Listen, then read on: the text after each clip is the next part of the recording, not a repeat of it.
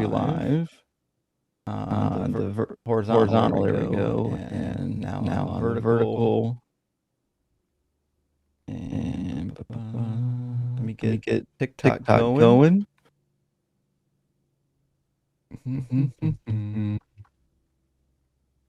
I saw the chat was taking over on Ian being late and or possibly showing up with an acai bowl.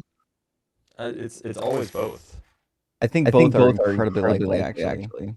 One might be the cause of the other, actually. Yeah, I believe that. I think there was an episode once where he was waiting on the bowl to arrive. Yeah, which means that Ian must be ordering acai to their home. Which Yeah. is a crazy thing to do. I don't know what it's like. Oh, hold on. They said they're getting double audio, which is my fault. One second. All right, you shouldn't be getting double audio now. We'll give him a second to. Oh yeah. Better? Yeah, it should be good now. Sorry, I had two windows open that didn't need to be opened. All right, let's get Blitz up here on the TikTok screen. On the TikTok. Howdy. I'm back. Nope, didn't want to do that. All right, we'll add myself. There we go. And then when Ian gets here, we'll add Ian and his acai bowl. I had literally one of those bowls for the first time just like this year. That's how long it took me to have one. I still haven't had one. They're not bad. I mean, I would believe it. I'm currently on a low fiber diet, so I probably can't, but like it's like fruit and yogurt, right? It's hard to identify because it seems like there's a lot of different ways you can have it, but it felt a lot like a dessert bowl. It was like a healthier version of sorbet with like some stuff added in it. Okay. Yeah. Maybe I should start eating these. That seems good. I think you can get them, like the one I had was like frozen, but I think you can get them in different varieties. I mean, it's like berries. What is acai? Yeah, it's a berry, Small, I thought. edible, blackish purple berry of a South American palm tree. I'm looking at. I'll be right back. I'm gonna go close my wife's door so that she doesn't wake up. Sure thing. How kind is Dr. Blitz? Trying to make sure his wife gets all the beauty sleep. I just out of curiosity now Googled acai bowls in my area, and it looks like quite a few places actually carry them, which I've literally never heard anyone in my area talking about getting one, but I'm not shocked that a lot of people are actually selling them. I mean, how many hipsters live in your area? Dude, we got some hipsters, but not a super ton. Because I think it's very much like a blue-haired liberal hipster kind of food. And if you're in, the Midwest, I don't know. I don't have enough septum rings to eat one every day, but eventually I might be able to get there. I don't know. I'm too old. You're only allowed to eat one a day if you don't have any septum rings. If you have one septum ring, then you can eat 2 a day. That's the limit. That makes sense. Yeah. Makes perfect sense. Well, friends, we should have a guest loading up, and we should have Ian in shortly. The link to join is tiny.cc/UA-guest if you're not on TikTok. But if you are on TikTok, you can hit the guest request button. We'll get you in the old-fashioned way using the TikTok guest request. And we'd love to talk about your God. Doesn't matter if it's a God that is abnormal. We've talked to all kinds of people. In fact, if I had to guess, I would guess Dirk might even show up today and talk about how he thinks the sun is God, although I'm not entirely sure he's not trolling. It's hard to tell with him. Have you spoken with Dirk before? Maybe. Okay. There's a guy named Dirk who comes into a lot of these live streams, trying to convince people that the sun is sentient and it is God, and I have Oh yet yeah, to I've figure spoken out with if him. he's legit. I've spoken with him. I'm hoping he's trolling, like deep down, because he has a family. Yeah, one would hope, huh? So let's grab some super chats, You, friends. Oh, what's that, yeah, bud? sounds good. No, no, it's go ahead. Hey, Bar, great to see you this morning. Thank you for the $4.99 super thanks. Big W, friend. And Miko is with us. Good to see you, friend. Miko says, woohoo, and we're with you. We're ready to pop this thing off. We're just going to need some guests loading up here soon. And Mary Thompson, thank you for the $20 super chat, friend. This might be a question for Dr. Blitz. If all atomic actions are determined by physics, then after the next big crunch and big bang, when the universe starts, will all the particles necessarily take all the same paths and all the same events will occur? It's a question that like we don't have a definitive answer for. It could be that after the big crunch, the universe ends up in the same state that it started in which case, then yeah, you would kind of expect that to be the case. However, perhaps more reasonably, you would think that the universe ends up in a state that's different because stuff has happened in between.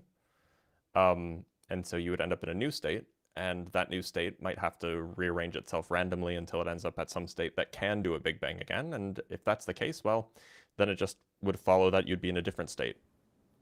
It also Yeah. depends on whether there's a finite number of states or a infinite number of states that are possible. What's what's the opinion on prior to the Big Bang, the possibility of just having like a quantum state? It's not super it's not super mainstream. Um, but there is a contingent of people who kind of follow in the line of Alexander Vilenkin who take a similar view.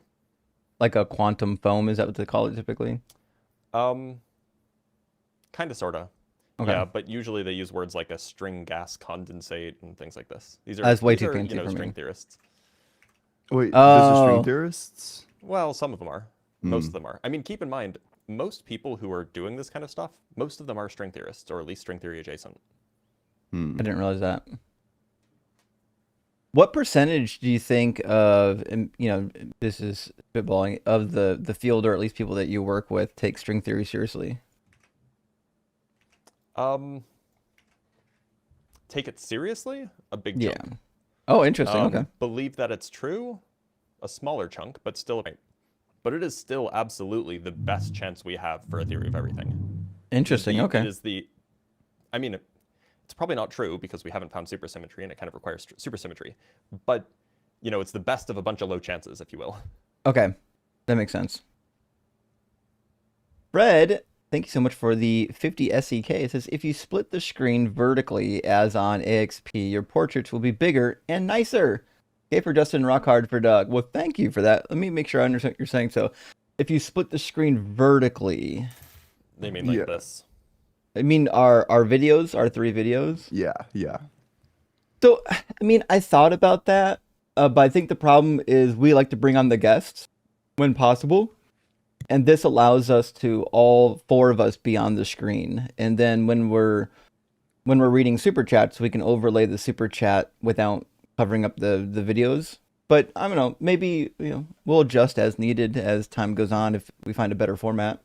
Hmm. Also, You could have like a hell animation going on, and then you could add the guest to the hell animation. Yeah. I mean, look, if you do the thing that AXP does, which is fine, but like what it does is because it makes us all vertical, especially if there's three of us, makes our heads really big, and you don't see our shoulders, which just is like the floating head vibe is kind of weird. It's true. They do really zoom in on the head. Like it's just your face on a screen. Yeah, Um, sometimes you don't want that. Sometimes right. you want to be zoomed out a little. Yeah, I agree. I presume that's why people like Darth Dawkins just refer to us as atheist talking heads. Yeah, probably.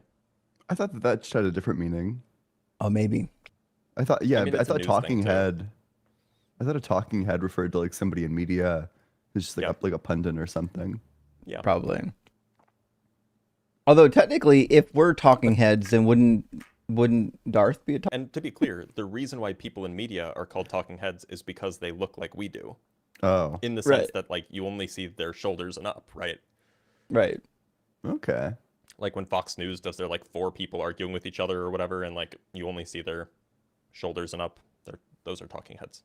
Yeah, that makes sense. Makes sense. Has anyone else been following the arc of everybody on the right, including Fox News, trying to completely hate Tucker Carlson now that he's no longer a right wing troll? Well, I think he's an even further right-wing troll. Well, I he's think not a Republican troll anymore. that's true, but he's like at this point he's like a Nazi troll. Oh, that's He's for sure. like okay, when you go like so He's like far a right, third way troll. yeah, like you become the reason why he's like anti-Israel isn't because he I don't know, like empathizes for the people in Gaza or whatever, or thinks like perhaps like US soldiers shouldn't be dying for the interests of Israel. But you know, it's probably because he's like anti-Semitic. Yes, that seems to be what they're upset about right now is that he's not in favor of helping Israel at all, and the whole right wing is like desperate to lick the boots of Netanyahu. Yeah. I mean, it's funny because sometimes these like crypto Nazis actually end up at the right answer, but for very, very wrong reasons. True. Yeah, Like, Good oh, point. we don't definitely. want to have a war. I don't want to have a war in Iran. Oh, but it's because I don't want to be helping the Jews, right? Like, Yeah. Yes. like it's very wrong reason. Kind of the right answer though. Yeah. Well, So we've got a guest in our guest box, so we'll take our first guest. It's going to be Issa, and we'll get some dialogue going here. Welcome in, Issa. Are You, you at least 18? yes, I am. Sure. And do you Welcome. believe in God? I do believe in God. Okay. And which God do you believe in? Yeah, I'm a Muslim. Sure. Okay, What do you that think helps. is the best argument or evidence for God's existence? Um, yeah, that every creation must have a creator, I believe. Oh boy. Well, that's trivially true, right? yeah. The question would be, why would I think that the universe is a creation? So you believe it's eternal? I don't think that those are the only options. So what do you believe about the universe then? I think that it's an open question. Dr. Blitz could probably speak more about this, but my understanding is that it could be eternal or there could be like some sort of start to time, but regardless, there's never going to be a state of affairs where the universe doesn't exist. I mean, yeah, but then the burden of you is to prove that. No, because you're trying to demonstrate that the universe is a creation, so the burden of proof would be on you to rule out that possibility.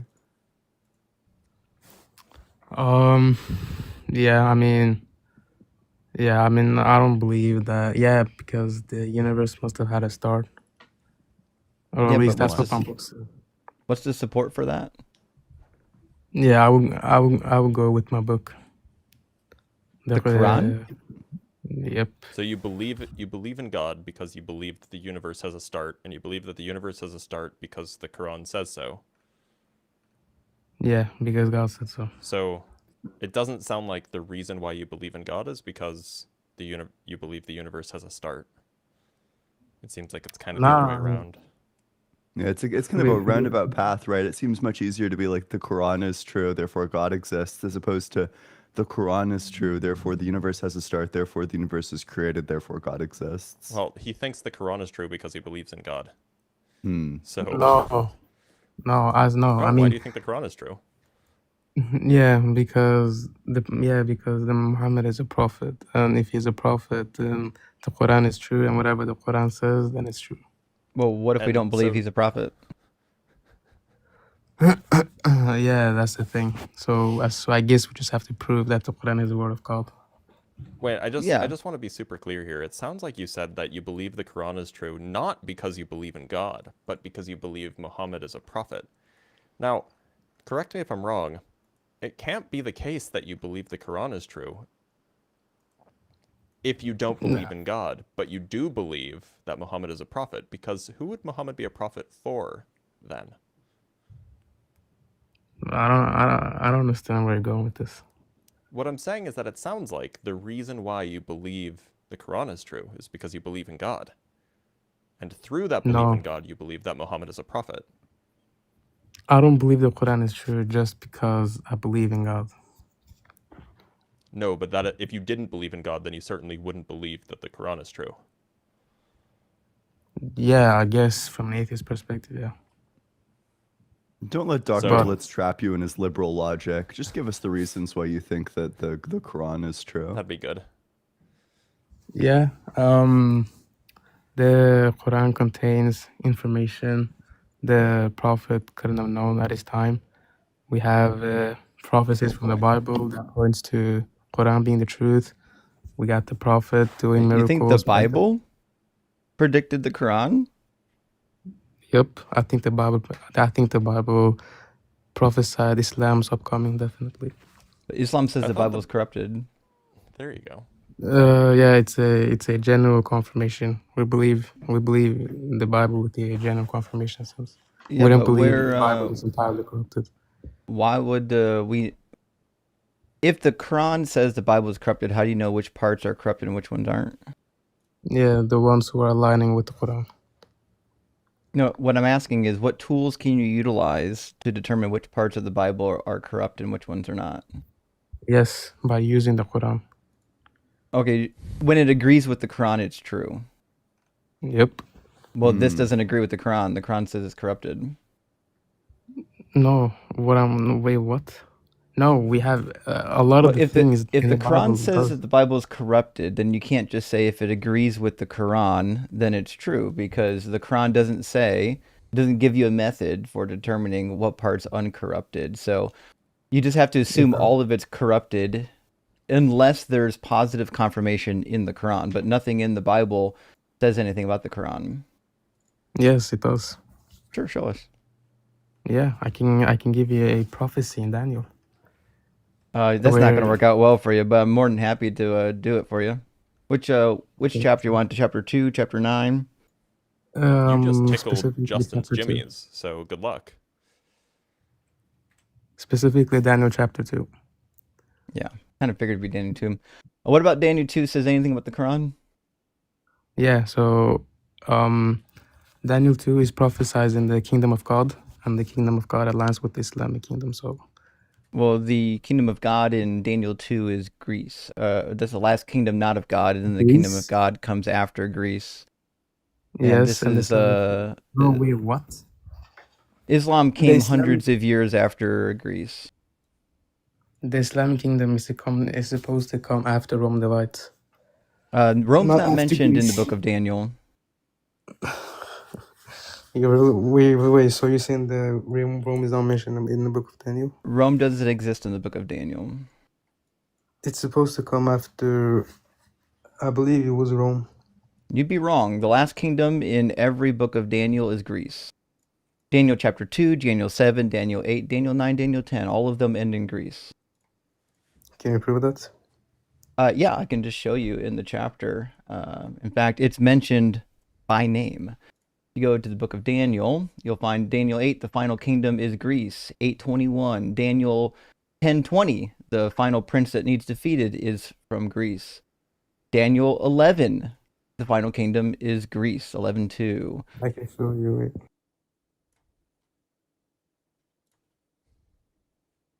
Where'd he go? Off the app, I guess. Don't let Justin deceive you with his liberal facts. Okay, Tucker.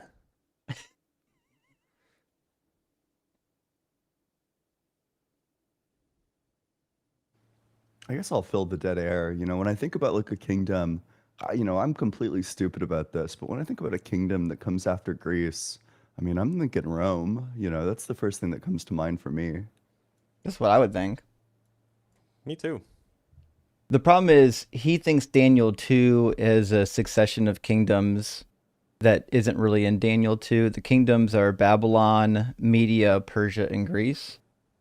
He thinks it's Babylon, Medo-Persia, Greece, and Yeah, Rome, the which it's not. Greece is the fourth empire. Except it's not. Or no, Greece is the fourth empire. It Yes, not is. Rome. Yeah, and the fifth kingdom is supposed to There's come no after fifth. the. The fifth Can you kingdom imagine would have being been a Muslim and Rome. trying to do the Can you imagine being a Yes, Muslim and trying to do the Daniel prophecy fourth, stuff? It's the pretty fourth crazy, kingdom. actually. The The most Aaron and the Kathleen. ridiculous book of prophecy in the entire Old Testament is what the entire Quran is resting itself on right now. No, look, the fourth kingdom is in Greece, And we and agree. Daniel. Yes, and I'm not saying Islam is the Was fourth kingdom. was I'm Dis arguing that Islamic is the fifth kingdom.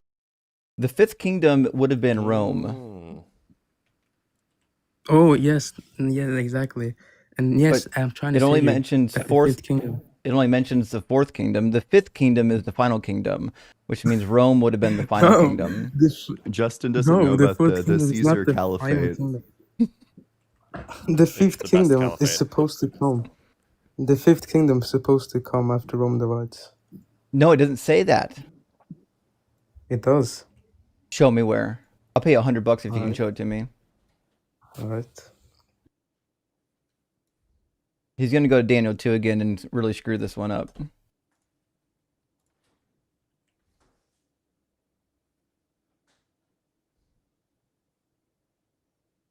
Where'd my Bible go?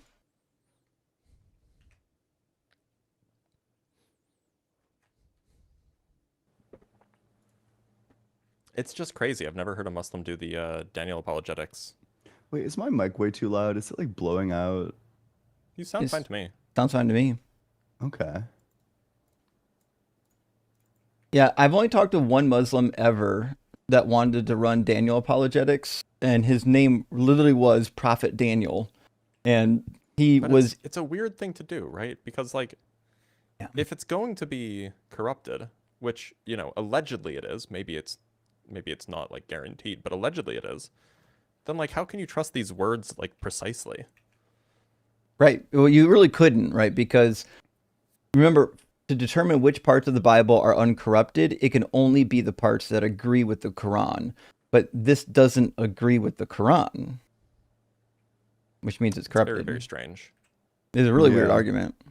Well, what it is like obviously unfalsifiable, right? Like, well, the real parts are the parts that don't disprove my view, and the fake parts are the ones that do. Yeah. I assume he's Googling the passage right now? Are you Googling right now? He's getting help from Imam GPT.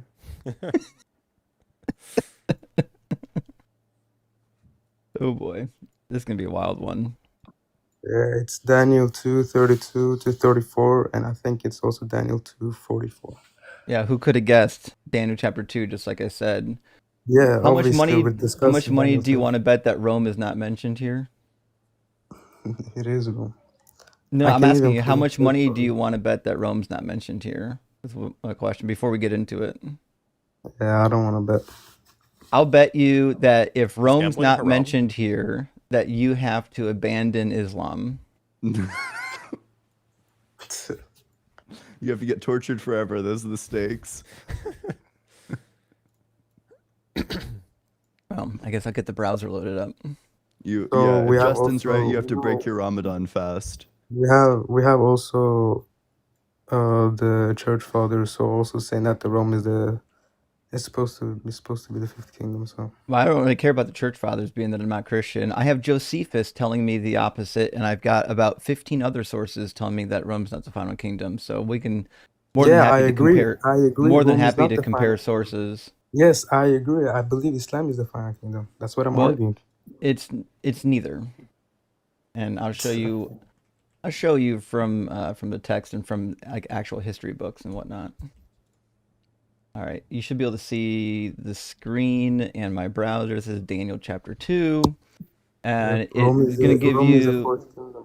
Rome's not, Rome and is we'll the- explain Rome why is the Rome's not fourth. the fourth kingdom. It says, "You, O King, King of kings, to whom the God of heaven has given the kingdom, and power and the might and glory, into whose hand he has given human beings, yada, yada, yada. After you shall arise another kingdom. So he's talking to the Babylonian king. So kingdom number one is Babylon. It says, after you shall arise another kingdom inferior to yours, and yet a third kingdom of bronze. The second kingdom is obviously the kingdom of the Medes. We can confirm that in the Bible and in Roman and Greek literature and in the Dead Sea Scrolls. The third kingdom, the one made of bronze, is going to be the Persian kingdom, which shall rule over the entire earth, which was true of the Persians, at least that's what they thought. There shall be a fourth kingdom, strong as iron, just as iron crushes and smashes everything. The It shall third crush kingdom and is the shatter Greece all kingdom. these. Nope. The third kingdom Yes. is going to be Persian. The fourth Prove it, kingdom, prove it. I'm about to. Just hold your Yes, titties here. prove it. There Prove shall be it. a fourth kingdom, strong as iron. That's going to be Greece. Just as iron That's crushes and no, smashes that's the everything, Roman it shall kingdom. crush and shatter these. It's the No, Roman. Rome Roman came kingdom. after Greece. Wait, okay, wait. Continue. It says, as you saw the feet and toes, Hmm. and part of iron, it shall be a divided kingdom. Rome was That divided. that was Greece. Greece divided. I don't know if you know Rome what was happened literally divided after. in two. I don't know if you know Rome what was happened. divided. I think you're confused. Are you not aware that Greece divided into four kingdoms initially? Rome was divided in two kingdoms. It says, Are as you saw you iron not with the clay. aware that Greece was divided after Alexander's Yes, death? yeah, look, There you go. look. The So while it's prophecy a great says, coincidence that the Rome also prophecy divided says, after their kingdom look, fell, it's also true that Greece you're divided coping, you're coping. after their It's just kingdom not fell. really a You're coincidence because this coping. happens a Read lot it. to empires. It's almost Yeah. universal, in fact. Almost every This happens empire all the does time. No, Like this. the look, USSR split into like various different The segments. Mongolian The Empire, Ottoman Yeah, look. Empire split into the tons Chinese of three different three countries. kingdoms Like period. Yeah, look, let me Like they're speak. all Let over me the speak. place. Look, Now, the it's also prophecy. true that the No, Bible go just back, tells go you back, that the Median go kingdom back, comes Let next. me go tell you back. something. Let You're me tell you coping. something. Go Isaiah back. 13, Go back. 17. Go Isaiah back. 13, 17. Well, wait, why not going Maybe back? if you stop talking, you learn something for once. Isaiah 13, Why 17. not going back? The God of the Bible says that the Medes are coming to take on the Babylonians. It says, see, I'm stirring up Let's the read it Medes together. against Go them back. who have no regard for silver and do not delight in gold. And we find the same thing in Jeremiah. Sharpen the arrows, fill the quivers. The Lord has stirred up the spirit of the king of the Medes, because his purpose concerning Babylon is to destroy it. And we find the same thing in the Greek literature. We find the same thing in the Roman literature. We find the same thing in the Dead Sea Scrolls and in the Apocrypha. Go back. All of them tell us that there's a four-kingdom succession. And that Yes, four-kingdom I'm not succession, disagreeing. is the Babylonians, the Medes, the Persians, and then the Greeks. Also, they call them the Macedonians. So Okay. that means Okay. the fourth kingdom on this statue in Daniel 2 is going to be the Greeks. No. You have no idea. Okay. I've listened to you. Can you please go back now? I'm on it right Go now. back. Are your No, eyes? go back Do your to. eyes not work? Okay. Go back to verse 41. Okay. Now look. It says, as you saw the feet and the toes, partly of potter's clay and partly of iron, it shall be a divided kingdom, but some of the strength of Yeah, iron shall be Greece. in it. As you saw the iron mixed with the clay, so it's two. It says, as you know, the strength of it's iron Gr- shall be, as I said, it's the iron mixed Greece. with the clay. It says it's iron mixed with the clay, and that's exactly what the It's Rome is. Greece. Prove it. You have to prove it's the Greece. Yes, iron mixed with clay is Rome. I didn't know. Yes. Yeah, I forgot I'm Rome telling was. I was being sarcastic, by the way. Just in case Yes, you didn't it know. is Rome. I'm trying to let It's this not person know it's Rome. Rome. So we can Your just friend go. literally We admitted can it's just. Rome. He did I was not. being He was making fun of sarcastic. I don't you. know if you. I don't know if you caught Bro, that. I have you look. Every church father agrees with me. It's Rome. Actually, they don't, and Citing I the don't care church what the fathers church is fathers say. So funny. You know, every church father Why- agrees that Jesus you was have to prove crucified. it's I don't know Greece. if you're aware of that. Prove it's Greece. Yeah, I'm about to demonstrate to you why it's Greece. Yeah, please prove me it's Greece. Iron mixed with clay. That's exactly Roman Empire. It's actually not Please the Roman prove it's Empire. Greece. If you would shut up, I'll just read you the historical sources. Are you ready? Let's go. Okay, starting with the Bible, the thing you're citing, Isaiah 13:17 says it's the Medes, the next kingdom, and then it says the Persians, which means the fourth kingdom is Greece. So does the Dead Sea Scrolls, and so do all the historians. Polybius 38 in Roman histories says so. The empires are Assyria, Media, Persia, and the greatest of their time, Macedonia itself. Amelius says that the Assyrians were first of all races to hold power, then the Medes, after them the Persians, and then the Macedonians. Dionysius says that of the Medes, after overthrowing the Assyrian Empire, obtained still a wider dominion. It did not last long, but it was overthrown in the 4th generation. The Persians, who conquered the Medes, did indeed finally become masters of almost all of Asia. And then he goes on to talk about Alexander's kingdom. Tacitus says the same. The East was under the dominion of the Assyrians, the Medes, and Persians, and the Jews were regarded as the meanest of their subjects, and after that, the Macedonians. The Sibylline oracles, with many words, says the same nonsense. Herodotus says the same thing in histories. It is now the Cappadocians are called the Hellenes, Syrians, and the Syrians before the Persians had rule were subject to the Medes, but after this time they are subjects of Cyrus. He's the king of Persia, and then he goes on to talk about the Greeks. We find the same thing in some of the Dead Sea Scrolls, like the Testament of Naphtali, giving the 4 kingdoms as the Assyrians, the Medes, the Persians, Chaldeans. And then Isocrates has the 4-kingdom succession ending in Greece as well. Same thing with Xenophon and Pseudo-Plato, and even Julian the Heretic, and even the Emperor Constantine in the Edict of Toleration. All the history we have says that there was a 4-kingdom succession that was Babylon, Media, Persia, and Greece. Doesn't say anything about what you're talking about. Wait, so who is the 4th kingdom then? I just told you for the 5th time it's Greece. List me all the kingdoms. I just told you Babylon, Media, Persia, and Greece. Go up.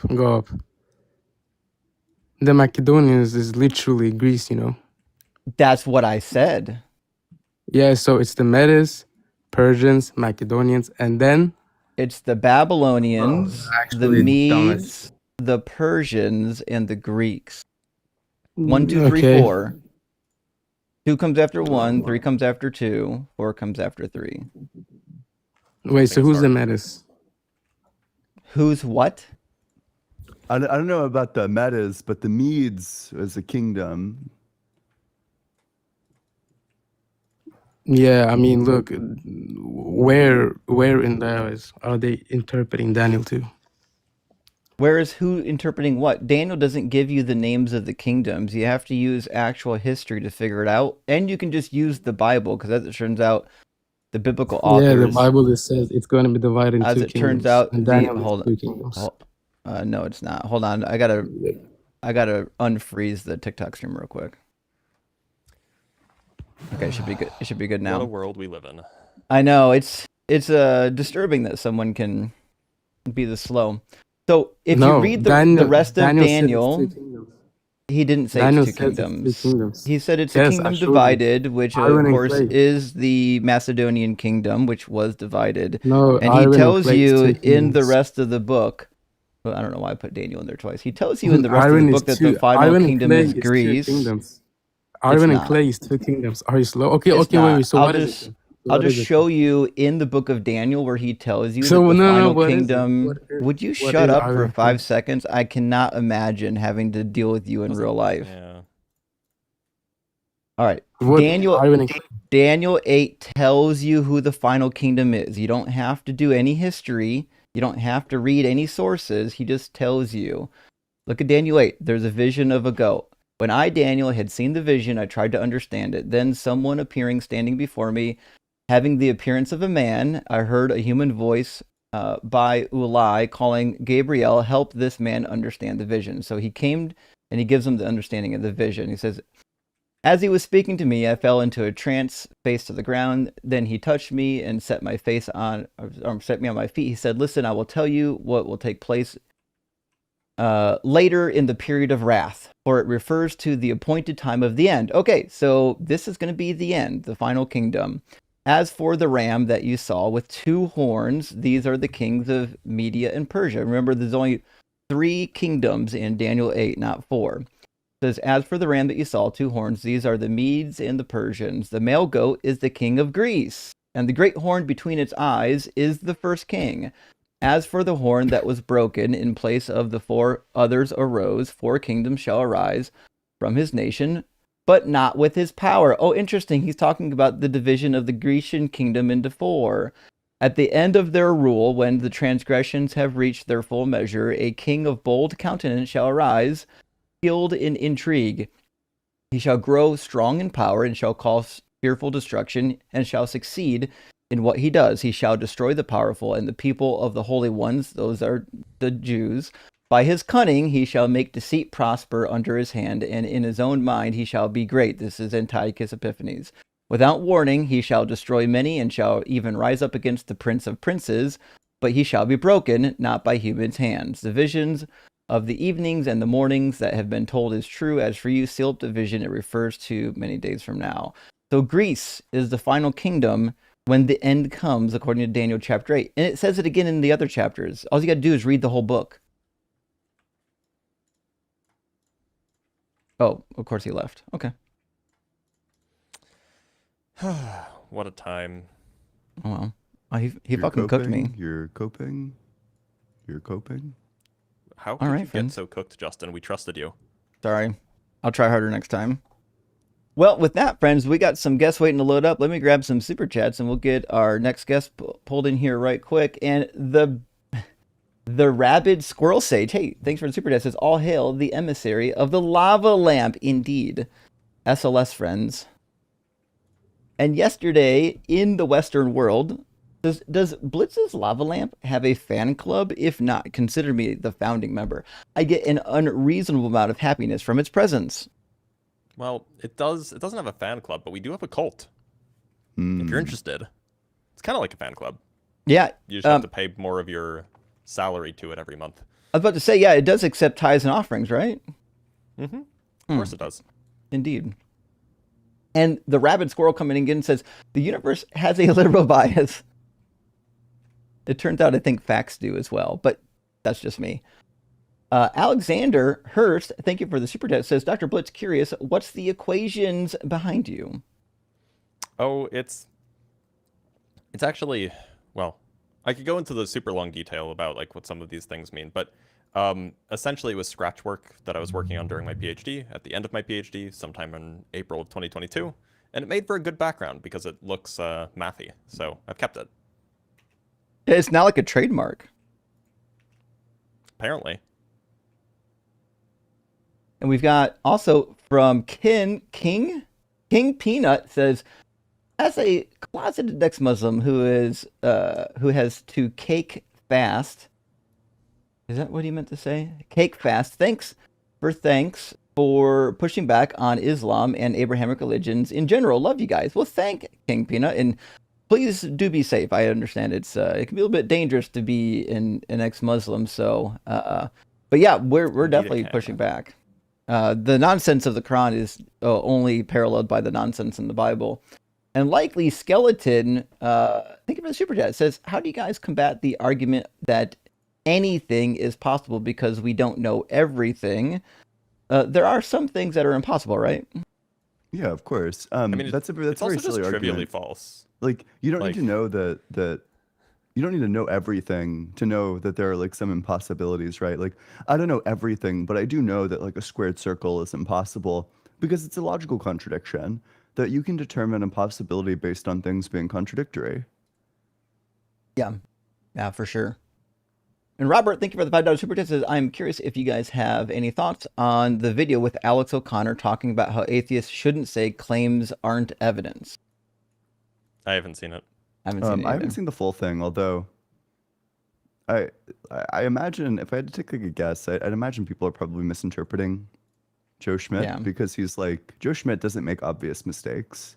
Okay, he's like very This good is at what Alex he does. O'Connor, not Joe Schmidt. No, this is Joe Schmidt and Alex O'Connor, and they're Oh, going okay. through like slogans atheists should stop saying, I see. and one of them Okay. is like claims aren't evidence.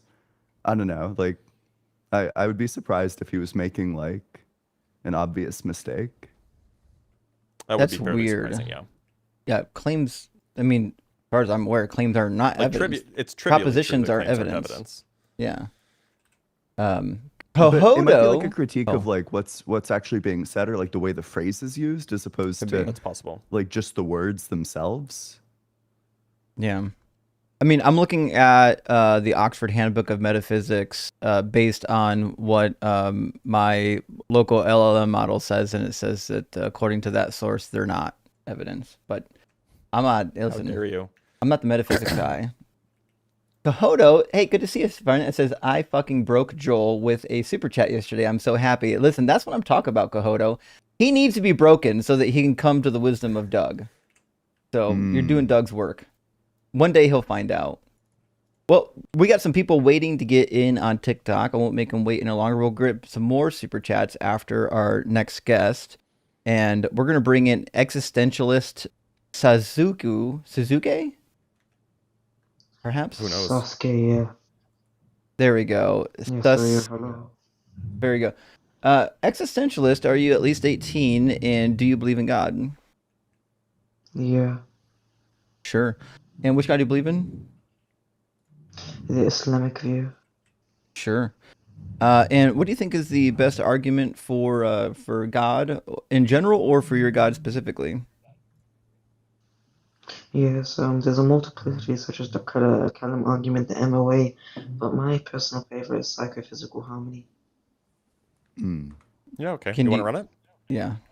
Yeah, sure. So, premise 1, 67, premise 2, 68, Fair enough. conclusion.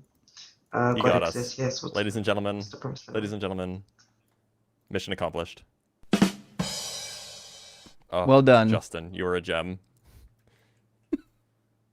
Well, thanks for playing. I almost wrote down some notes for you, but you gave the game away too soon. I guess we'll try the next one. That was a good one though. I almost expected a banjo. Well, okay, wait. I've given it more thought. I do think that there are some circumstances where we would take claims to be evidence. For example, like let's say there's like a trans person who claims to you that they have like a specific gender identity.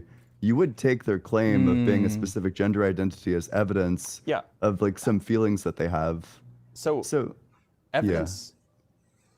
What's probably true is that some claims are evidence. yeah. Insofar as like, you can make a claim that I witnessed a burglary at 8 a.m.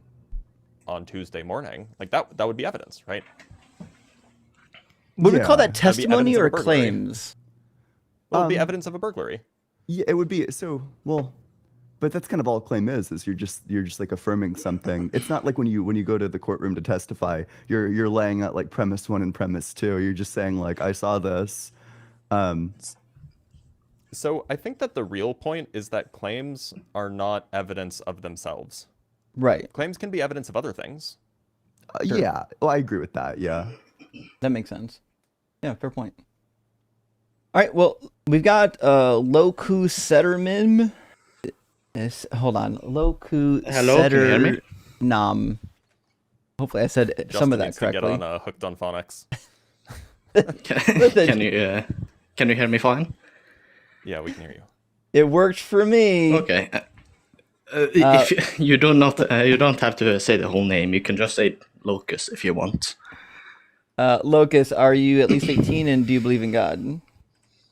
I'm 18, but I don't believe in God. I try to get my Christian friend in, but he didn't want to. So is it okay if I ask some questions I couldn't really find an answer to myself?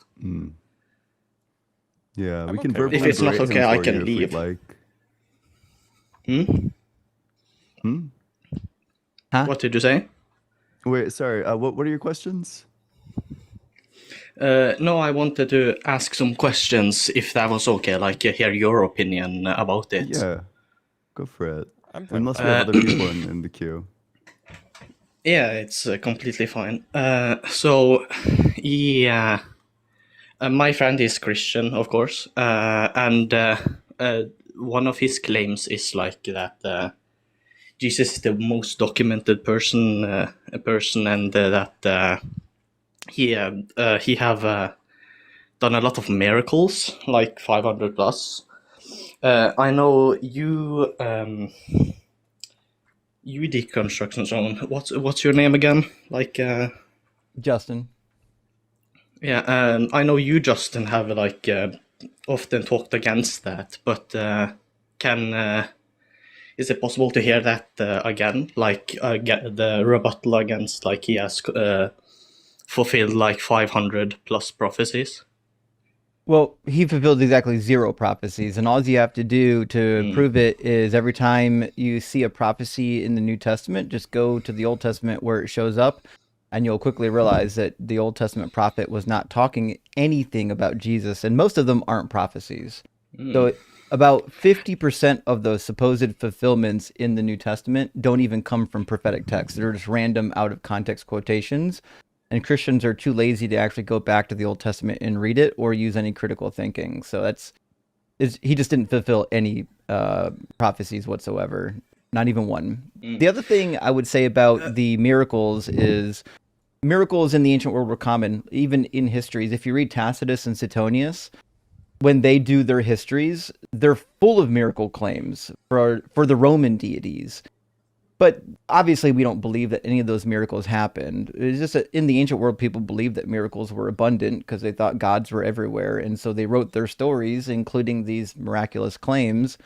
And we've even got like one of the most famous healing deities of the ancient world was Asclepius. And we have over 300 locations that we know through archaeology that were designated as Asclepii. They're designated healing locations where people would go and they would pray to the god Asclepius, or they would have the priest lay hands on them, and then they would be healed. And we've got hundreds of testimonies from ancient Rome, people claiming they were healed by Asclepius. Yeah, but like one of the quotes and one of the verses he gave up was one about a suffering servant. I've heard that it's about, actually talking about Israel, but like it is, yeah. Yeah, but I've heard that it's actually is there talking any about like Isaiah himself. But is there like any like definitive thing? Because when I tried to check it, check what he was, I was wondering if he was cherry picking or not. Well, he just quotes, he just didn't read the whole section. So Second Isaiah chapter 40 to 55 is a complete unit with an overarching theme. And in that unit, the author tells you who the servant is 9 different times. He tells you in Isaiah, and you don't have to write these down, but watch the video back and write them down later. Isaiah 41, 8 through 9, Isaiah 43, 10, Isaiah 44, 1 through 2, Isaiah 44, 21, Isaiah 45, 4, 48, 20, and 49, 1 through 4. He tells you that Israel is the servant. So when you get to chapter 53, whoever's writing this is under the impression that you know who the servant is by now. He shouldn't have to tell you 15 times for you to get it. And if it's possible, I can go on to another like topic, not just verses, if it's possible. Sure, I mean, I'm more than happy to do one more. We do have a guest waiting to get in, so we don't want to do atheist questions forever. Yeah, I can just be quick then. Another thing is the like that Jesus is the most documented person ever. I don't believe that, of course, but certainly not the case. What's like, what's the like the rebuttal for that? Like he gives the example that can you prove that Julius Caesar or Alexander was real without like using the first person testimony? Yeah, we've got hundreds of testimonies of Alexander, many of them contemporary from his time period, meaning people were writing about Alexander as he was coming in and destroying their cities. Lots of people wrote about Alexander because he went across the world defeating all of his enemies, and all of his enemies wrote about him. We've got statues of him from his time period. Jesus has almost no documentation. He's got 4 gospels, 2 of them copied directly from Mark, which technically I guess it's like one gospel then. And then you've got John, and these sources don't even agree with each other. They're full of contradictions. They can't even agree on when he was born. He's about a 10 to 12 year deviation between Matthew and Luke on when he was born. And we have no confirmation of who wrote these things. We have no idea who wrote them. They didn't have names on them originally, and they don't even claim to be eyewitnesses. So we don't really have documentation of Jesus. When they say that Jesus is the most documented person, what they mean to say is that the Bible manuscripts have the most copies of any like ancient text. But copying a text many times is not the same thing as being well documented. Yeah, but isn't also the part of the copying that it's like not changed? Like he gives up the Dead Sea. Oh yeah, I can stop. It's just if you not really want. relevant, right? The point is whether or not you have like originals that are attesting to this. Yeah, now he gives like the Dead Sea Scrolls, and he says it's 95% accurate from Well, that's the modern not true. version. The Dead Sea It's in Scrolls are only 95% the agreement Hebrew with- Bible. And it's in 95% Yeah. agreement with the what's it called? Justin, you know the name. The Jewish version of the Hebrew Bible. Yeah. Or it's like so 65% in alignment. It's actually not, it's in less alignment with the Septuagint, right? Yeah, so it aligns with the Septuagint only about 5% of the time, the Dead Sea Scrolls. About 65% of the time, the Dead Sea Scrolls line up with the Masoretic tradition, or what they're going to call the Masoretic, that's what it's called. Proto-Masoretic, yeah. So the reality is, the Dead Yeah, Sea but- Scrolls, all they could ever be used for is for learning about the culture and the time period and learning about the textual transmission. And the textual transmission is not great. There's a ton of deviations between the Dead Sea Scrolls and some of the other texts, even within the Masoretic tradition. Yeah, but he says that like the Old Testament is confirms that Jesus is the Messiah, and that means he's God. And It can't. The all Old that. Testament doesn't mention Jesus once. yeah, I guess so. Okay, if you have other guests, I can leave now. Well, thanks for coming up. I would appreciate you chatting with us. And if your friend really wants to talk to somebody on the level, he's more than welcome to call in on my show or anyone else who does the Bible nonsense, and we're more than happy to steer him in the right direction. I've tried, but he just says that you don't know what he just says like they don't know what they're talking about. They're brainwashed liberals and stuff That's like what it that. is. But I've tried. It's true, we are. That's what it is. Yeah, Brainwashed okay, liberal. Very brainwashed. Very liberal. Okay, how do I leave? There. I got you, Fred. Don't worry. No, wait. Yeah. Man, imagine being so scared to even talk to a non-believer that you have to write them off without even knowing what they're going to say. All right. Well, we've got some super chats and Xavier. Oh, hold on. We lost your audio, Ian. Fuck, it's because I was muted. There we go. Ian, What were you going to say? get with the program. Oh no, I was just gonna say, like, if the friend is watching, don't let Justin convince you with his liberal logic. Don't do that. Certainly. All right, let's grab some super chats, friends, and we're going to get Xavier the Wise in here next. Ooh. Right? The name is really, really suggesting that this might be a good conversation. Yeah, a good ring to that's it. high praise for Xavier. Ekipo, thank you for the super chat, says, I'm lost. How does a prophecy, even if true, prove the universe is created?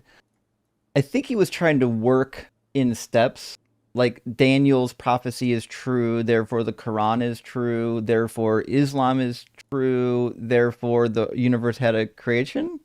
Yeah, that's my understanding of the argument. It wasn't But great. To be clear, it doesn't follow, right? It could be the case that like the prophecies were all true, and it could still be the case that God doesn't exist, right? True. Yep. Like that's like premise 1A, premise 2B, premise 3C. Like it's not, or conclusion C. It like these are unrelated. There's no. Him, thank you for the $5 super chat, friend, says, beware the eyes of Marge Simpson, or whatever, it's Julius Caesar salad day. It is, yeah, it's the Funny. Ides of March. I didn't realize It that, is. actually. In modern I said that right. Modern atheism, what if the law of non-contradiction has a defeater you don't know about? Well, defeater presupposes like a contradiction, right? That's kind of what a defeater is like it's saying that there's this thing that would contradict you having a justified belief. But have you considered nuh-uh?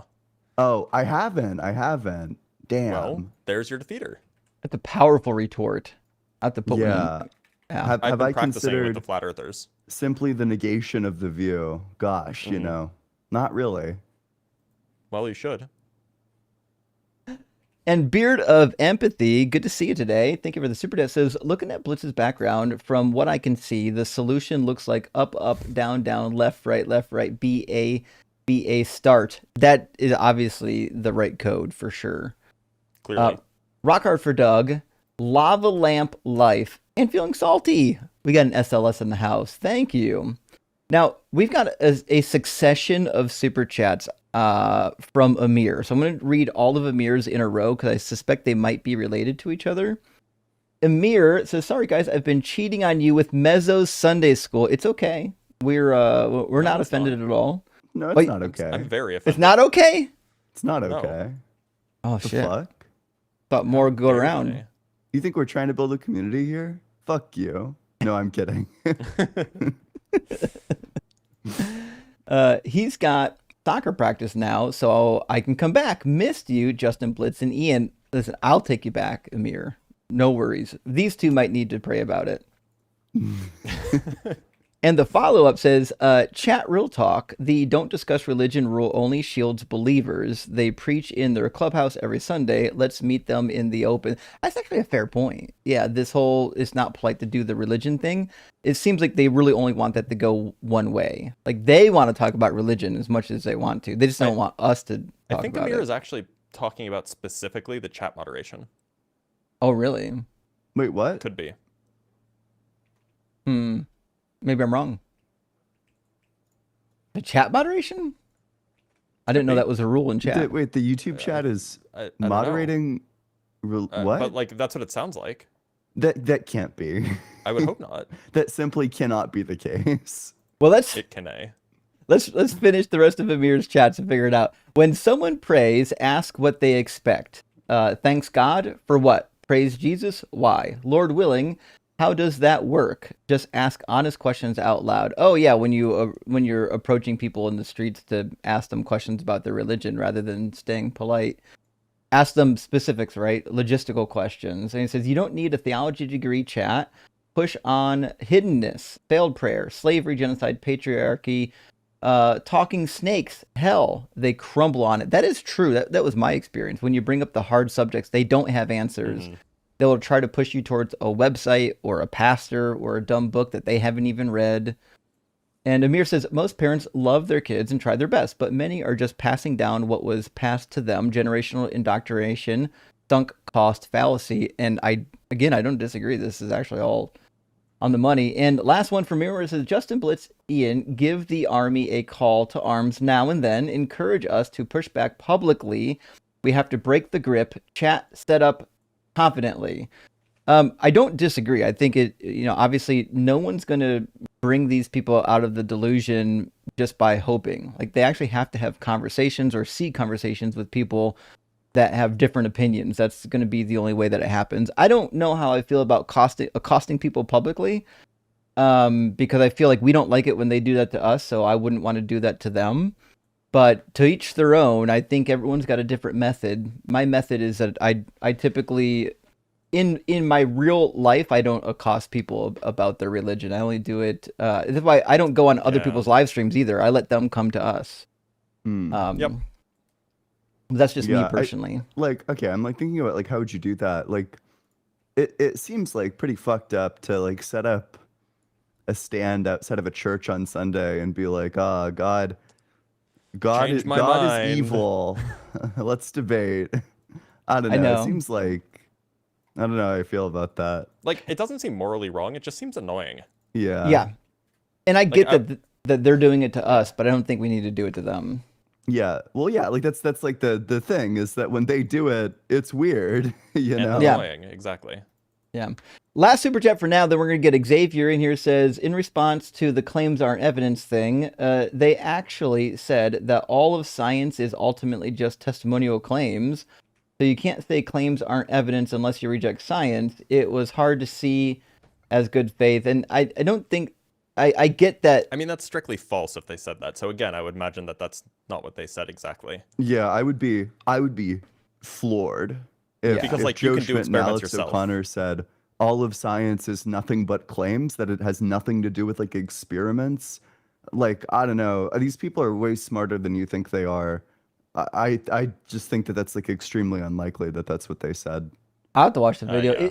I get, like, if you didn't do the experiment, you might say, well, Yeah, I didn't do sure. the experiment. How do I know they did it? That's just a claim. I get that, but like, man, that's a really weak argument to think that all scientists are just claims when they give you the data from the experiment that you can reproduce yourself. Yeah, well, I think I've read like a bit of discourse about this video. I can't make it through any like long form response to this video because all of them are like,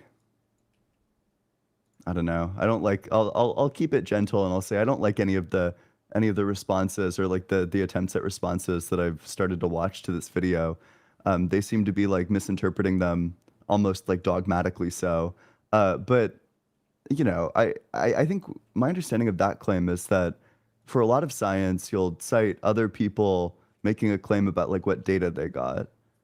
And in Yeah. that sense, you take the fact that there's like we ascribe some sort of like evidential value to somebody in a position of authority making a claim. You know, if a scientist claims I ran this experiment, then you would take that as evidence that the experiment is like accurate, even if you don't go and verify it yourself. Right. Let's get Xavier the Wise in here and if we can get some more conversation going. How you doing, Xavier? Are you at least 18 and do you believe in God? Yes. Awesome. And which God do you believe Yes. in? I believe in. Hello?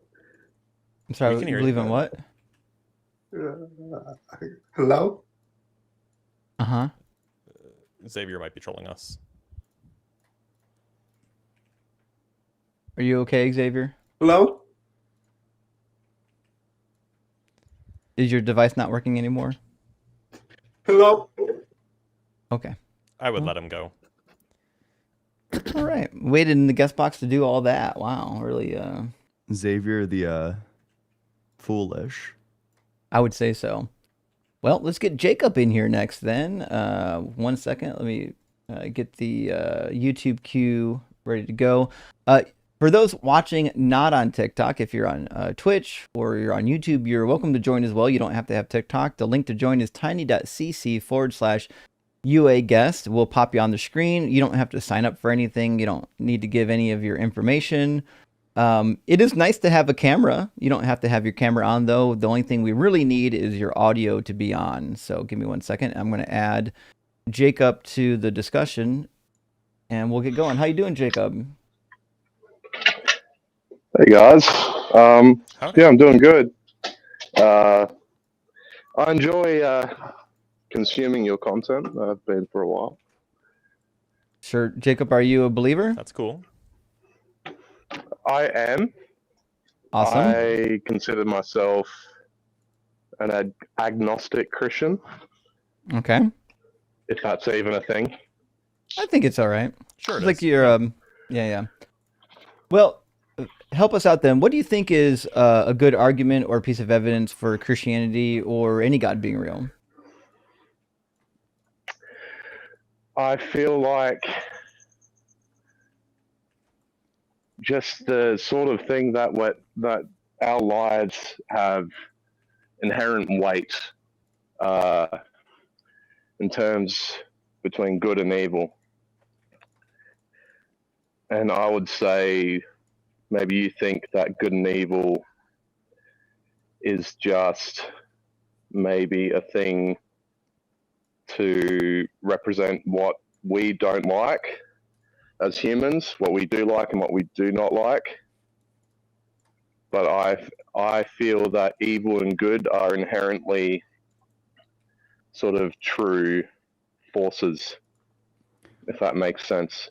Well, there's something like really curious about that. I would think that slavery is pretty evil, but I would have no idea how you would arrive at the conclusion that Mhm. slavery is really evil if you're a Christian, because God says explicitly in Leviticus that the Israelites could own slaves. And he never says in any clear way, you can't own slaves. It's evil to own slaves. Don't own slaves. He never claims Yeah. that. So it seems like if you're coming to the conclusion that slavery is wrong, that you're not coming to that conclusion on the basis of the Bible. hmm I 100% agree that slavery is condoned in the Bible. However, the way I view Jesus, and I think you guys could agree, he opposed the Old Testament. I mean, he definitely sort of I don't, showed I don't think that's reverence to true. it, but okay, explain. I mean, like, isn't there like a whole thing where he said he came not to not to abolish the law, Yeah. but to fulfill it? Yeah, he didn't Matthew come to 5. abolish the law. Yeah, yep. He So- didn't come to abolish the law. Yeah. Let me read the passage for you, because it might be that you haven't seen the whole passage, but it is kind of important. It says, "Do not think that I have come to abolish the law or the prophets. I have come not to abolish, but to fulfill. For truly I tell you, until heaven and earth pass away, not one letter, not one stroke of a letter will pass away from the law until all is accomplished. Therefore, whoever breaks one of the least of these commandments and teaches others to do the same will be called least in the kingdom of heaven. But whoever does them and teaches them will be called great in the kingdom of heaven." So Jesus does seem to think that doing the law would make you great in the kingdom of heaven. Yeah. I think he maintained the law 100%. But at the same time,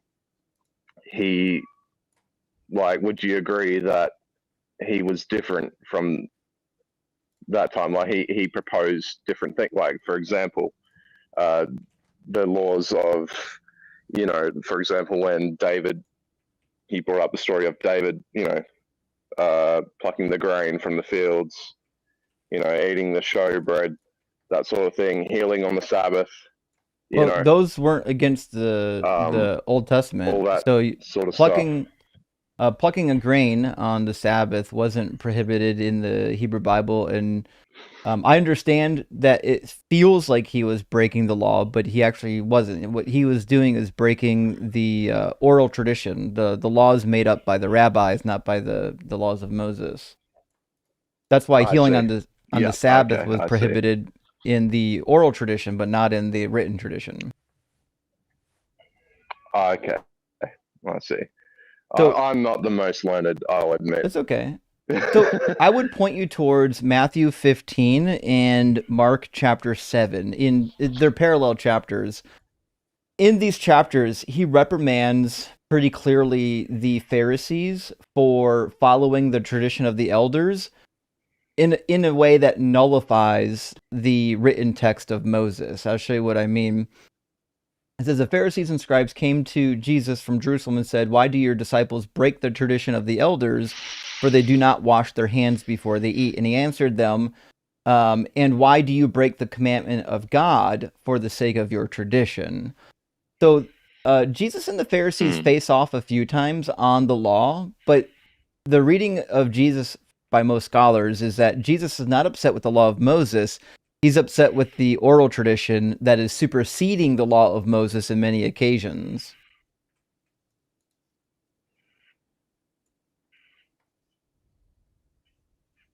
Right. Like, because it's like the Jews didn't fully understand what Moses was saying. Well, I don't think it's that they misunderstood what Moses was saying. I think they developed the oral law as a means to bypass the written law because times change. And the Jewish rabbis realized that the written law wasn't really tolerable. Like, you couldn't do that forever. Culture it moved on, and they created a new law code. and then they made up a whole backstory about how this new law code is protecting you. It's building a fence around the old law code, is protecting you from breaking even the old law code. But in reality, the new law code quite often nullified the old law code. Okay, I see. So, So, like, do you think that Mhm. Jesus? Sorry, I didn't mean to interrupt you. No, go ahead. I was gonna say an You go on. example of this is the stoning of the woman who doesn't bleed on her wedding night in Deuteronomy 22. By the time the rabbis in Jesus' time period were already discussing these types of laws, so they already admitted that they're not killing these women anymore. That they're actually giving them Yeah, different punishments. because it's morally reprehensible to do that. Right. I mean, like, And it's like really bad for when society, I, right? you know, Right. Like if you just go around stoning people of all the time, like course, you're gonna have a hard time having a functioning society. especially when you know, not every woman bleeds the first time, and Right. you know that's a fact. So And that was a yeah, little bit of a detour on the law. I didn't mean to distract from what you and Ian were talking about. Yeah. So I guess like, how, in your view, would you come to the conclusion that slavery is wrong without using like some sort of like secular means? without using some So what secular I'm saying means. is like, okay, so you have some reason to think that slavery is wrong. Maybe it's like a violation of people's autonomy. Maybe it fails to properly consider like the value that people have. But it's unclear why, whatever reason you give, the atheist couldn't give the same reason. The only reason that would be unique to the theist is if they say, well, God says no. God says you can't do that. But God doesn't say you can't do that. So it doesn't really seem like that would be like a relevant thing to appeal to here. Yeah. I think for me, I'd say that Jesus would never condone slavery. And for me, he is the one that I focus on. I don't really care about the Old Testament, if I'm being honest. To me, what the light that I've seen from learning about Jesus, praying for your enemies, you know, all like letting your light shine, not hiding your light, and just being like, you know, he wasn't a violent man. He wasn't someone that tried to control others, but he definitely all he did was try to persuade, I'd say, a message of light and a way forward. Our main problem as a human race is that we don't forgive each other, and we don't love each other properly, and we don't let our light out, if that makes sense. We don't let our light shine. But why can't the atheist I don't say know the if same that thing? answers your Like, why question can't the properly. I'm atheist? sorry. That's Sorry, fine. Ian. Sorry, No, can you you're repeat totally that? fine. You don't need to apologize. But okay, so it sounds like you're saying slavery is wrong because it's not like forgiving or loving. But then it's unclear to me why the atheist couldn't say the same thing, that slavery is wrong because it's not forgiving or loving. And in my view, I don't think that just because you don't believe in what I believe, that you're going to rot in hell forever. Okay. Just because just because we sort of get our data from different sources, maybe. That's fine. You know, like that's why I think of myself as an agnostic Christian. And the only reason I'd say I'm an agnostic Christian is because I know you guys don't want to hear about out of it. Personal experiences, because, you know, that's not like, it's not factual. It's not something. Can you hear me? Yeah, it's just breaking up a little bit. I think your connection is Hello? slow. Okay, I might just change my location slightly. Is this better? Seems fine. We'll find out. Okay, I'm sorry. I apologize. I forgot what I was saying. What was the last point? I'm sorry. Well, I was just saying that it doesn't seem like you have like a great way to account for why slavery is wrong that the atheist couldn't also equally account for.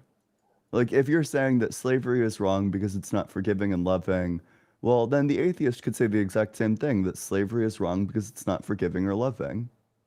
So either way, it kind of seems like the atheist and the Christian are on like equal moral footing insofar as both of them need to arrive at their ethics, whatever they are, not through theistic means, but rather through secular means. Mhm. Signal. Yeah, Your signal is bad. I have you. I think you're in. Sorry. We're I'm losing so you, bud. sorry.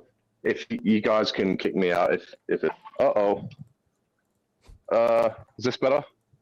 You got 3 red bars. Hello. Hello? Okay, you guys can kick me out if We need got be. you, bud. I think his connection's going to get worse before it gets better. Super I nice guy, suspect though. as much. Yeah. Yeah. Well, interesting. I do understand the appeal, like when you're deconstruction from Christianity, to still want to like the Jesus character, as long as you don't know that much about him. But Yeah. well, let's grab a couple super chats. We're gonna get Catholic Thinker and then Adam in here. Which one should we take first? It's that scumbag Catholic thinker. Right? Maybe we take Adam because we know Catholic Thinker. That's Fair. that's true. That's true. It's gonna be a man. It's not a bad thing. But Ian's you know, afraid of getting cooked. No, I'll have to like jangle my keys or something to keep chat entertained. Kane Malice says claims are evidence, but of the lowest form. Yeah, I think we kind of arrived somewhere there together, right? Depends on the claim. Yeah.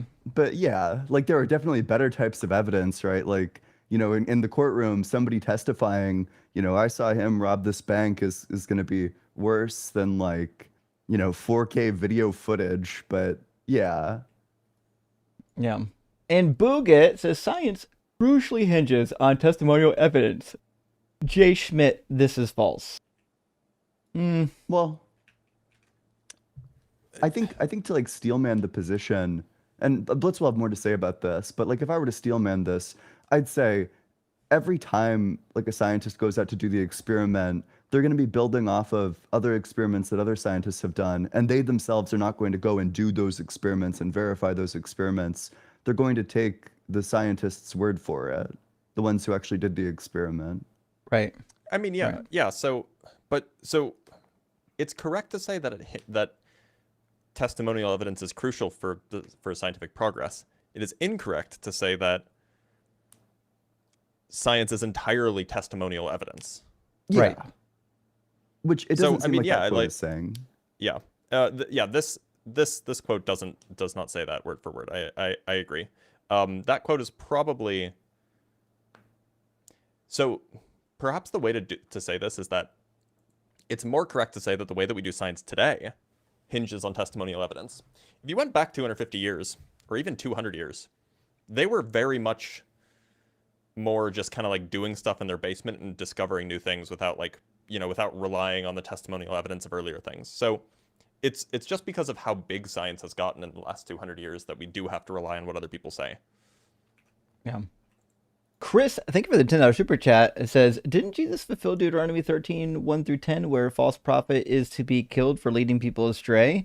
That is true. I jokingly bring that up with a lot of guests. That is the only That's funny, actually. prophecy he actually fulfilled.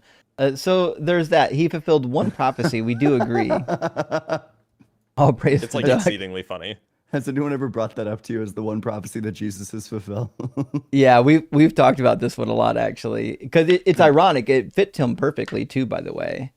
And if you look at the accusation in the writings of the Sanhedrin 43a, where it talks about when they killed Jesus, they accuse him of the same stuff that's in Deuteronomy 13.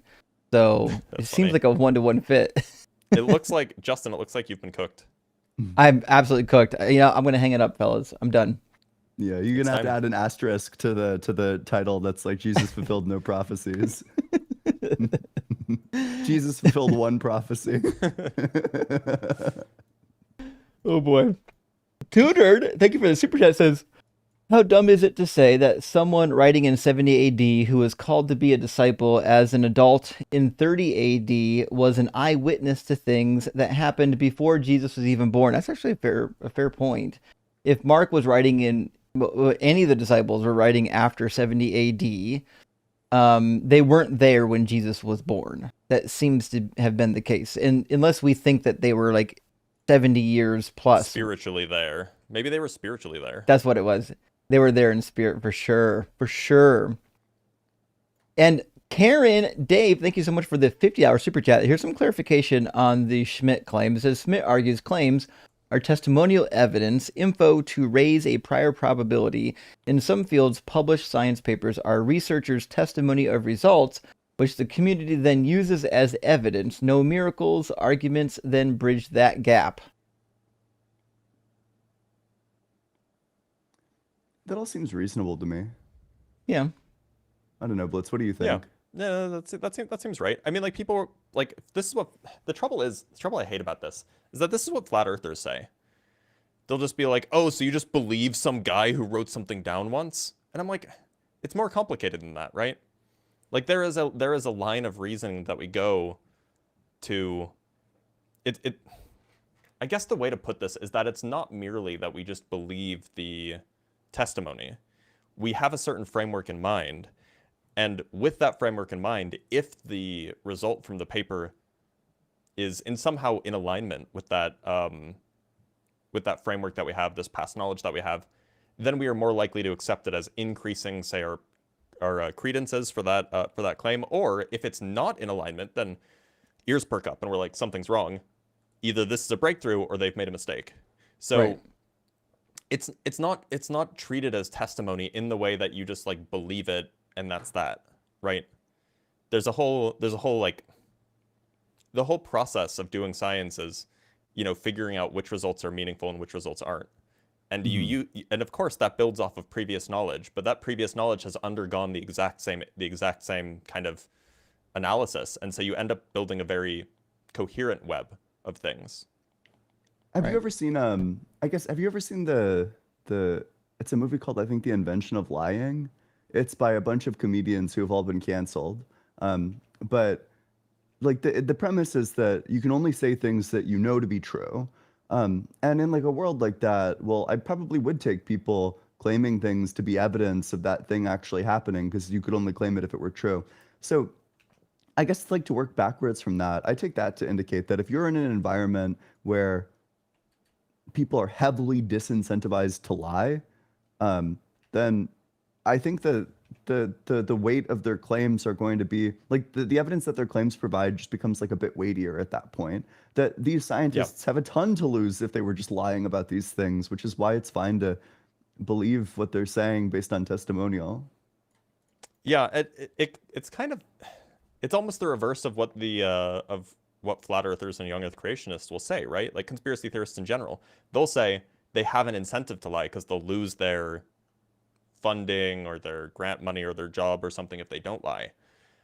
But it's just really not. Anybody who's spoken with a scientist knows that that's not the case. Well, I think we've got Adam still ready to come in. His camera went dark, but I'm going to bring in Adam and see if we can get some discussion going here. Adam, welcome Hello? to. Yep. Oh, Wait, are you at least this is a 18? fetus. Hello? Okay, definitely not even 10 yet. All right, we got to dump you, okay? Yep. Come back in 8 years. Yeah, that was something. It's so mean. Have fun But at soccer practice. Good Oh, luck on your no. catcher in the rye essay. Oh, that's so cruel. Oh, wow. Well, I guess that means Catholic Thinker is up next. Catholic Thinker is a friend of ours, but has some friendly disagreements. Let me get Catholic in here. Welcome back, Catholic. How you doing? I'm doing great. Thanks for having me back. Absolutely. Welcome. What's on your mind today? So, I know the last time I was on Unapologetic, I had presented a version of the fine-tuning argument. Had closed off mentioning that I'm working on trying to translate one of my favorite classical arguments into more modern languages. And I wanted to stress test a formulation that just kind of came to me recently. See where, because I stress test as much as I can myself. And I need someone that's not biased towards the conclusion to show me where I'm wrong. Sure. That's Yeah. reasonable. So it starts with if nothing exists, then there is no way to move from non-existence to existence, is the first premise. Premise two, Nothing there are exists. Okay, yeah, go ahead. Sorry, I was just thinking. Go ahead. Yep. Premise two, there are existing things. Conclusion, there was never. Conclusion, there was never nothing. From there, if something exists, it either is self-existent or requires grounding in something else to exist. What does self-existent mean? Self-existent would mean it is a contradiction to claim that it doesn't exist or that it's impossible for it to not exist. So like necessary existent? Yeah, I'm trying to stay away from necessary contingent terminology just because I feel like modal logics poison the well, and the terms now mean something a little bit different than I tend to mean them.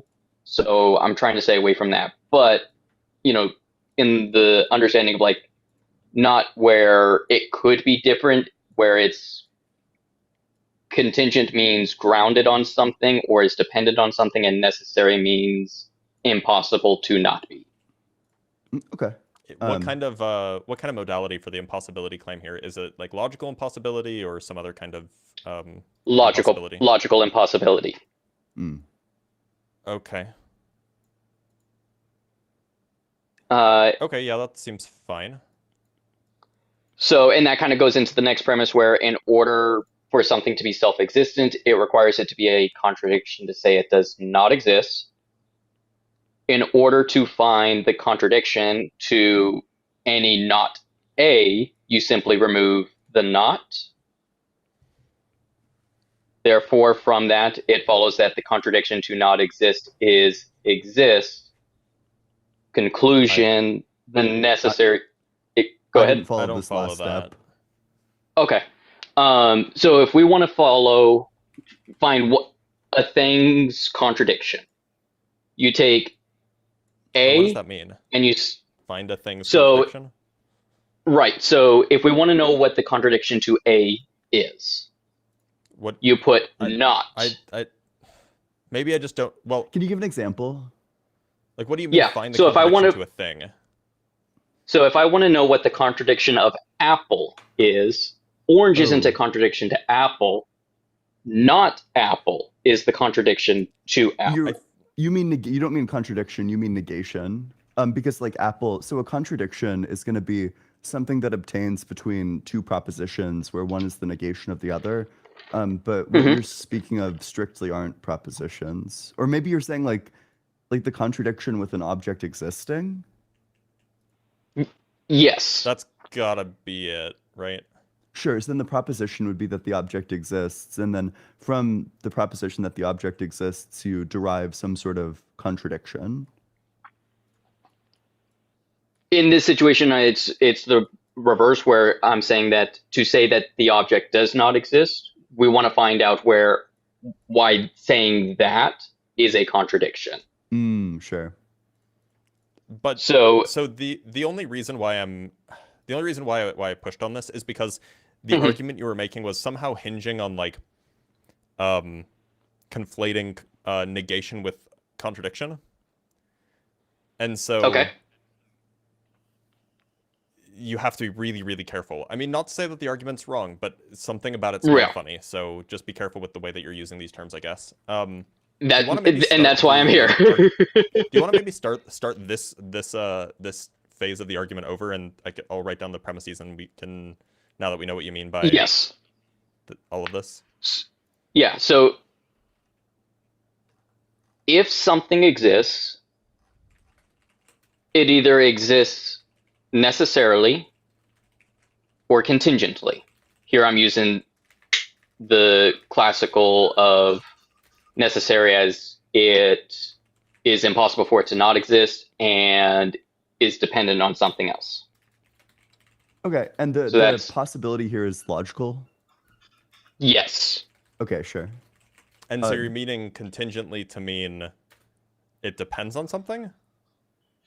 Yes, like it requires a grounding, like it's not a causal or the modal logic of it's possible to be or not to be. The way that I, in my studies, how I was introduced to contingency was where it was about a relation of grounding, not of it could exist or it could not exist. So that language has always felt odd to me, and I'm not comfortable using it, but I know that that's how most people use those terminologies, which is why I've been trying to find different ways to. So is this a true dichotomy then?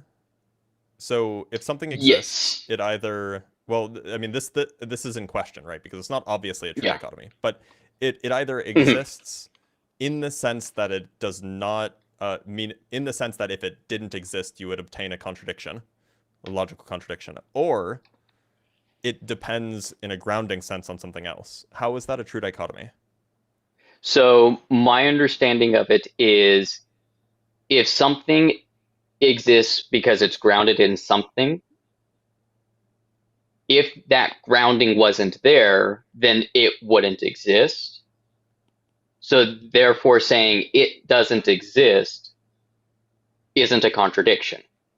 So to use the contingency example, like I am a contingent thing, I am dependent on the matter, the molecules, my parents, like I am dependent on all of these different factors in order for me to be me. If those factors weren't there, I wouldn't exist, and there's no contradiction in that.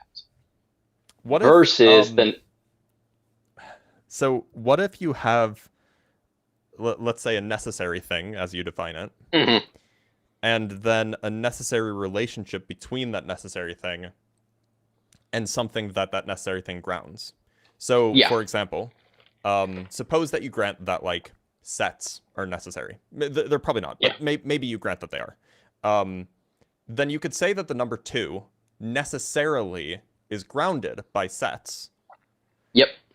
But now you have something that is, and so because the thing that it's grounded in is itself necessary, it follows that, and the relationship between the grounding thing and the object in question, in this case the number 2, is necessary, then it follows that if the number 2 didn't exist, then you would have a contradiction. Because you have a necessary relationship between sets and this number 2, and the sets exist necessarily, so the number 2 must necessarily exist. But you also have the statement that it depends on something, in which case you would say that it's contingent. So it sounds like the conditions that you're giving can allow something to be both contingent and necessary. Is that correct? It's contingent in one sense and necessary. So it's like it's contingent in its parts. Well, I'm using the senses that you've given. Yeah, right. So it's contingent in its parts, as in like each part is contingent on the preceding aspect, but the whole is necessary. That was something else that I was kind of looking at, as well as whether like a necessary existence can be an emergent property, and I'm still exploring that avenue. But this was something that I felt confident enough to at least present to be stress tested while I'm still exploring that side of things. Sure. So for example, like let's say you're like a 4-dimensionalist, or sorry, you're like an eternalist necessitarian. You know, you would hold that like a child is contingent on their parents in like the dependent sense. Like, you know, I depend for my existence on my parents But because you're a Yep. necessitarian, everything is necessary. So then you'd have like something that depends on something else, but all these things are necessary. In the whole, yeah. Sure. Okay. So at this point, I'm not denying that aspect of things. Did you mention? I don't know if you mentioned this. I'm not sure how this fits into the argument, but I thought I heard you say that if A grounds B, or if A could ground B, and B exists, then that means like A exists, or that like a thing could only be grounded by like one thing in particular. I think that must have follows from, yeah, misinterpreted. I think that does follow from what I'm saying.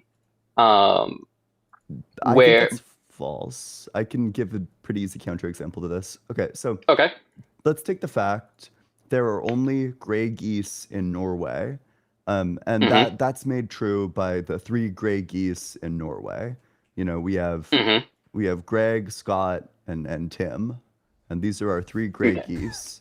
Well, this is grounded in these 3 gray geese, but that exact same fact could also be grounded in Greg, Scott, Tim, and Marcia, a 4th gray goose, or, you know, like 3 completely separate gray geese, or, you know, no gray geese even.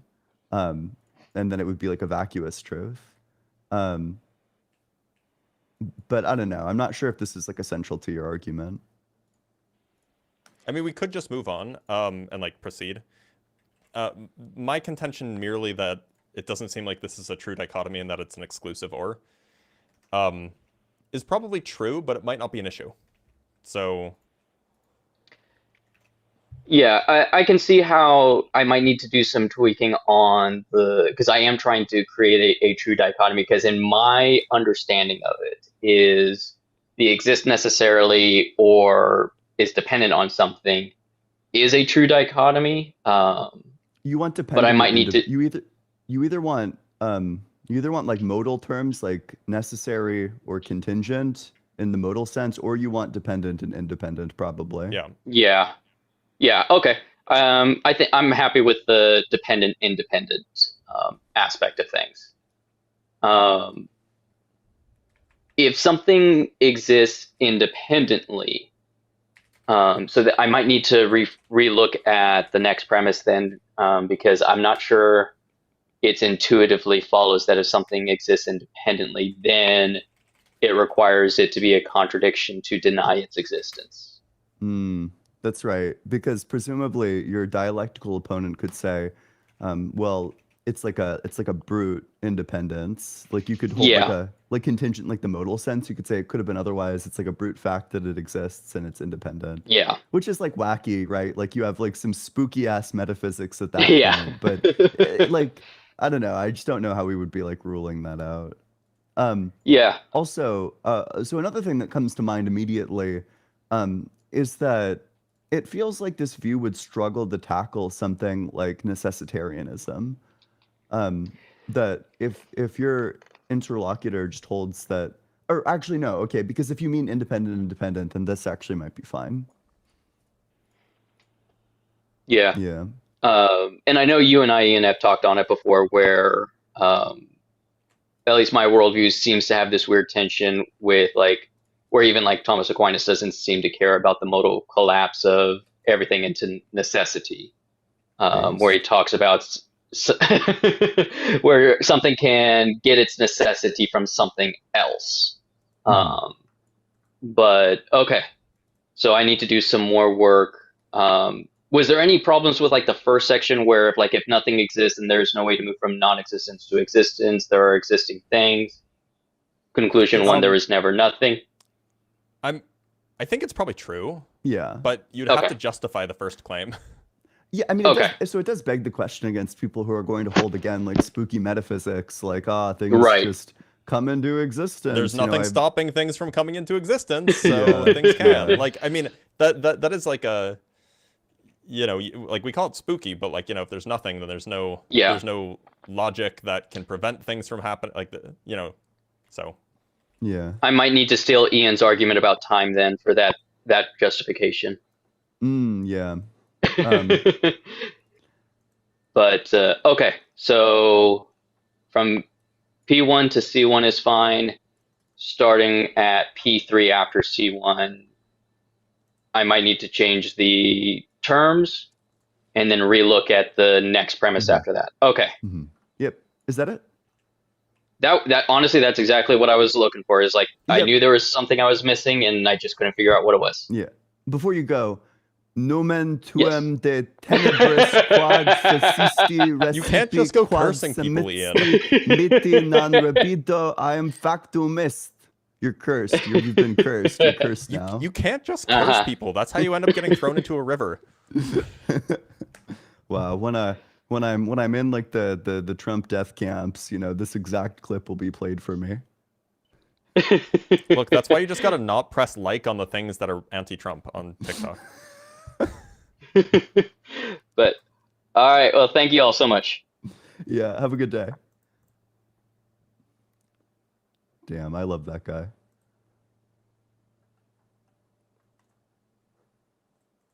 Justin, your microphone is muted. Oh, sorry about that. We've got Frank and Felix waiting to get in on the YouTube queue, so we'll grab them next. And let me grab a couple of super chats, and we'll keep the conversations rolling. Carlos, good to see you, friend. Hey there, friends. Unfortunately, Mom passed away peacefully. Thanks again for all the support and kind words from our community. Well, Carlos, I'm sorry to hear that. I was curious how your mother was doing on your previous updates, and now we know. We're definitely sorry for your loss. And if you need anything, please do feel free to reach out. You know, there's a huge community here that cares about you. So if you need anything, by all means, please do let us know. And Very Good Wizards, and thank you for your service. Well, thank you for supporting our service. And Censored, thank you for the super chat. Says, what's the point of saying grace before eating? As I've grown up atheist, it's not really a thing I've thought of until someone did it at a recent dinner. Well, like, I think everyone has a different reason. Some people will say to give thanks because you're supposed to be thankful to God. If you believe in the Lord's Prayer, it seems like it's a mixture of thanks and petition. But my understanding is typically just to give thanks. To show appreciation, and to indoctrinate your kids. Payne Malice, thank you for the super chat, friend, says, when that lady was calling around for a baby formula, oh yeah, on TikTok, I saw those. One of the churches she contacted was near me. I almost put on Satanist robe and stood outside handing out formula. I would love to see that. That'd be absolutely amazing. I bet if you called the Temple of Satan, they definitely would have been giving out baby formula. And Furry Man says, I have to support this absolutely lethal combination of hosts. Well, thank you. Absolutely, you do. Furry Man. This is the unholy trinity, friends. And Chris says, question, can we even get brilliant moral teacher from Jesus? I don't think so. In fact, he seems to be regurgitating nonsense that was already within the traditions of his time period. He just happened to be one of the more popular of them. That's all. What you can probably get is somewhat progressive for his time teacher, in that he wasn't a conservative. True. Yep. Yeah, I mean that does seem to be like a fairly unique feature to Jesus that doesn't really seem to appear in like the other prominent thinkers, like people like Confucius or I don't know, Aristotle, Plato. Like these people were all very elitist. Like they did not. These are not friends of the poor. These are people who think that the poor need to get in line. Yeah. And Carissa, thank you so much for sending out 20 unapologetic gifted memberships. That's huge. That's big. Massive. Big W for Carissa. Thank you so much. We really appreciate that, friend. And with that, it looks like Felix is ready to come in. So let's grab Felix, and then we've got some people after Felix in the TikTok queue we'll get to next. Welcome in, Hi. Felix. I'll only be here for a second because I am not too interested in debating over whether or not God is real, because I noticed that your past couple live streams have all been the same sort of topic. So I was curious if every single time that you guys like go live, it's always debating whether or not God is real. On this channel, This channel, yes. Yeah. We all have our own channels. So we do. At least I might be a little bit more broad than the other two. I do a few other topics. Yeah. I just finished my senior thesis about logical fallacies, so I'm very curious about sort of how that might intersect with whether or not God is real, because I feel like every single person individually kind of has their own interpretation over what it is, but overall it can either have like a good or bad effect depending. Sure. Although, okay, I think like the question of like what effect does it have on you is a separate question from like, is it true? Like it could totally Yeah. be the case that believing in God changes your life for the better. But I don't think that necessarily has a bearing on whether it's true. Right. Mm-hmm. And I'm also very interested in sort of like these debates being very like Christian sort of oriented, I've noticed, because it's like from the sort of perspective. And I've noticed that a lot of like deconstructed people kind of forget that, or a lot of like deconstructed Christians notice that like they don't, it's very easy to sort of like use like the sort of baseline being like a Christian God, I guess. I mean, so most Justin perhaps excluded, but even not so much for Justin. It's just a reality that if you live in the English-speaking world, you're going to run into people who are Christian most of the time. So that ends up being Yeah. what most of the conversations are. Ian and I talk to just kind of like general theists somewhat frequently.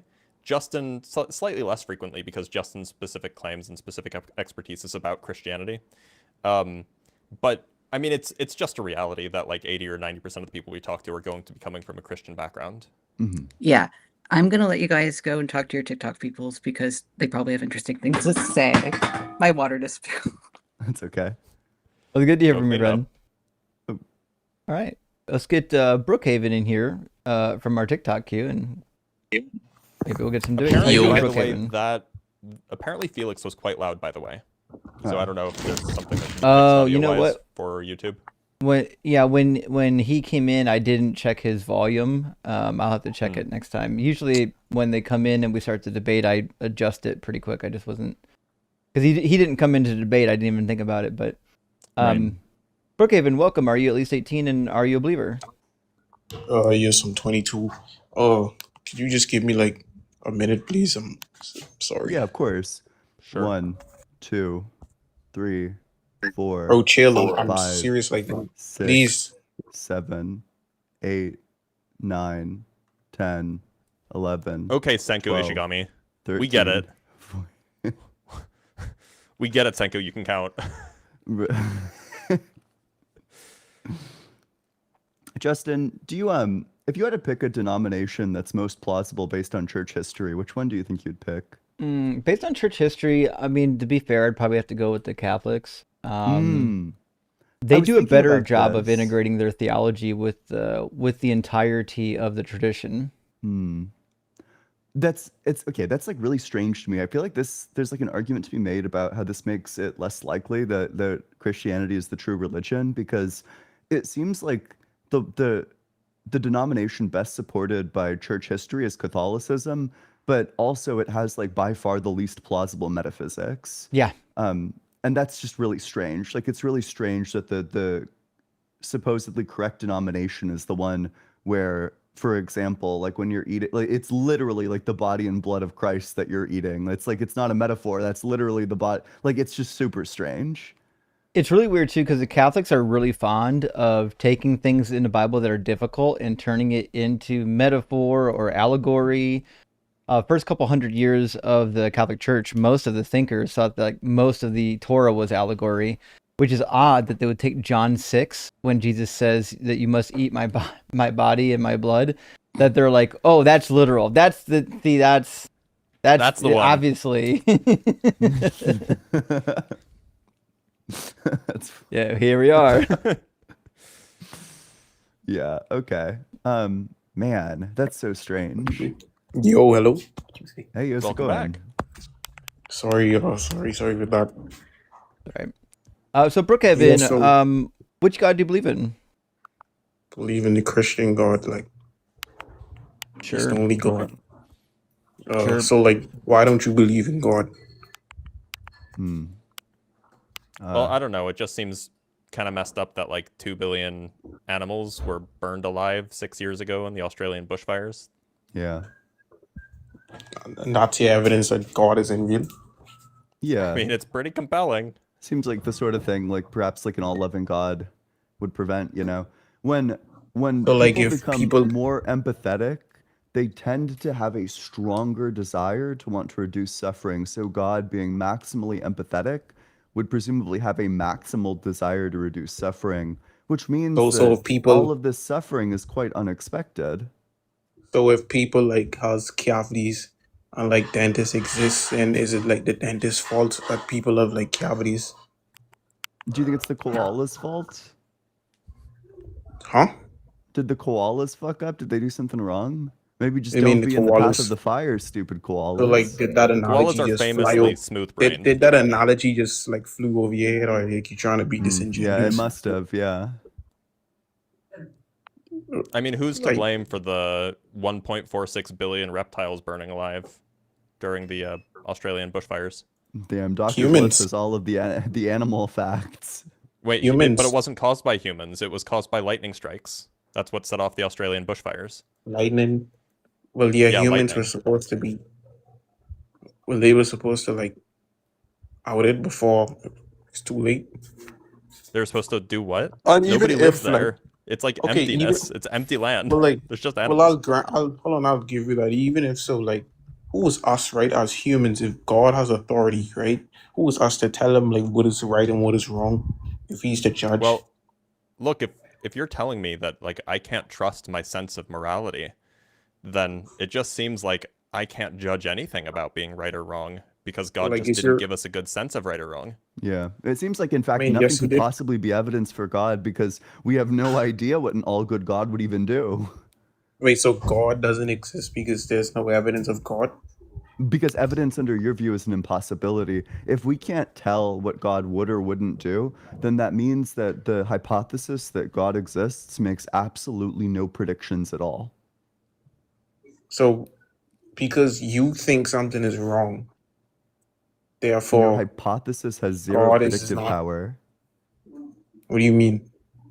Your hypothesis makes no predictions because you're saying that we can't know what God would or wouldn't do. No, but wait, but what I'm Predictive saying power is of zero if is he what you wait, have. if he like created like everything, he created the animals, right? He created humans, right?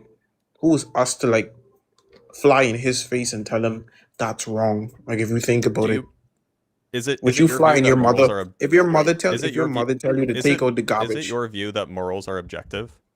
Wait, hold on. I'll answer that. If your mother tell you to take out the trash, right?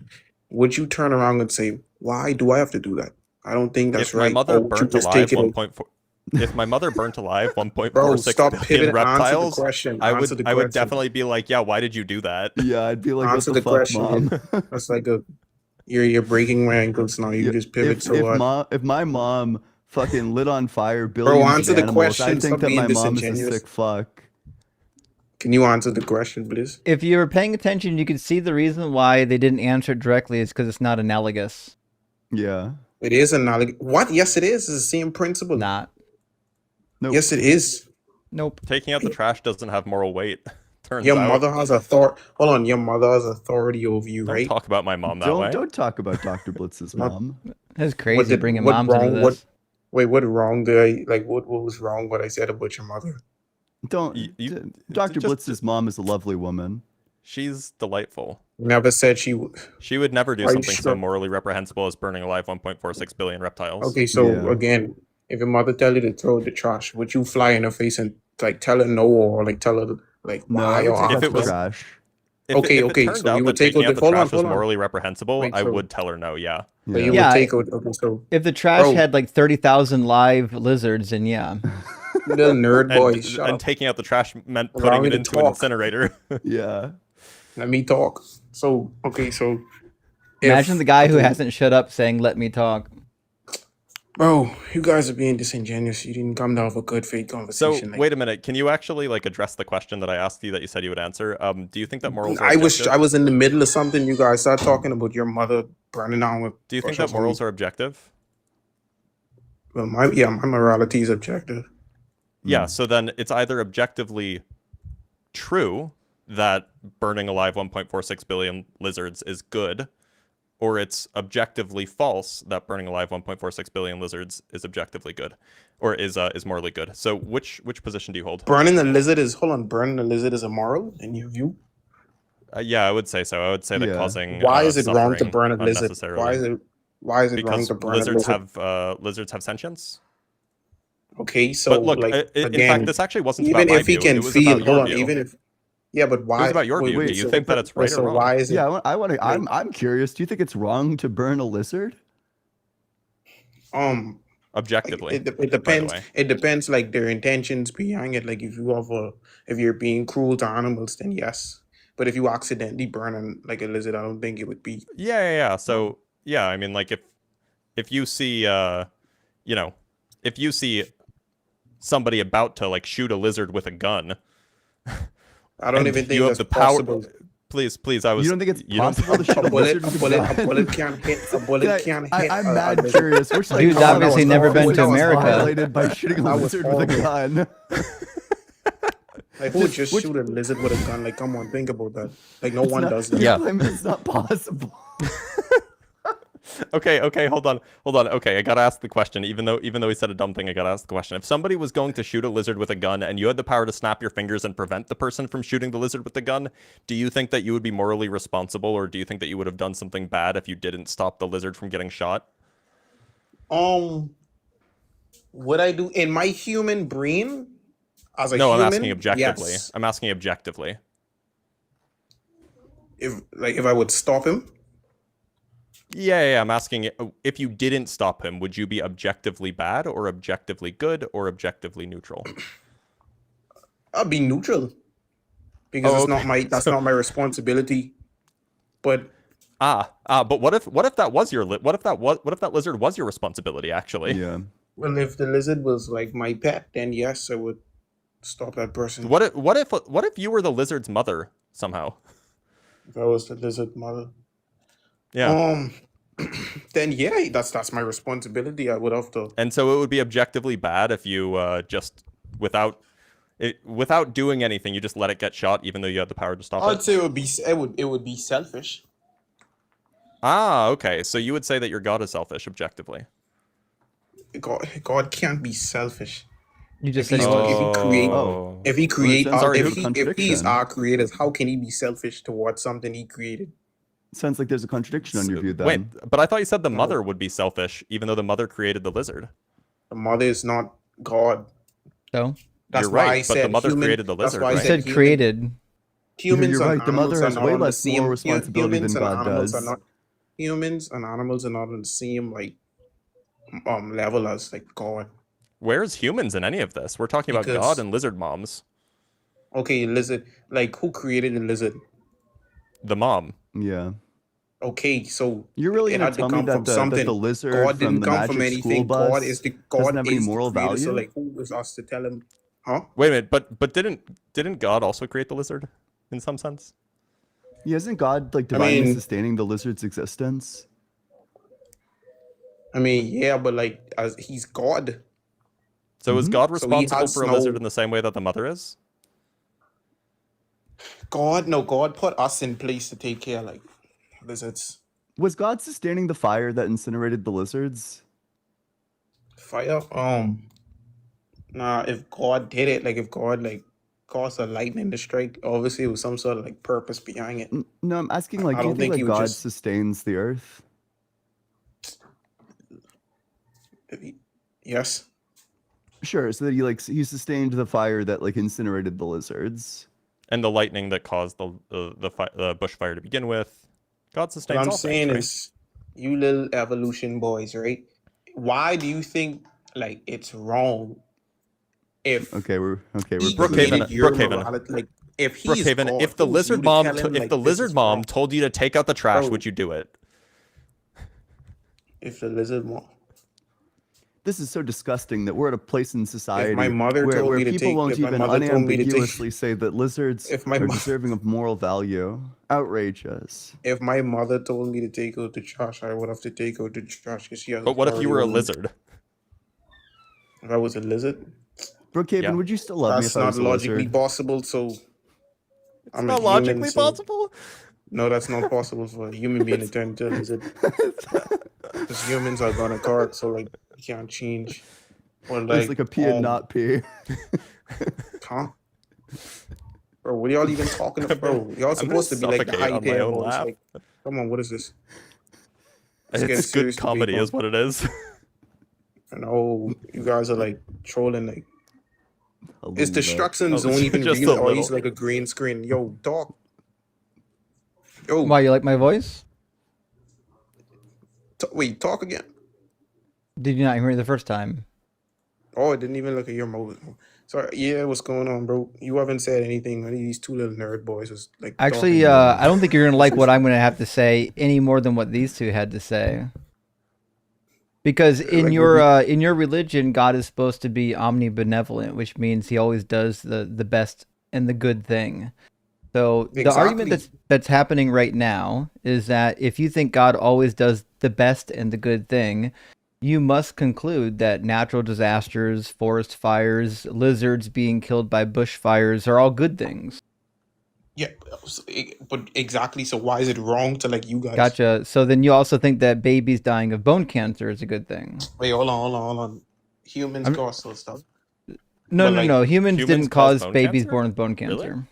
Yes, they do, based off of No, like they don't. chemicals and all those stuff. Yes, Nope. That's not how that works.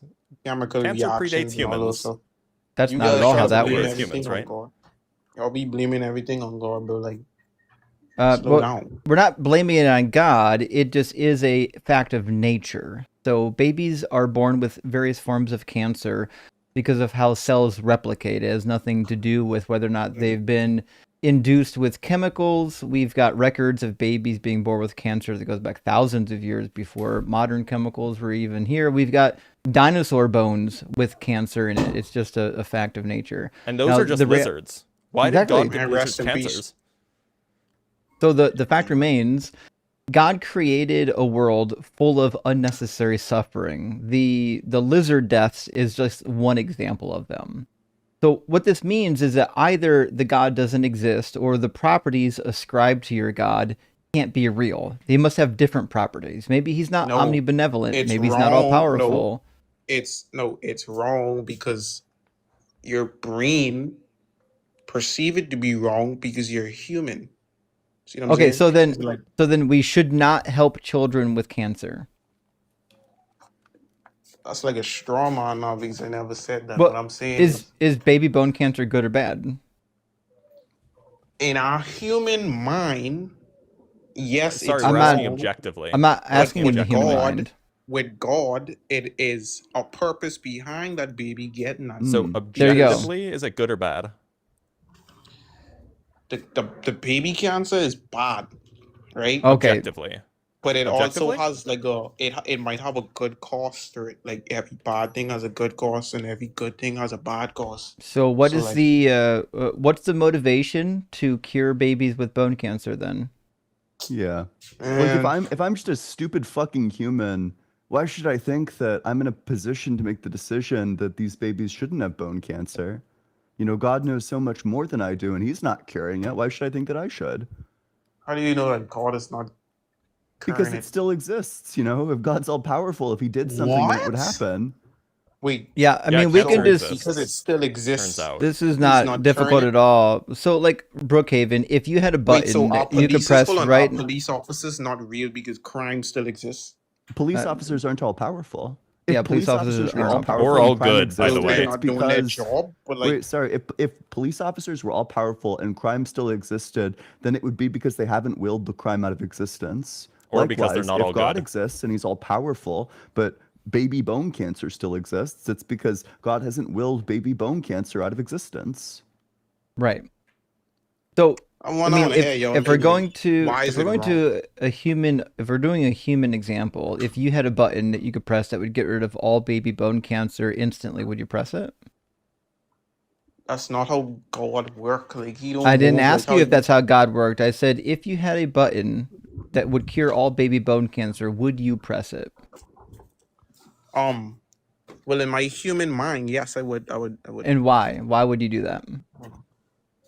because I'm a human, I but know. God is different. Like his thinking, I'm his aware. thinking is I'm different from asking us. for the reasoning. Give me the reasoning that would go through your reptilian The brain reason why is as to because why you Premise would one, press Oh, the is he a I'm a lizard button. human. too? because I have empathy and I empathize with people. Does God have I know how it would empathy? feel. Huh? Does God have empathy? He created empathy. What do you mean? That's not what I asked. Is he empathetic though? Of course. So does he not have empathy for babies suffering? Yes, he do. That's the reason why most of the times he allowed them to just Okay, so unalive you can see so they why can your stop. argument breaks down. You And would they have you a, would like, hold on. you would They heal get to all the go in babies with heaven. bone cancer because you have empathy. God has empathy, but his empathy doesn't lead him to cure babies with bone cancer. Is he the disconnect? But at least they Yeah, it get to seems go like to if you heaven. apparently if you reach like a high enough level of empathy, you actually stop wanting to cure babies with bone cancer. Mm-hmm. No, bro. They go to heaven after. So like, is the relationship between empathy and curing babies with bone cancer a discontinuous function? Like your desire to cure babies with bone cancer? Because it seems like what happens is that we have some continuous function, the amount of empathy that you have, but then you just get a discontinuous jump from wanting to cure babies with bone cancer to not wanting to cure babies with bone cancer. Caller, would you mind calculating the Röntgen for the eigenvector of the function between empathy and babies with bone cancer? bro, what the hell is he saying, bro? That'd help.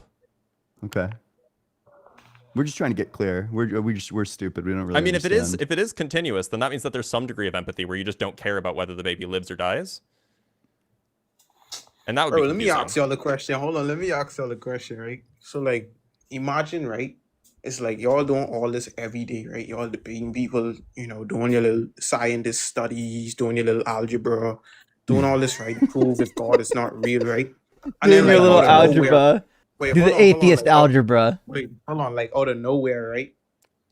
God just like poof out the sky and like he's actually real and you guys just go to hell for eternity. Like how would that like how would you how would that How would you feel? like it if God poofed out of the sky and said you're going to hell for eternity because you didn't use your brain to Nah. come to logical conclusions? You know, if one day He's not God sent gonna me do to hell, I think I'd probably say, ah. It Yeah, depends we're- on who else Yeah, is there, because it might you just be probably like a might. lit place. Yeah, it might be okay actually. Oh, I mean, Yeah. shoot. Fuck, Let me is ask God you, gonna It's like protect me I'm there? gonna be honest. I'm not too good at like debating this whole God topic, right? But it's like Granted. I rather Really? be safe. I Yeah, rather you're be definitely not safe doing that. than- Well, no, I you're rather be safe. you're not safe just by assuming something's true because you could be wrong about any of the other religions and have their Well, at punishment. least if I'm So this doesn't wrong, actually get you anywhere. at If least- you're wrong, you're just dumb and you wasted your life believing in a God that doesn't exist. I mean, So- it's no, it would be. It would so actually what be you're good. At doing least I is don't have to worry about going to hell. you- but, like, you know what I'm you saying? would. I'd Oh, yeah, rather you be do. safe. You can go What to about hell in atheism, any other though? religion, What about Bro, them atheism, other though? religions are not real, bro. Like, come on. and neither is Christianity. There you go. Like with Muslim, like with those, like the Islam thing, you can't even understand what they're saying. So it's like, why would a What's God your create? defeater to Because Hinduism? you can't speak Arabic. What, you don't think Ganesh Exactly. is real? Why would a God create only like those? Like, why would he only like create people who can understand him, and like the rest of the people can't understand him? Like that'd be kind of like stupid. You do know Yeah, that the God Quran works has in been mysterious translated, right? ways. Well, ain't nobody want to listen to that. That God is fake. This is crazy. Hey, Jesus is Brookhaven, real. tell me about the Trinity. How does that make sense? Trinity. All right. So like, y'all like to talk about this Trinity thing, right? Because y'all don't got the brains. Y'all is not as smart as us, right? Yeah, So, my like, brain's too Yeah, small. that checks out. So with the Trinity, I got right, that smooth brain like the koalas that we burnt pray- alive in the Australian bushfires. Slow down. So you got like the Father, right? The Yeah. Father we pray to through Jesus with the Holy Spirit. So like they all in one. Sure. So the Father is God? Yes, Yeah, and Jesus is God. but it's just not God like alone. Like Jesus all is God one. as well? yes, he admitted Sure. that he was And God. Jesus talked about prays that. to God. It's like, all right, see, Still unlocked. I He understand. prays what you're to. Does he pray to himself?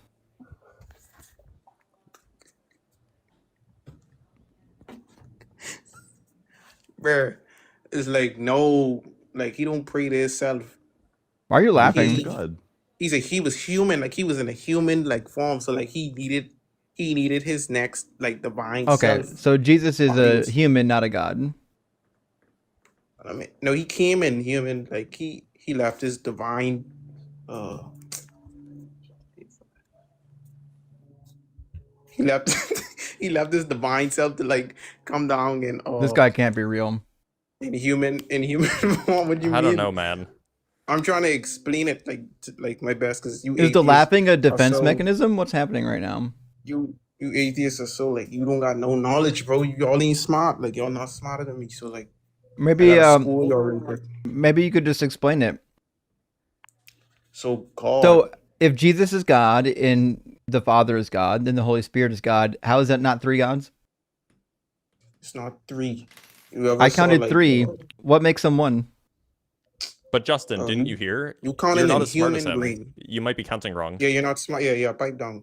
So you're counting like in your human Yeah, brain. yeah. Pipe down, Blitz. You with your dumb human brain. Yeah, calm down. Yeah, I'm a Yeah, atheist. listen to this guy. He clearly has like a fucking whale brain, a koala brain, even. Yeah. What I'm saying is, Unfortunately, there are not God. enough of those because 60,000 koalas burned to death in the Australian bushfires in 2019. Never forget. Why do you care about koala bears? Like, let's be real. Do you wake up every day and actually think about koala bears, or are you just trying to use this to I like think win an I argument? actually wake You up don't every care day about thinking koala about the bears, Dr. 1.46 Blitz. billion lizards You do because there were not more care of them about that died. Dr. Blitz. Sorry? Dr. Blitz doesn't Man, care I'm- about Dr. Blitz. Dr. Yeah. Blitz. Bro, I'm Dr. done. Blitz, Dr. Blitz, you claim to care about these koalas. Name 10 koalas. Jim, George, Felix, Harold, Isaiah, Daniel, Ezekiel, Donald, and Hillary. Okay, fair enough. Yeah, sure. This is a real koala fan. All right then. Well, we got Koalas are so dumb that they eat poison. Oh, And then they have to gosh. sleep for 22 hours to not die from the poison. I'm not shocked. That's like their whole life. And this guy just wants koalas to die. Oh, he left. He's gone. We'll get the next one here in a minute. Dr. Joe, good to see you this morning. Thank you for the super chat. Says, I don't care about the Old Testament. Is disingenuous and cope. It also ignores that JC and New Testament are problematic. Also true. It is fun how they want to distance themselves from the Old Testament, though, so quickly, isn't it? Like the minute the Old Testament comes up, they run from it. Like they know it's their kryptonite. But the New Testament affirms the Old Testament. And Jesus isn't that much better. He wants to burn everybody alive that doesn't want him to be king. So there's that. Zach Penetroff says, if you throw out the Old Testament, doesn't Jesus just become some wayward deity who's lying about his Old Testament origins? Yeah. You can't understand Jesus. You can't get to Jesus without the Hebrew Bible. He's a Hebrew theoretical Hebrew Messiah. You need the Hebrew Bible to explain Jesus. And Mike Bowen, thank you for the super chat, says, is there a good scholarly work on the authenticity of the New Testament epistles? I need ammo for conversations with my pastor brother. Good question, Mike. There's actually been quite a few books written on the authenticity of the New Testament, but on terms of the epistles, the letters of Paul, I think Nina Livesey is the latest person to write on these.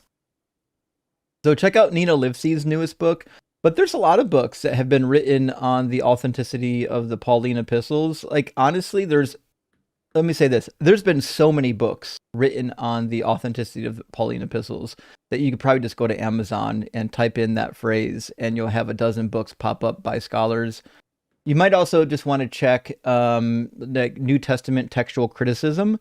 Typically, if you get a good book on textual criticism, you'll absolutely find a section in that book talking about the authorship of the Pauline epistles. Also, any commentary on any one of the epistles will have a section dedicated to authorship. So that's what I would do. I would check some of the default scholarly literature. Amir, thank you for the additional super chat, says, I meant more like if someone brings it up first while you're in a conversation, like, oh, I got you saying, like acquaintance, not necessarily accosting people, but then again, we could use more organizing and activism also, perhaps. I see what you're saying. Like, if somebody in the streets brings up religion, you should absolutely arm yourself with the information you need to make them look silly for bringing it up or for trying to force it on you. I'm agreeing with you there. And the rabid squirrel sage says, Ian, thank you for rebuking chat on Friday when they were attacking that mom for her screaming kids. I was driving and couldn't send the super. Yeah. The Although chat was mad at the mom? Yeah. Although, okay, I will Some of them. say, I think that there's like probably some fair criticisms. Also, people are claiming that she said some things to her kids, and I didn't hear those things. So, I mean, if she was saying those things, then obviously those are bad. But there were like some people where the critique of this mom was that her like kids were screaming in the background. I don't know, man. Okay, I Kids do might be that. like totally wrong about whether or not this mom was like being a bad mom. But what I do think is that a lot of our like I don't think that our criticism of moms is truth tracking. I think people are going to criticize moms kind of no matter what they do, which means that every time I feel like I should be like critical towards like a mom and the way that she's being a mom. I don't know. Like I think that you should like reevaluate because it's really easy to be wrong Justin, about these things. TikTok is frozen. I don't know if you can fix that. Yep. Yeah, I mean, like, yeah, kids scream. It's a thing that kids do. Just because a mom is on the phone while kids are screaming does not mean that the mom is being a bad mom. Right. Yeah, indeed. In fact, sometimes I scream. It happens all the time. It I just scream happens. for ice cream. Sometimes you're just having a bad day, okay? It totally happens. And last super chat for now from our friend Chip. Chip, thank you for the super chat. Says, random thought, Justin. When the Hebrews drank water from the rock in Exodus 17, 2 million people. Yeah, I talked about this on stream actually. 2 million people times 5 seconds of water and instantaneous change to the next person would take 116 days, not counting animals. The idea that all of the Hebrew people are going to drink from a single rock, so it has a flow of water coming out of it, is preposterous. Yeah, but do you know how fast the water is coming out? I mean, assuming it was gushing, but have you still, done the math? I did not do the math. It could be coming out at like 12,000 psi. And yeah, and they're in just, which case you could probably hydrate people pretty quickly.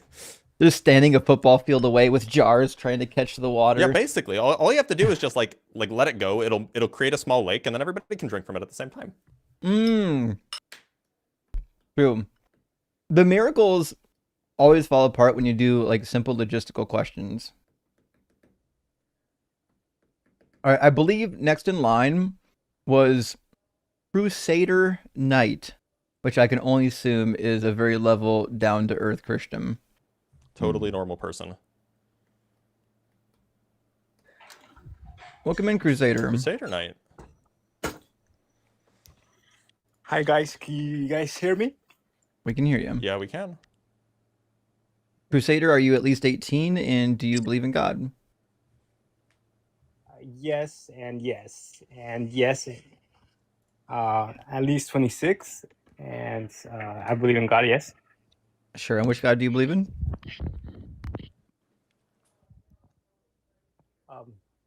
Just a God in general, just like a all-powerful God.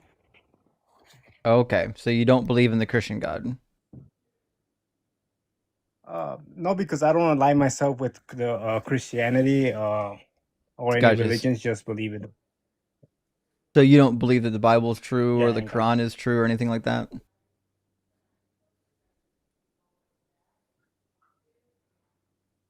I think that there is some truth in them, but I don't, like I said, I don't follow religion.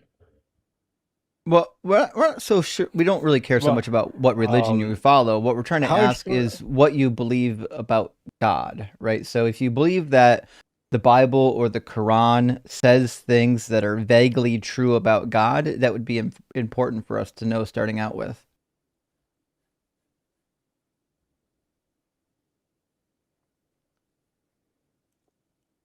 I'm sorry, you cut off right there. I think the internet was bad. You say something. Right. Can you What I'm repeat that? saying is, I'm not asking you if you're part of religion. I'm asking you what you believe about your God. If you believe that the Bible or the Quran says things about your God that are true, that's helpful information. Like, do you think that Jesus rose from the dead? Okay, like okay, the Bible. Oh. So yes, it's possible. Yes, Okay. but I was like you guys were saying that you had a problem with evil, right? And I could Yeah, how do you probably feel like about have a 1.46 billion lizards debate burning over to that death in the Australian over the bushfires Bible. of 2019 and 2020. Well, wait, like cart before the horse, right? Do you think Okay. God is all good? So, Because the problem of evil literally doesn't matter if you don't think God is all good. yes. Right. That's a good point. Okay, so you do think God is all good? Sure, No, go for it. I think yes, I think God is all good, all loving, and that that nothing bad comes from God. And let me explain. Let's just say God created a world that created a world that's not perfect, right? But it seems like you atheists will still say that God is still like not perfect because God is perfect in nature. If God would have created this world in a perfect place, then you guys will say that he's not perfect. But if he wouldn't No, create this that's world in a certainly not the perfect place where case, there's and you're not in a good position to read minds. So the argument against this God being perfectly loving and all that stuff is because we know there are requirements that come along with being perfectly loving and perfectly just, right? So somebody who's perfectly loving and perfectly just would not create unnecessary suffering, correct?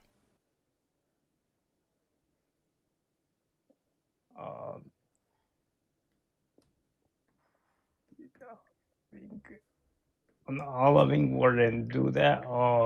No, but If what about okay, the free so will? if somebody, well, free will is irrelevant. We're not there yet. If somebody, we need to agree on this first. If somebody does unnecessary suffering, we would say that they're obviously not 100% good. Some part of them is doing something bad. So we can move on from there. Now, the next question is, does God do anything that we would classify as not benevolent, not good? And yes, that is the case. We will look at natural disasters. This is something that God is in control of. God created the earth so that it would have natural disasters and that innocent people would die for things that are completely within God's control and not their own control, having nothing to do with free will. Can I say something about the whole thing? This whole thing.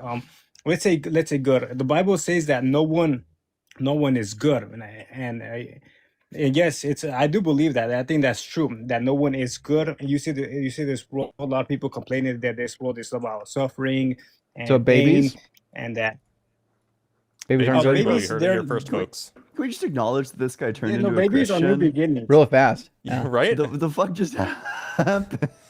Well, he did say that he thinks that Jesus could have risen from the dead, which was Okay. like he was obviously a Christian from the get-go. Like he's a Crusades fan, so like this was Okay. not surprising. We all knew that this was coming. Yeah, but it's still always disappointing. Well, why is it Granted. disappointing, Ian? Tell me. Because you could have just said it with your chest from the very beginning. You know, Yeah. instead of like having to play hide and seek with you to figure out what religion you are, you could have just been like, "What's up? I'm a Christian." Yeah. Jesus said, if you deny me before men, I'll deny you before my Father in heaven. But okay. Let's see. To be a Christian, it's to follow Jesus. But not a lot of Christians are a follower of Jesus. They don't go what the Jesus Are you says. are you a The follower of commandment Jesus? Jesus. Because if you follow Jesus, guess what? You're a Christian. That's the definition of being a Christian. No.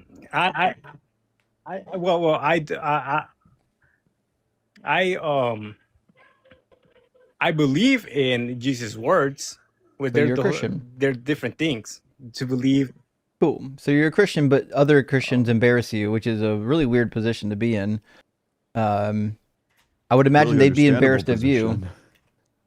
So, Crusader, back at the actual point being made, we all believe, I think all three of us believe, that the problem of unnecessary suffering via animal suffering or human suffering or natural disasters, all of these are very problematic if you believe in a God that is all good. Now, if you don't think God's all good, we've got a different case to make, but you do believe in God that's all good, which means this God can't be all good, or it must mean that all this suffering is somehow good and necessary. Well, let's take a look at death. Death is so normal, and I didn't say death, I it's said not suffering. I suppose there's many different types of suffering. There's suffering in the mind. There's suffering physical, Mm-hmm. and It seems like evasion. they're both not good. Seems like evidence against God.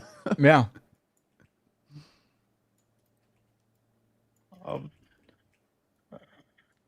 Like, Why are there so I many mean, different you kinds of guys seem suffering if like- God exists? Yeah, why would God like intricately design all these various forms of suffering?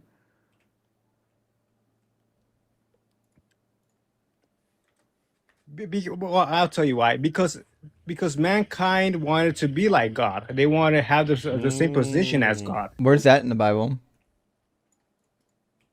Man, I don't remember, but I know that I read it somewhere in the Bible that It's not there. that Why did you read the Bible if you're not affiliated with a religion? because I like to know things. I like Have to you read the Quran? learn things every day. I have read the Quran. Have you I read the have Bhagavad read Gita? Buddhism as well. Have you read Yes. the Bhagavad Gita, the Upanishads? The Upanishads, no, no, yeah, no. Wow, Some books you're are really well read. Yeah. I do my research. Assuming you're not lying to Dr. me, Rich. which you might. I mean, you might just be lying to me, which is like plausible. Well, I mean, he did mention that he likes to know things, so. That's true. Good point. He's a knower. Not a grower. I'm sorry. Oh boy. We're all thinking it. All All right. right. Yeah. So- Well, I was just gonna say, hop on really quickly. Maybe I could have a debate next Sunday and shit. But I was just trying to make this a real quick one. Sure. Makes sense. We enjoy a good Yeah. cookie. Yeah. Okay. Much appreciated. Cheers. Yep. Thank you. Take care. Oh, that's something. I don't understand Christians that will deny being Christian. It's the weirdest thing. They want to Hey. be sneaky. Well, Right, I think it's- it's shame. Right? I mean, look, the way that I see it is it's like, oh, like I'm Christian, but I'm not going to debate you about my Christianity because, first I have to convince you that a God exists or something like this. Or, I shouldn't have to tell you that I'm a Christian because I'm not like those other Christians. Like it just feels like that. Yeah, it really does. Kane, thank you for the super chat. It says stress testing forges the finest blades. I Except believe with that guy. Yeah, Definitely. that stress testing wasn't forging a whole lot. Sustaining Nimbus says apologist's job would be so much easier if Jesus had said, "You believe because you have seen. For everyone else, I offer the following syllogism." Indeed. That would be incredible. And then he just gives like the fine-tuning argument. A rock solid syllogism. He could do it if he was God. He could give the perfect syllogism that could only end in God being real. Yeah. Could you They didn't. imagine Jesus is down there explaining like quarks and neutrinos to these people and explaining like the ratio of like up quarks to down quarks? Yes. Look, if he said in 1980 years after my death, you will build a giant circular machine and with it you will find my particle, I'd be like, okay, maybe calling it the God particle checks out. Yeah. Sure. Apolite, thank you for the super chat. Says, here's a tip, Felix. Before you start meta complaining and tone policing, stop. Write your next thesis on that. Well, I don't know if Felix was doing anything. I'm not sure. Like, okay, Felix didn't talk about the topic. I don't like when people are here and they don't talk about the topic. I don't think that Felix was like mean-spirited or anything. no, I think he was at least coming in good faith for sure. And Schismatic says, "Rip CamoWorks, best Elder Scrolls YouTuber," and that means nothing to me. I don't know what any of that means. I don't know what it means either. You don't know what? For You what don't it's know worth. the Elder Scrolls? What's the name of the? What was Hey, the? you! Rip what? You're finally awake. CamelWorks. I never Nothing? played Elder Scrolls, but is CamelWorks like the? I have no idea who CamelWorks is. I don't know who CamelWorks is either. Oh, but okay. I thought that we were like. I'm a huge Skyrim fan. Of course you are. That checks out, to be honest. Yeah, I have like 300 hours played. Like the last game I played was on like a Sega Genesis, I think. That's where I'm at. We believe it. Russell with ASMR says Collar's own analogy flew over his own head. In the analogy, it would be the dentist's fault, but the dentist, being a dentist, would do something about it. True. Yeah, a dentist would fix that shit. The channel end says, I was watching Bill Hicks and he said, people think the earth is 12,000 years old. When did religious crazies change from 12,000 in the 90s to 6,000 today? I wasn't aware that there was a change from that to that. I mean, as early as Bishop Usher, they were saying that the earth was 6,000 years old. He wasn't the first one to say it either. So my understanding is the 6,000-year-old one's been around for a long time. That calculation is based on using the Bible, of course. I'm going to read 2 more super chats, and we're going to get KB and then Peace in here. Dr. Carla, good to see you. Thank you for the super chat. Says, greetings from snowy blizzard Elsa. Praying to Doug that my internet and power holds out because of the 3 of you cracking yourselves up is giving me life. Rock hard for Doug and all the other hashtags I can't remember. Well, thank you, Dr. Carla. It is kind of nice when we get a goofy guy on the stream that we can just kind of troll too. We don't get too much opportunity for that. Doesn't happen often. But it's a good time. And greetings to our friend Herbie, who now has the Prophet BMF as his PFP. Says, I'm about 1.5 hours in the past trying to catch up. I often come to the conclusion that it's such a shame you have to have the theist callers here. It would be so nice if it was just us. You know what? I think the 3 of us probably would have a good time just kind of dialoguing on different questions related to the topics. It would be really fun to set up like a Q&A live stream sometime with this panel. But we'll definitely talk about that some other time. For now, let's get KB in here, who I hope is opposition and maybe has proof that'll convert all of us to their religion. Isn't KB the biggest creator on TikTok? I have no idea. There's some pretty big ones, though. KB, welcome in. Are you at least 18? Yes. Hi, Awesome. guys. And do you believe in God? Howdy. Yes, I do believe in a God, but no, I believe in the concept of God. Yes. Sure. Not sure what that means. I might also believe in like the concept of God in the same way I believe in like the concept of Superman. Same.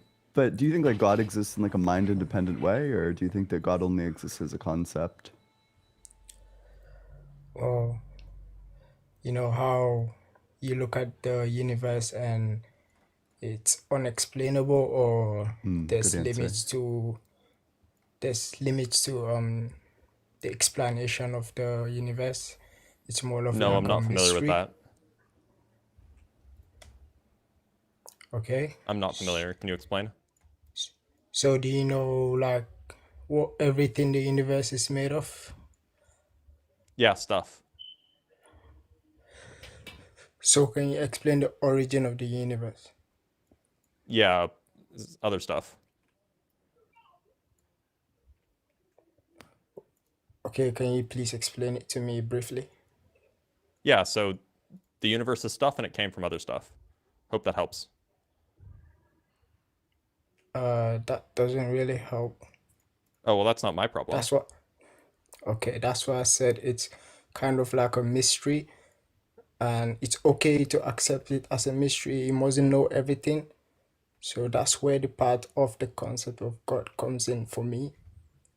So we don't know everything, therefore God exists? Not in the sense that he exists outside of what we know. I believe that God exists in the choices I make, in how I live, and I believe that God is within rather than anywhere else, if that makes any sense. No, I don't know what you mean. God is Okay, within, but also God is that which we don't understand. What? No, I believe that God is within us. It's more of like something that has to be learned, and we experience him through what we call life. if that makes any sense. So God is not So then what was this stuff necessarily. about mystery that you mentioned earlier? I said that's life. Life is more of like a mystery. That's how I see life. We as humans, we don't know everything. I think we are trying to learn as much as possible. Okay. So So like that's how I you're see life. confused about life is why you think that God exists? Or what's going on here? Exactly. Not Exactly. everyone. Okay, so you are confused about something, therefore God exists. That's a great argument. I'm not saying God exists outside of what I know. I believe God is within. He's in the choices I make. He's in the life I live. He's in everything I do, When and you say how God, I what do see you the mean? universe. Exactly. So you see, I believe in the concept Good, of God. good I didn't say answer. I believe Why do in people God. say exactly when they don't mean exactly? Because they're not listening. Okay, can you repeat what you said? Yeah, what do you mean when you say God? What does that mean? For me, I believe God is more of a concept that we can't fully understand, and it's how our life is. I believe life is God. Yes. Do you think that we're saying like life doesn't exist? When we say God doesn't exist, is that your understanding of our statement? Not at You all. think we're denying the existence of life? Well, not entirely, but for me, I just feel like the concept of God is, should I say, like a mystery. So you believe in something and you don't know what that thing is? I don't necessarily believe because it's something I know. I know what life is based on the experiences I have. Okay, well, there's a couple things to say about that. The first is that knowledge is a type of belief. And secondly, it still seems like you're saying that I'm not sure that you can know something when you don't know what that thing is.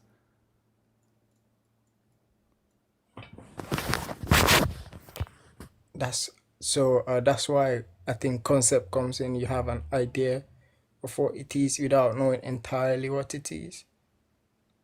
Okay, well, you've elucidated it not at all. Justin, I feel like we should definitely You were move awarded on. no points. May God Yep. have mercy on your soul. Yeah. Yeah. I award you no points, and may God have mercy on your soul. It's such a great bit. KB, you sound nice enough, but it sounds like you're having trouble forming thoughts and sentences and things like that. So I think we're going to move on to the next guest, okay? All right. And I believe next in line was Peace. Eric, thank you for the super chat. If you put a plate of eucalyptus leaves, koala's only food, in front of one, it won't recognize them because they're not on a branch and would starve. That's insane. They're that dumb. That's true, and it's so funny. Yeah, they're so stupid. Dang. Okay. I knew they were dumb. That's Right? really a new level of dumb. Move the Star says, according to Trinity, Jesus' sacrifice, God 100% died for a little while. The world was fine without God for 3 days. I know it was physical, but still, it's a fair point. Like if you believe in I don't know, the law of identity, it seems like God dying and Jesus dying have to be the same thing. And there's so many problems with the Trinity. I can see why this is one of Danny's favorite topics to argue about because it's just low hanging fruit. It really is. And Otto says, have you read 4Q 186? It's a physiognomy for Physiognomy. Oh, silent G, huh? For Taurus. I have not actually. I've read most of the Dead Sea Scrolls. I wouldn't say 100% of them, but typically the ones that I read are the ones that are religious in nature. So I probably haven't read that one, but I have it behind me on the shelf. I can give it a read later today and possibly give you an opinion on it. I'll just write this down for Q186. I'll give it a read. Thanks for the suggestion, and we'll I'll let you know. Juju, hey, good to see you, friend. Says Justin, I have several options for the God-eating penguin to add to your shelf. Where is the best to message you with the choices? Honestly, the best way to get a hold of me is through email. I try to run all my official business through my email address. Discord is a bit of a nightmare right now, but that'd be the best way to do it. I appreciate it. Juju Penguin, big W. And let's grab Peace next. And then after Peace, next in line was Hyperion. Although I think we talked to Hyperion, or at least someone with that name not that long ago. How you doing, Peace? Good, good, good. Peace, are you at least 18? Sure, yes. Awesome. And do you believe in God? Okay, that's the issue. Okay.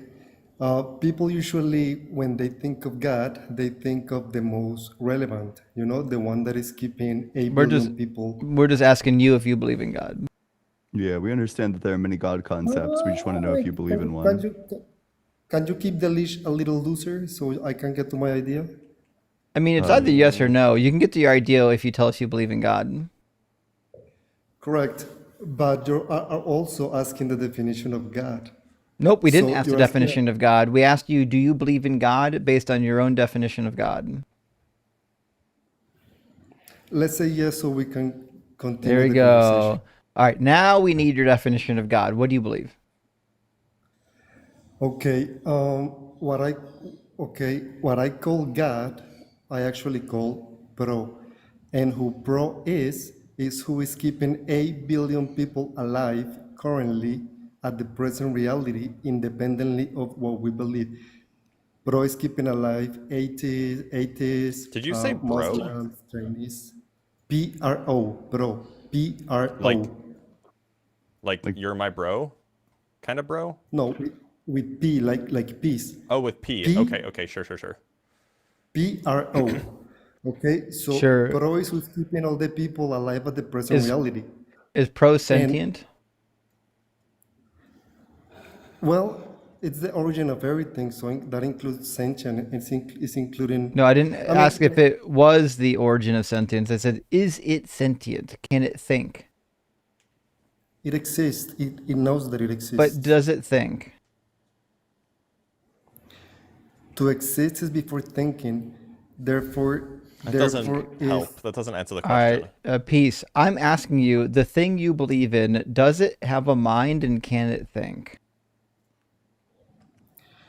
Okay, there are things that exist that don't think, like plants. That doesn't answer my question. My question is either yes, no, or I don't know. Does it have a mind and does it think? Yes, it thinks. There we go. Okay.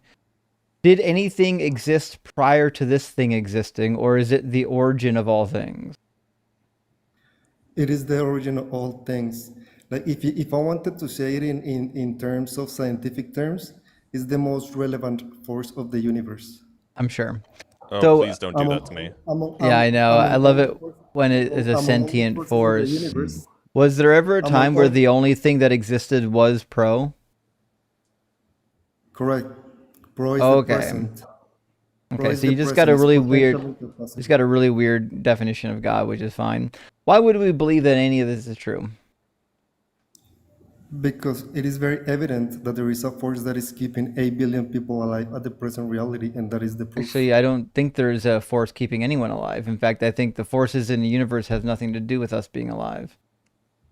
Well, I mean, that's not true. Like, definitely, like, if electromagnetism didn't exist, we would cease to be alive, but... Sure, but what I'm saying is there's no life force. There's not a force Yeah, there's not a life force. Exactly. Well, if you want to go into semantics, but there is something keeping us all alive. Like he said, something creating something, like the universe created by something.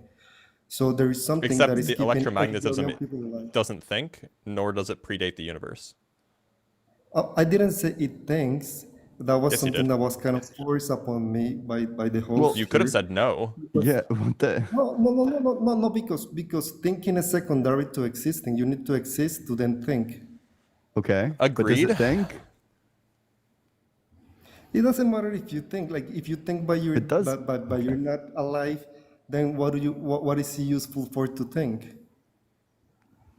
Okay, I just don't think that that's an answer to the question. It is about hierarchy. I don't even think it was a complete sentence at all. No, it's about hierarchy. Like he said, the magnetism.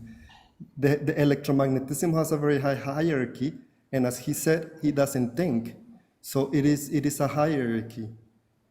It is important. Electromagnetism is important, and it exists, and it's very high in the hierarchy.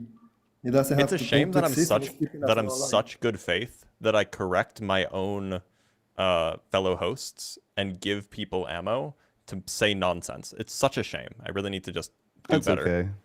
Yeah, We this is forgive like you for utter your gibberish. transgressions. Okay, but I think what you were trying to say when you created this Peace, what do you think title, life is? to exist. So you Okay. think rocks are alive? There you go. To be clear. Rocks are alive Apparently. at a lower relevance level than people. Yes. Question: They Are the exist- they exist 1.46 at a- billion lizards that were burned to death alive? The 1.4 lizards. I mean, lizards are The alive. 1.46 Got 'em. billion lizards that were burned to death between 2019 and 2020 in the Australian bushfires, are they alive? Lizards are alive at a lower relevance level. No, than but they were people. burnt to death. Oh, but the thing is that like everything that exists continues to exist even as a thought, as an image. So their So image or the spirit death doesn't continues to exist live on. then. Huh? Death doesn't exist then.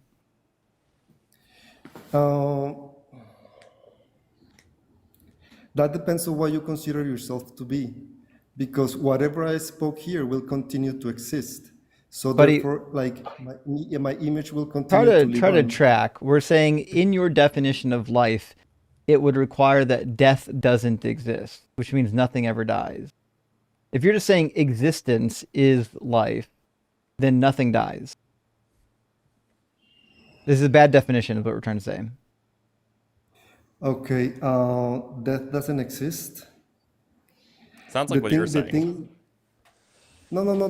The thing is that what is considered death is like going into a lower relevance level. Like people that believe themselves to be like Therians. Like animals. They died being a person and became an animal, but like the body But dies and our spirit. you think humans died and became animals? He's talking about furries.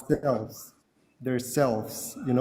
You have a self. You are a self. Who you believe you to be, that is who yourself is. So if you change yourself and replace it for something else, like the Therians, therefore yourself ended there. Like and who? You became something else. Therians. The Therians. These are furries. I've never heard of Is this serious? Are you serious? Okay, This can't so be the serious. topic is, okay, God isn't real. I think that what you meant with that title, you were referring to the biblical God, which is that No, God. your God absolutely isn't real either. Yeah. Okay. Yeah, but I'm talking about the God that I think you're referring to is the Father, the Son, and the Holy Spirit. We're That is a very- absolutely referring to your stupid God as well. That thing doesn't exist. So who's keeping alive 8 billion people currently? And you Nothing. What do you mean, who? There's no You who. can, which, you can, Like okay, you can call it themselves? if. you can you call it a just force of the universe. peace. Nothing's keeping anyone alive because you've already said that being alive is just existing. So there's no force that's causing anyone to be alive. Everything just is in existence already. Isn't it weird how your definition changed? Yeah, pro is existence itself. No, he's not. So, okay, so who do you credit 8 billion people being alive in their bodies currently? You mean existing? Existing in their bodies currently. We're not talking about The ghosts and universe cells. is eternal and necessary. Okay, the most relevant force of that universe that you're referring to, that's who pro is. That's what we're asking you to demonstrate. Demonstrate that pro is a force. The proof is 8 billion people alive currently, independently of whatever. Wrong again. The reason why things exist is because it's necessary. We have no evidence that there was once a non-existence of things. Can you prove that this is necessary? Yeah. Actually, I'm not gonna. We'll just do an easy syllogism. Hopefully this won't go over your head. Premise 1, something can't come from nothing. Premise 2, we have something. Conclusion, there was never nothing. Okay, no, what I'm saying What's the inference rule? Okay, what I'm saying is you cannot disprove what I said. Okay, there's Where are 8 your billion bridge people premises? There's 8 billion people alive in their bodies. Call it however you want to call it. That's who pro is. That's You what wanna we're call asking it you to you- demonstrate. You can wanna reassert the call it claim you- as much as you want, but we're asking you to demonstrate the validity of the claim. What's the validity of the claim that pro is existence? No, I mean, you can call it necessary. I think that's the word you use. What we're So the asking most for proof you is is necessary. to demonstrate that your claim has substance Prove to it it. to you already. There What is would 8 be... billion people That's alive not currently. proof, That is that's the- a claim. I can easily just No, say it's that not. there are 8 billion people alive today and they're being held in life by the pen that I'm holding up. My claim has equally as much weight as your claim. What I'm asking you to do is demonstrate why your claim would be true. No, but I'm not telling you it is a pen. I'm telling you. I give it know. whatever name it is. I'm telling you it is a pen. Yeah, but I'm not saying it's a pen. I'm saying I'm call it saying it however is a you wanna call pen. it. You know it's there. All right, peace is not bright enough It for could this be a conversation, I pineapple. don't think. Oh, it could be a this is, pineapple, true. Yeah, pro is sounding a bit like an amateur. Yeah. Okay. If you want to check the creation of the universe and the creation of the human body, of the What's the people's evidence bodies, you that can any just- of it was created? No, it was just formed by evolution of geometry. People can check my page. Geometry? I'm gonna cry. Evolution and geometry? Jeez. Oh yeah, of course, evolution. I mean, growing grows All right. intelligently. Growing doesn't grow like randomly. Growing All has right. an Could it be a intelligence. pen? to it. Peace, So peace, could it be a pen? Mm-hmm. What is a pen? Pro being a pen? Yeah, could it be a pen? Pro is everything at a lower relevance level. So, at a lower so are you telling me that vibration pro level, is a pen? Pro is a pen. Okay, would you say that pro is a lower pineapple? vibrational- At a lower vibrational level, yes, pro is a cup, a pen. Is everything. pro a pineapple? The condensation of pro into lower vibrational levels is what the universe is. What the fuck is a vibration level? A Okay, frequency. so pro is the not rate- a pineapple. Apparently pro's a vibration? Yeah. Well, it's like an electromagnetic resonance that condenses into lower relevance levels or lower frequency levels. Let's say relevance Damn it, level. I just wanted to do a meme and he won't even bite. Pro is keeping you three all alive right now at the present reality. What's a relevance fact, level? Are you sure? I feel dead. Relevance level means I want to be dead. Yeah, after this conversation. Relevance level means the minimum common denominator is something without something that is. What do you at think the a base of common everything. denominator is? Justin, I think we should get rid of the lowest common denominator. Yeah. I agree. We do have a guest. We have 2 guests in the guest box. I think so. I just we're not wanted going to to do keep pen, dividing by pineapple, 0. apple, pen, okay? But he didn't let me.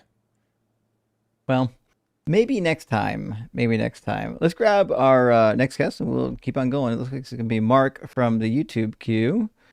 Welcome in, Mark. Are you at least 18? And do you believe in God? Hi, can you hear me? Howdy. Uh-huh.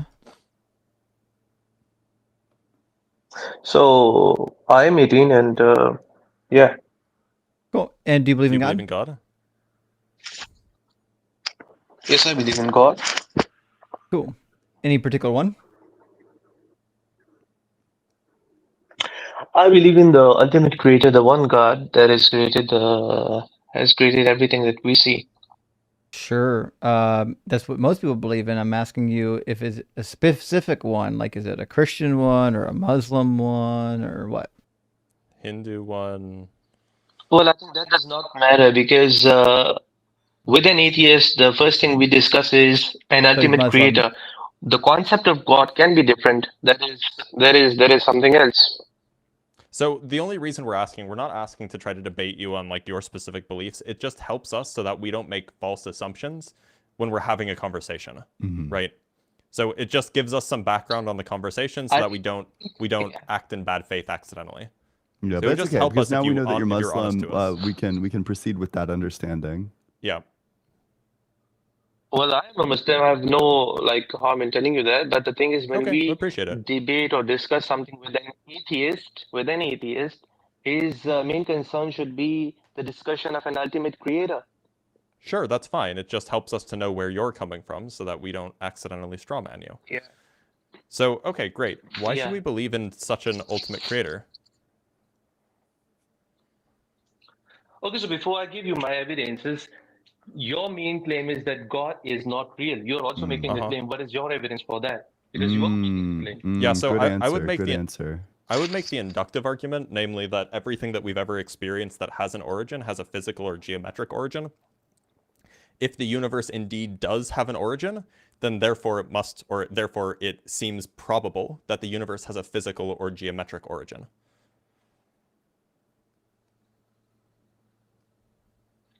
Do you believe in a creator that is created the universe? Okay, so did you just like that is in front of miss everything that I just said? He definitely didn't hear it. Physical, whatever he is. Do you believe in a ultimate creator? Wait, Mark, would you mind summarizing, just to make I sure that didn't you're hear actually you, listening but and what engaging in a good what faith dialogue, would you mind summarizing back approximately what Dr. Blitz's argument was?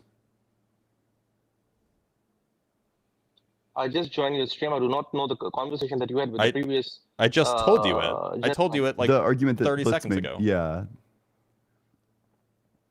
Do you believe in something I was answering your question. You asked me. You asked, why do you not believe in a God? And so I gave you an answer. Mark, Did you this not is listen to the answer? Such a cool dialogue tree, right? Oh, what's your proof that God doesn't exist? Gets handed evidence that God doesn't exist. Let's talk about something else now.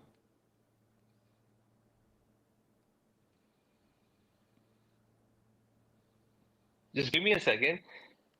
Have you ever seen a building without a builder?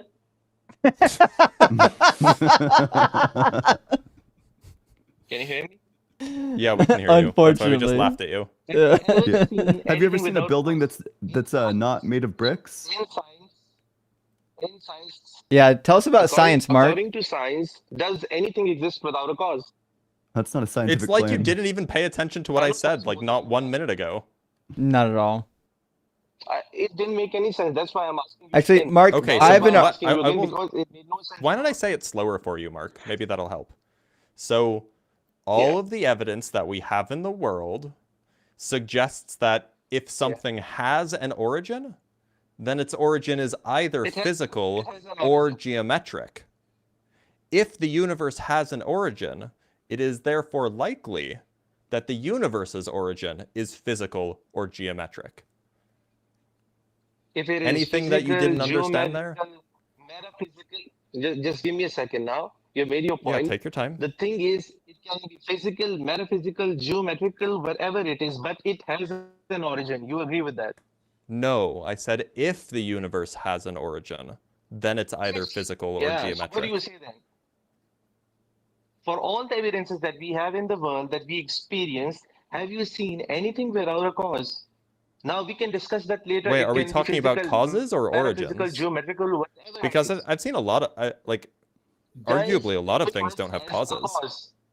Yeah, arguably a lot of things don't have causes. Mark, this is a brilliant argument against God. You know, everything has a cause. If everything has a cause, then that means that God isn't real, because that means that if God were real, he would have a cause. But of course, God being an ultimate being can't be caused. Therefore, there's a logical contradiction in God's existence under the principle that you yourself put forward. Brilliant. So you cannot compare the creation with the creator, because what we believe in, the God is the necessity being. He does not have to have a cause, because the opposite of that is infinite regress. Do you believe in infinite Whoa, regress? sorry, Mark. Have you ever seen a building without bricks? A building without a builder? You think that everything around us has a cause, isn't that right, Mark? So I guess everything has a cause. Have you seen, we are talking about the creation only, okay? So, Well, have you seen a Mark, building, a painting, Mark, or anything without did you a hear creator? what Dr. Blitz said? Just give me Like one twice now? example. Can you give a So Dr. simple Blitz, example from our daily life in which we see something which comes out of nothing, No, yeah, we're accepting your Mark. premise. So which comes out of nothing, and we can use that? Mark, none of us believe that something came from nothing. Where do you deduce all of your ideology He's crashing out really Okay, hard so if now. something cannot come from nothing, He's hit the how do we tailspin. get the He's universe from? shadowboxing. The sputtering. He's just arguing against like a 9th grader. Have Mark, you listened to anything that any of us have said? None of us believe that something came from nothing, and Dr. Blitz had already given you an argument for why, if there was an origin point, that origin point would be naturalistic rather than divine. What do you mean by naturalistic when the nature was not even present at that time? How can you say that that was naturalistic? Where do you get that from? Because the nature was created, and the creator was Well, before that's a big claim. we had the nature. How do you know that there was a creation? How do you know that there was a creation, man? You are sitting right in front of you. Are you not a creation? I'm aware that I'm sitting in front of you. I don't believe that I'm a creation. I certainly don't believe that you're a creation, although I do believe that that we're both humans. And the question remains is, what would be the evidence that like the universe was created? Bro, are you a creation? I already told you I'm not a creation. I disavow. You can't do that, Blitz. Don't do that. All right, Blitz, I'm cut. sorry. Don't do that. Just like, why is just stop saying bro, dude. Just answer the question. I am answering you the question. Me. You are the one who is not. You haven't answered a single question. Sorry, what? Mark, you know you fucked Answer up a when you get question. Dr. Blitz upset. The first thing, okay. Leave Dr. Blitz. You tell me, do you exist or not? I exist right minute, now, Mark, but are you gonna I'm answer wishing a this single conversation didn't exist. I'm gonna die. Wow, this conversation is surprisingly the most cancerous thing that's happened to Dr. Blitz in the last month. True. No answer at all, because you have no answer at all. Honestly, you true. exist, and you're talking about God. A person who does not even know he exists, man. I don't think anyone's disagreeing that we exist. What we're asking for is evidence that there was a creation.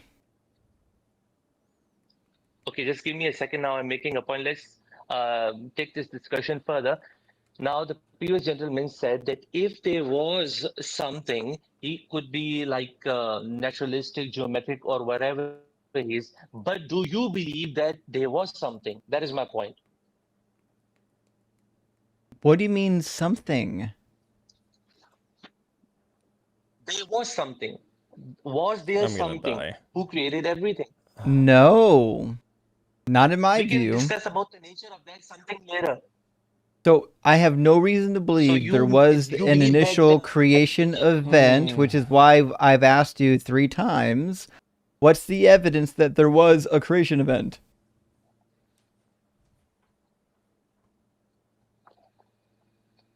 Can 0 plus 0 make 100? As it turns There is out, no creation zero. I've There is already no told creation you zero, that and I you can don't have believe there was ever nothing. No one here believes there was ever nothing.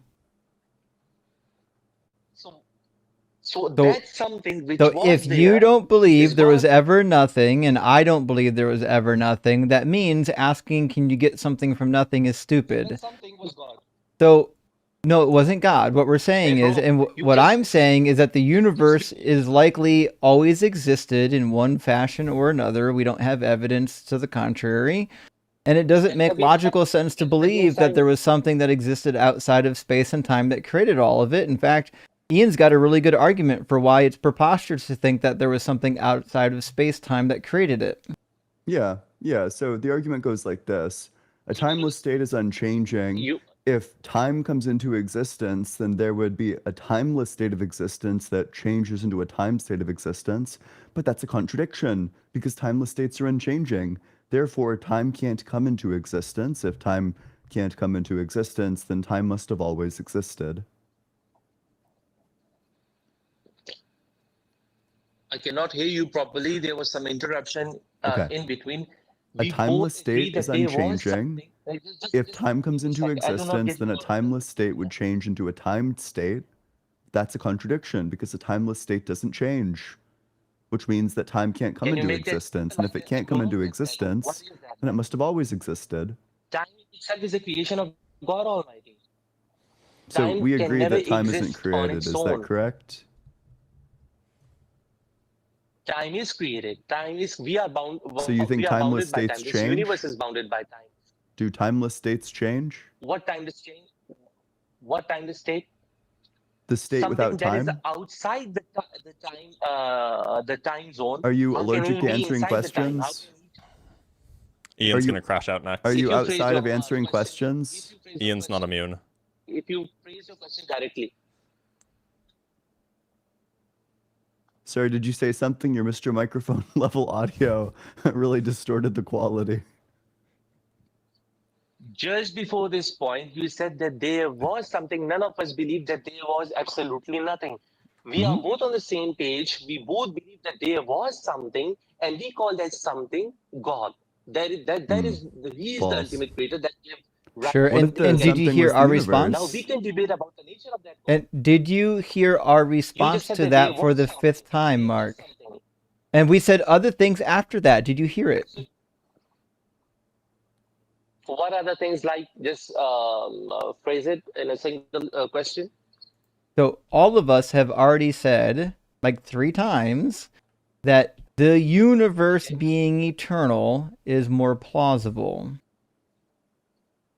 No, sorry, sir. Science is against that. Science today believes that the universe was not always there. It started after the Big Tell Bang. us the science. After the Big Bang, sorry. Tell us the science then, Mark. Who said that? That was what? Who said that? It is according to science. Science says this universe. Where? Universe Where is can not I eternal. where can I find this information? Because as it turns out, Dr. Blitz on the panel is called Dr. Blitz because he's got a PhD in physics. So I don't know scientists right now that are saying that that is the case. Except Alexander Blanken, but Okay, he's so like 80. according to Yeah. according to Dr. Physics, the gentleman, Mr. Dr. Physics, man, science is eternal? Is he saying that? Wait, what? Science is eternal? What? No, sorry, I'm talking All about praise to you. science. I'm saying you are saying the universe is eternal. The scientific You mean to say that consensus the is universe the in which scientific consensus. I'm answering your eternal? question, Mark. Mark, I'm answering your question. The scientific I'm listening. I'm listening. the scientific consensus is that there is no consensus. We have no idea if the universe is eternal or not. So how can you say that the universe is eternal? What's more plausible? According Nobody's to making that science, claim. what At least we not. None of us are definitively. I don't think. My claim was that it's more plausible that the universe is eternal than what you're positing. more possible. Give me one theory.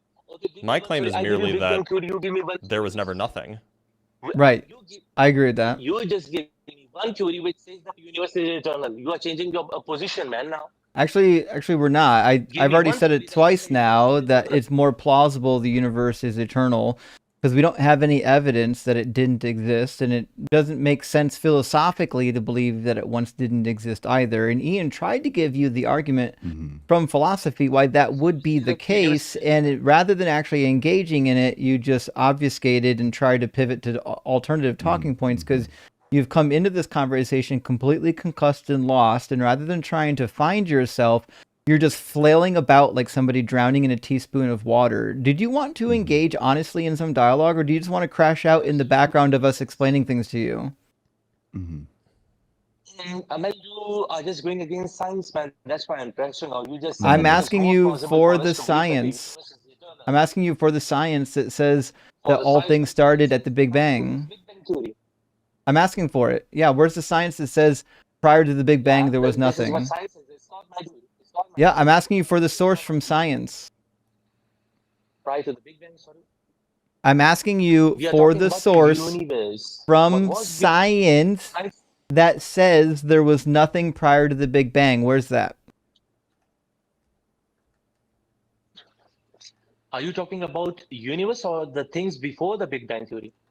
I'm asking you if you would listen, you'd hear the question. I'm asking you for evidence or sources that says prior to the Mark, why the I fuck need are you coffee. talking while I'm asking you the question? Are you unable to listen? My question you'll never be able to answer if you don't know what it is. I'm asking you, can you find a source from science, like modern day science, that claims and has evidence for the universe once not existing?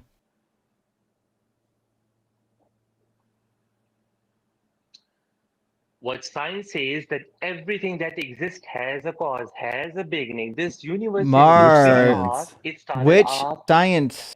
Which science source? Please Google Big Bang Theory. We're familiar with it. The guy below me has a PhD in physics. Oh, but I should Google it though, just to be Yeah. sure. Wait, Dr. Why Blitz, are have you you coming heard of up the with Big this Bang point that yet? the universe is eternal? Did you not know about the Big Bang, Dr. Blitz? Wait, let me Google it. I'm not sure. Yeah. Shit. How do you come up with this point that the universe is eternal? Do you believe that? Do you believe that the universe is eternal? Yes or no?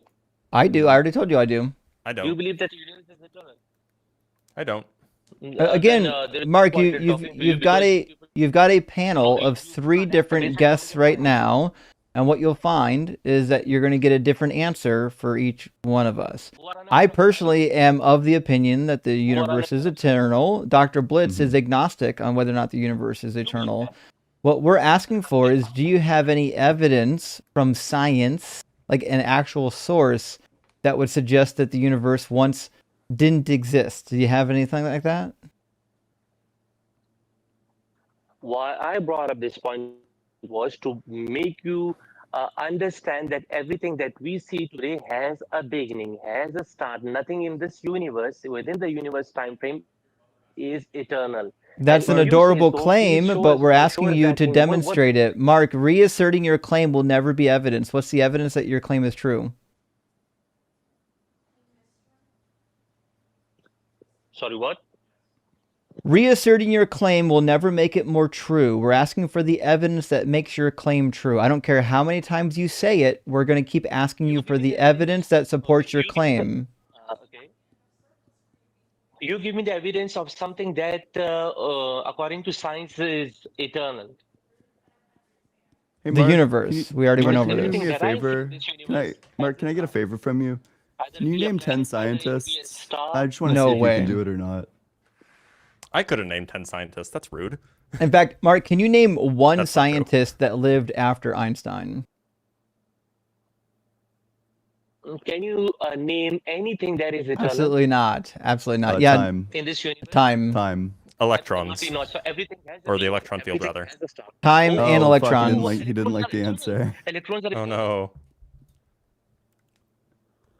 Time is eternal. Which time? Which time is eternal? There's only one time. Yesterday at The 2 time o'clock. that we have in the solar system or outside the solar system? Yesterday Or at 2 outside o'clock the solar system? specifically. That's the one Which that's time? eternal. Because time is relative. There's time outside of time? Time is relative. Yeah, we're aware that time is relative. There And is time outside of time. there's only one time. Time's just time. No. Which time is eternal? Which time is eternal? Which There's time is I eternal? don't know what that Are you question talking is about the time that asking. we have? it's confusing the map for the place. There's no time here and time there. There's not like time in my hand and time on my desk. There's just time. No need to make a silly point. You just said that time is eternal. You Which made time the are you silly talking point. about? Time. What fucking question are you No, I asking? didn't make that. I never said that time. I never said that time is eternal. I said that time itself is a This creation guy's of God so Almighty that lost. came Holy after shit. the universe. Mark, Ian and I said that time is eternal. We didn't claim that you said it. We said it. So just, put your listening ears on and maybe you can actually figure out what's happening in this conversation. So Be Ian kind and to I, him. He's all turned around. that is the case. Ian and I both believe that time is eternal. And there's an argument for why we believe that time is eternal. Did you hear the argument the first time Ian gave it, or should we do it again? Yeah, do you want it the third time? Can you please name me anything or something from the normal world that we have Time.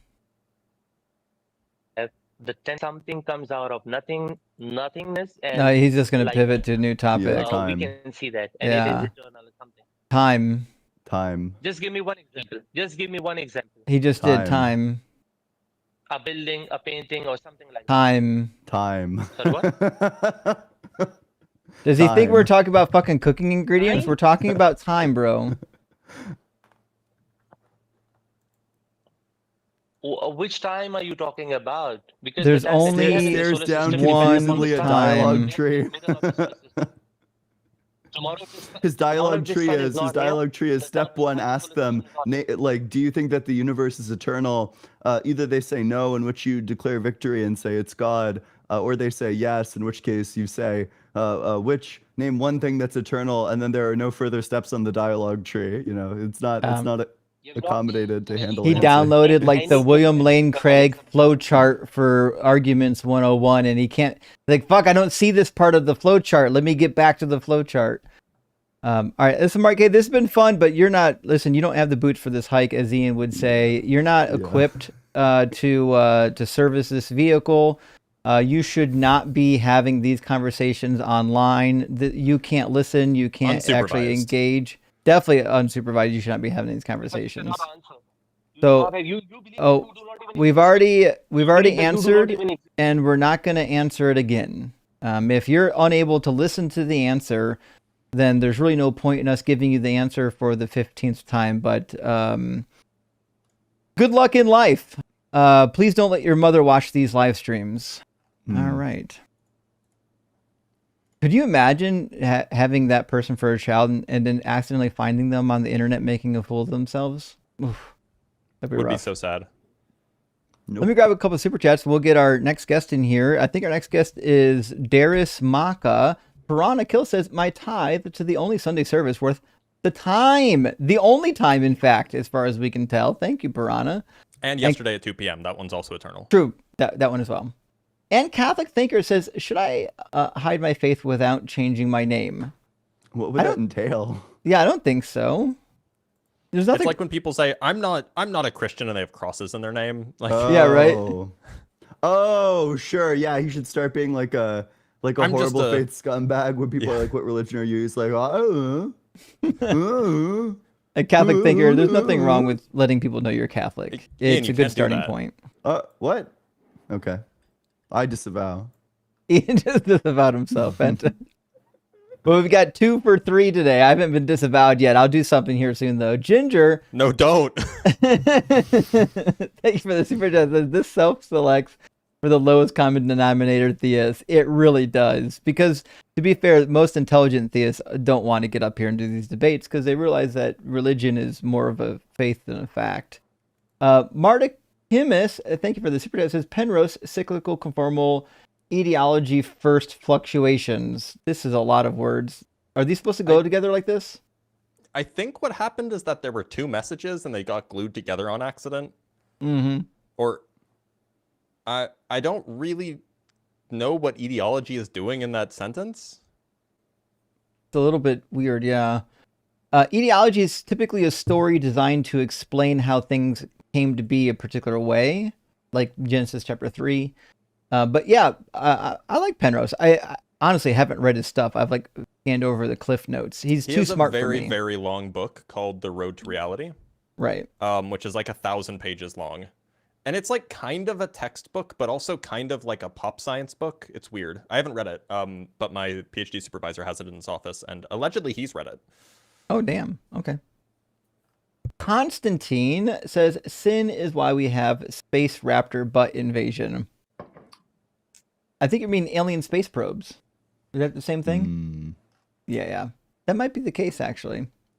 And Mardikimus says, koalas on Ozempic. Well, to be fair, if you just remove trees. Yeah. Hey, Garbage Gaming, great to see you. Thank you for the super chat. It says, brain matter is calorically expensive, so things like koalas minimize brain mass. This explains why species don't all evolve to be smart like we did. That's a fair point.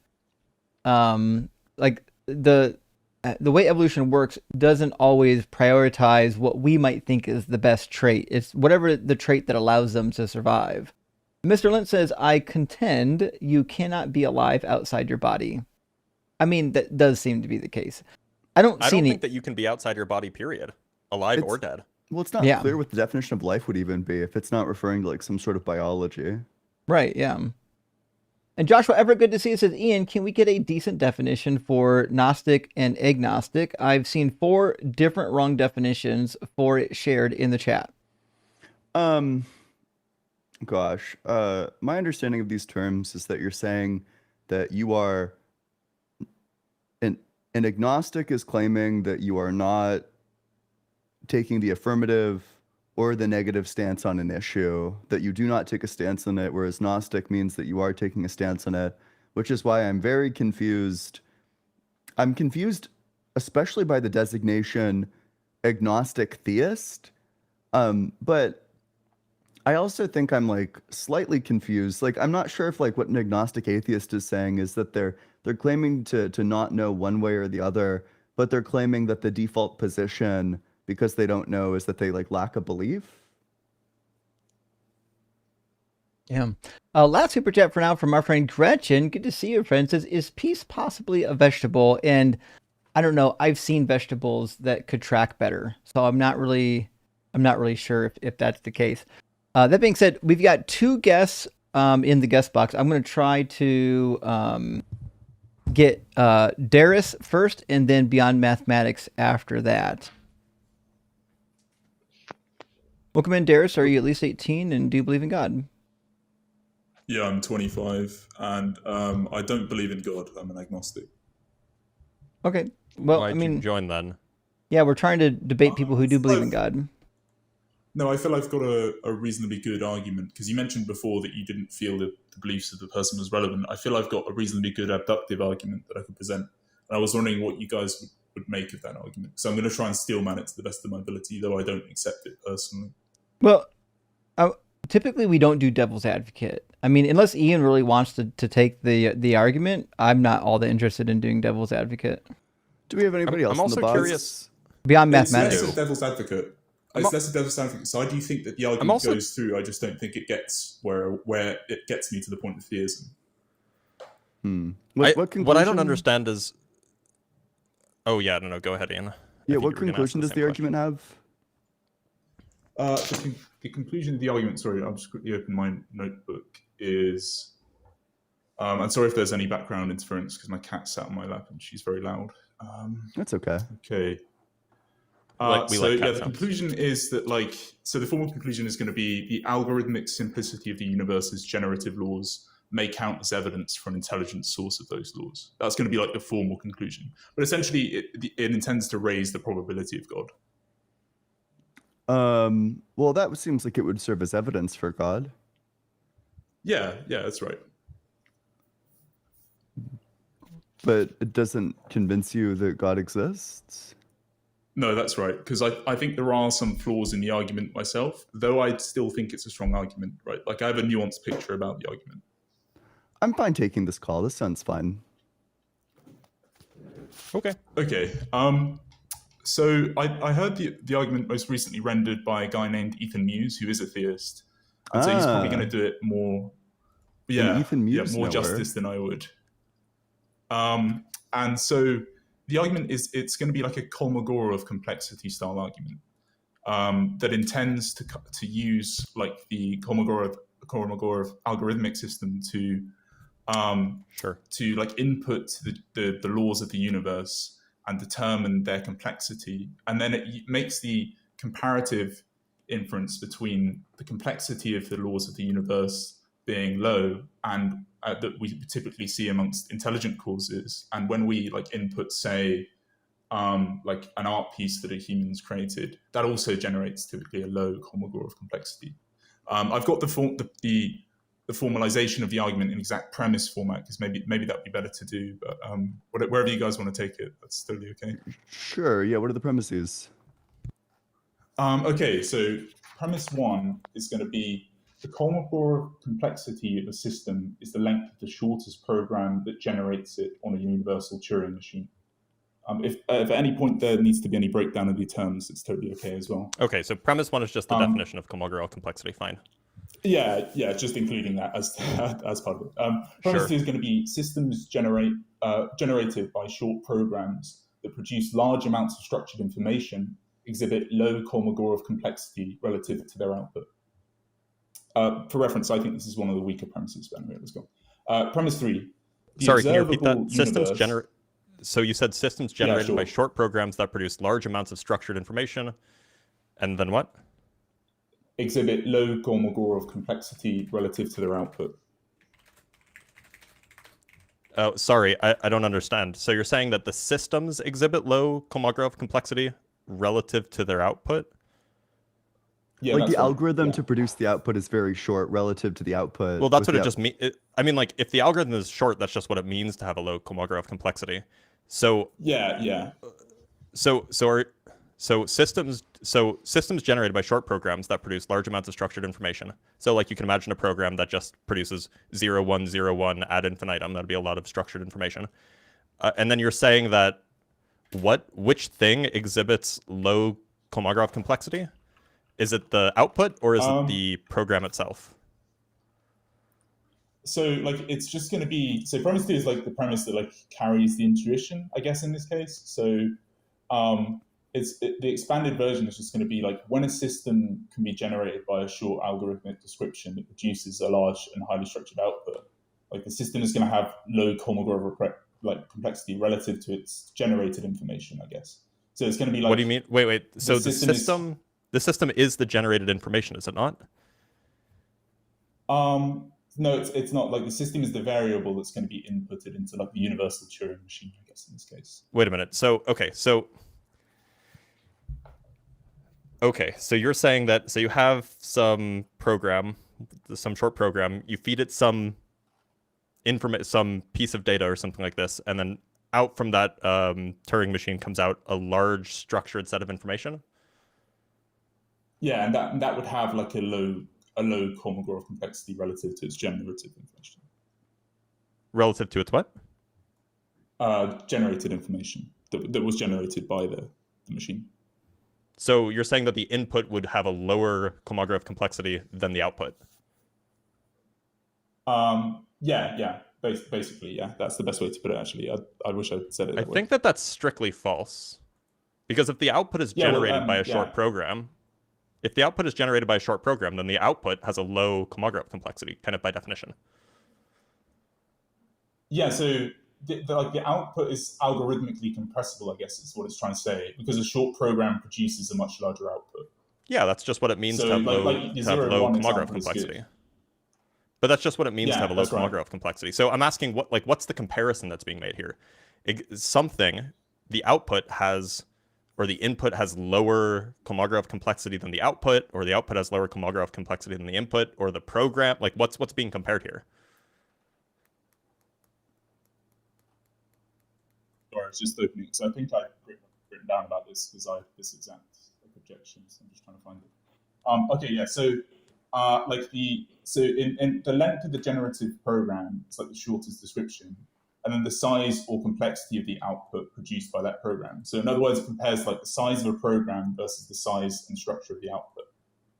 Yeah. So look, I mean, like the output of any program, or the output of any program will always have a Kolmogorov complexity that is at least as large, that is at most as large as the Kolmogorov complexity of the program that generated it.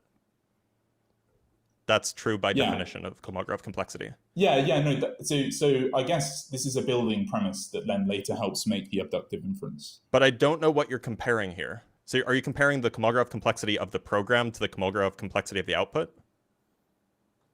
So no, the two quantities being compared are the length of the generative program, i.e. the shortest description, and then the size or complexity of the output produced by that program. So it's going to be if it's the shortest size of program versus. So then they're equal. Yeah, then the Kolmogorov complexities of the two are equal, by definition. Is that right? Yeah, because if it's the shortest possible description of the program. Well, okay, there is one caveat. It could be that the Kolmogorov complexity of the output could be lower if there is a shorter program that could generate it. So I guess the correct statement is that the Kolmogorov complexity of the shortest program or the most compressed version of the program is at least as large as the Kolmogorov complexity of the output? I think it's literally just making the comparative point though between the size of the program and the size structure of the output, because I think there is a difference there, and there's normally so it can just be that the output string is much larger than the program than the program encoded in some string itself, but that's an encoding issue, and it doesn't really have to do with the Kolmogorov complexity of either. Yeah, you've highlighted a very good point. Obviously, the encoding issue is like a great objection as well to premise 2. But like I think for the sake of the argument, we're acknowledging that it relies on encoding standards, right? Because one of the problems you could say is that what if we use like different encoding standards? They're going to produce different style of outputs that would not like proportionally relate to like the size of the program or something. So premise 2 is the intuition of premise 2 merely something like short programs can generate very large structured outputs? Essentially, yeah. And then it's going to be grading that against the form like the understanding of like a low Kolmogorov complexity to begin with. I guess we can go to the next premise and see where you guys disagree later on. I just wanted to know what the intuition behind premise 2 is. No, that's fine. I find it fascinating that you grabbed that so quickly. I think that's really good because I had to sit with it for a while to like come up with that like objection. Well, thank you. I appreciate the compliment. But yeah, so premise 3 is going to be the observable universe appears describable by very compact mathematical laws. For example, like in fundamental physical equations, and that they generate extremely complex structures. Now, again, contentious premise, but I guess we can kind of normatively accept it if we want to say it like that. Premise 4 is then, therefore, the generative description of the universe appears algorithmically simple relative to its output. Then premise 5 is going to be, in many domains of experience, systems that exhibit highly compressible generative descriptions producing rich structure are frequently the product of intelligent processes, i.e. software, engineered systems, mathematical models. Now, I actually don't think that's like a contentious premise. Sorry, can you repeat the premise? Premise 5 is, in many domains of experience, systems that exhibit highly compressible generative descriptions producing rich structure are frequently the product of intelligent processes, e.g. Software, engineered systems, mathematical models. I would say, like in this case, we would accept it under the idea that, like, under the way that we like normatively use things, and I think it's more of an abductive premise than it is like any other thing. But we can go to P6. So premise 6. If a phenomenon has a feature that is significantly more expected under one hypothesis than another, that feature counts as evidence in favor of that hypothesis. I don't know what you guys feel about this one, but again. And then finally, premise 7, a universe governed by simple generative laws producing rich structured complexity may be more expected under a hypothesis involving intelligence than under unguided processes. That could be begging the question, but like I think I'm like willing to accept it. And then that's the conclusion would be, therefore, the algorithmic simplicity of the universe's generative laws may count as evidence for an intelligent source of those laws, e.g. God. So I guess if there's any premises that you guys want to go through on that one that you find interesting or not. Yeah, I mean, unless anybody else has any objections, there's a few things that I think are probably problematic here. I mean, there's the encoding issue. I think premise 2, so I think that this argument is probably, and maybe, what was his name, Muse? Ethan Muse. Muse. Maybe Muse has it formulated in a way that makes it consistent with the descriptions of Kolmogorov complexity. But it seems like at least the way it's been laid out here, it seems like Kolmogorov complexity actually, like if you try to describe this in a Kolmogorov complexity kind of way, you actually end up with the opposite conclusion. So you probably would want to avoid that unless there's some way to modify it to make it like rigorous. But there's a claim in so we have a claim in P3 where we say that the observable universe appears describable by very compact rules, right? That's roughly what P3 says. And then in piece 7, we have a universe being governed by simple generative laws. And I think that there's probably an equivocation happening here. If you take the view that the universe is a certain way and is then describable simply, that doesn't therefore it doesn't therefore follow that the universe is somehow generated by those descriptions, right? This argument seems to be giving a sort of priority to the ontology of the physical laws, namely that the physical laws are somehow causing the universe to be a certain way in the same way that a program causes the output to be in a certain way. But if you reject that view, if you take the view, like I guess it would be almost a Humean view, that like the physical laws are merely the most compact way of describing a, certain regularities observed in nature, then you might this argument probably doesn't have very much power. No, I understand. I actually think, in reference to your first objection, I actually think that's again like one of a good points of contention, and I think Muse would still render it in the same way. I think he would just draw lots of like comparative like evidence to say that like things that we design, that humans design, tend to exhibit this, and so the kind of abductive inference would just be that like if humans design things and they had like a high Kolmogorov complexity, I guess that would be more consistent with the objection.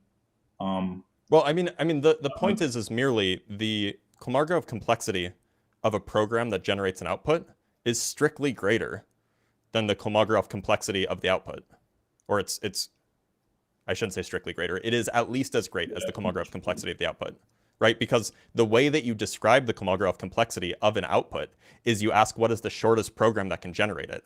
And so if you have some program that generates that output, it is at least as large as the shortest program. Yeah, that's right.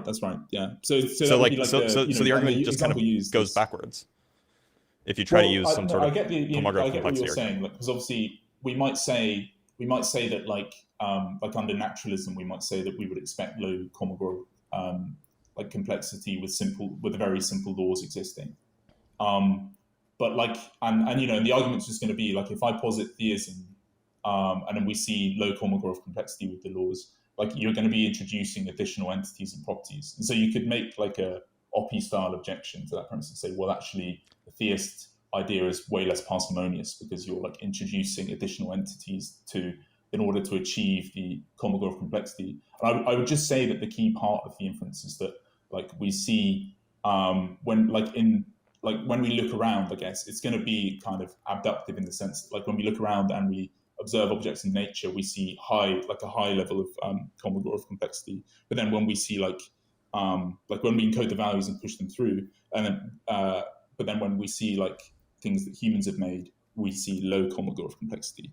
But I still do get your objection, right? Because we could just I think that there's actually that's not really my objection. My objection is merely that say that you had some sort of description or some sort of set of generative laws for the universe that is has a high Kolmogorov complexity, so the program is very, very large required, then the output, the universe itself, would also have a high Kolmogorov complexity, just by definition. Wait, sorry. So can you say that one again? Suppose that you have like a maximally optimized program that still has a high Kolmogorov complexity, meaning that it's still this is like a long program, if you will. A long and non-compressible program, then it follows that whatever output it produces must also have a high Kolmogorov complexity. So if you have a simple input, if your generating program is simple, if it has a low Kolmogorov complexity, then by definition, whatever its output is also going to have a low Kolmogorov complexity. So this is entirely expected under any view. It's just expected given the definition of Kolmogorov complexity, really. But there's a secondary objection here.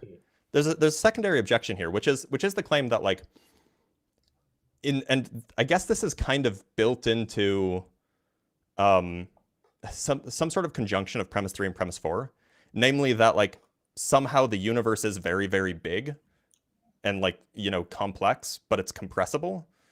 But that seems like it's a subjective view, and it seems like it's not something that we could like say definitively in one way or another. Namely, if the universe really is just a wave function, or if it's adequately describable by a wave function, then it's actually just like a single mathematical object.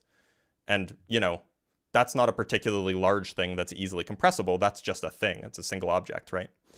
So this seems like it's a almost a subjective analysis is happening here, where we're saying like, there's this big thing, but it's super compressible, right?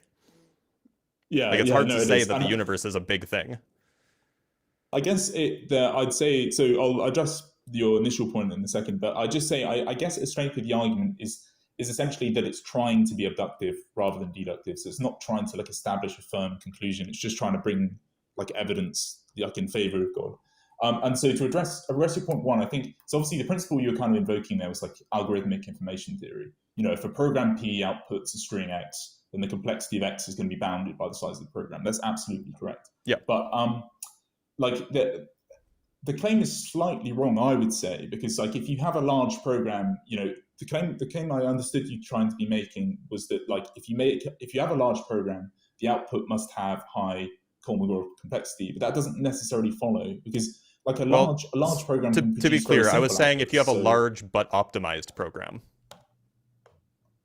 Okay, but that adds in that kind of bootstraps in optimized, where I don't believe. Well, yeah, this is that's what we're doing when we're optimized. making comparisons. I mean, you added in optimized when you were talking about the program that describes our universe. You know, the algorithm that describes our universe. I don't think that's in the premises. I could be wrong, but I don't think optimized is in the premises, because optimized would contend that there had been. You like, may have said like bootstrapping, maximally compressed tweaking. version of the program or something like that.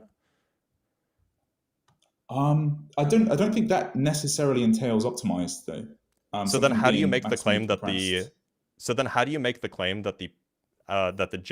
the program that describes our universe is itself not complex, or is short rather?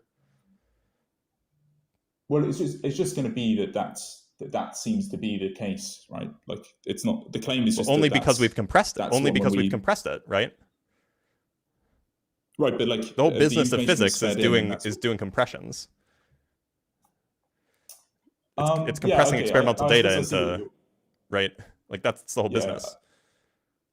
I suppose I see what you're saying. It's like so it's like Kolmogorov complexity is like defined by the shortest possible program that generates the output, right? So like like even if someone shows you a large program producing something, the question is just going to be like, is there a short program that produces the same output? And I know you've covered that, but like right. So what I was trying to get at, and I could have just conveyed it poorly, but what I was trying to get at is, suppose that there is like some program that just has to be a certain length in order, like it's just, you know, it's some program that doesn't have any shortcuts that you could evade, right? It's just, you know, it's just a big chain of if-thens, and they're all different, and there's not really any overlap there, right? Well, in that case, then the output is going to have a large Kolmogorov complexity, just because the shortest program that generates it is quite long. On the other hand, if you have a very, very short program, it doesn't matter how long the output is, the Kolmogorov complexity will be short or will be small. And so it just seems like if you make the claim that, you know, if you make like whatever the Kolmogorov complexity of our universe is, that just tells us what the Kolmogorov, that tells us what the maximum value of the Kolmogorov complexity or the minimum value of the Kolmogorov complexity of the generating features, right? So there's just not a lot to learn here.